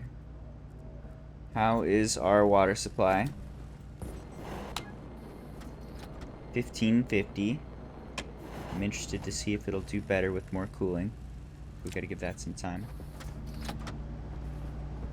I think it's about time to take a little break here. It's been 4.5 hours. In a good session. Made some good progress. But I need some food and some rest. Maybe a little nap before next Battlefield releases in a few hours. I think that sounds good. But what did we do? We fixed a bug here so that it's correctly tracking the amount of items that it has created and when the thing is running or not. And that's helping making sure that when it halts up because it's missing stuff, it doesn't keep ticking down. Fixed a couple bugs, bug around the cancel button. So that was a good fix overall. We also tweaked it so that it's now sending its info correctly over to here, where we're picking up the hash codes of whatever it's missing. And then we're correctly converting that into an item hash code, which took some like complicated bit operations to do. It was a little bit of a chore, and I'm still not 100% sure it's working correctly. We've seen it work correctly with negative numbers. We need to make sure it works correctly with positive numbers still, but we're able to isolate if something needs something. We can figure that out. So we need to finish up this program now. That's the most difficult piece of it. Now we need to modify the logic on it so that it already knows like what chute is missing what items. So now we need to translate that into clicking the button on one of these after setting the chute to something we already have in memory. That's one line of code. And once that's done, that's going to handle auto distribution of stuff from the mall to the factories. And that's very doable. It's just going to take a bit more time. And I'm feeling tired and hungry, so I'm going to leave that for future me. But this is still good progress. The most difficult chunk of this is working correctly from the looks of things. So that's nice to see. So I'm excited for that. And then write some furnace code. Write a similar, no, well, not really similar. We're going to write some logic where we just run over all of the machines that require crafting, like this one, this one, this one. Anything that requires a furnace, which is none of these, we can check on it, see if it's below like 20 in stock. And then if it is, we can send off a load of whatever it needs to the furnaces and give the furnace some settings for what it needs to do to craft that specific recipe. It's already plugged into the beginning of the mall, so when it's done crafting that, it just goes straight into the system. And then with those two pieces of code, one to monitor sending stuff to the machines, and one to monitor sending stuff to the furnace. And then another piece of code for handling the furnace. Those are tied together pretty tightly. That will like fully automate production of everything. So this is getting really close. And then we just run up and tell it what to build, and it builds me 100 of these without me having to think about any things. So I'm pretty happy with this. This is good progress, and this has been probably one of the more challenging things I've tried to work on in this game.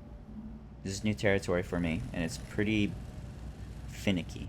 Feels like the right word. You have to get it just right. But we're getting it. We're figuring it out one step closer.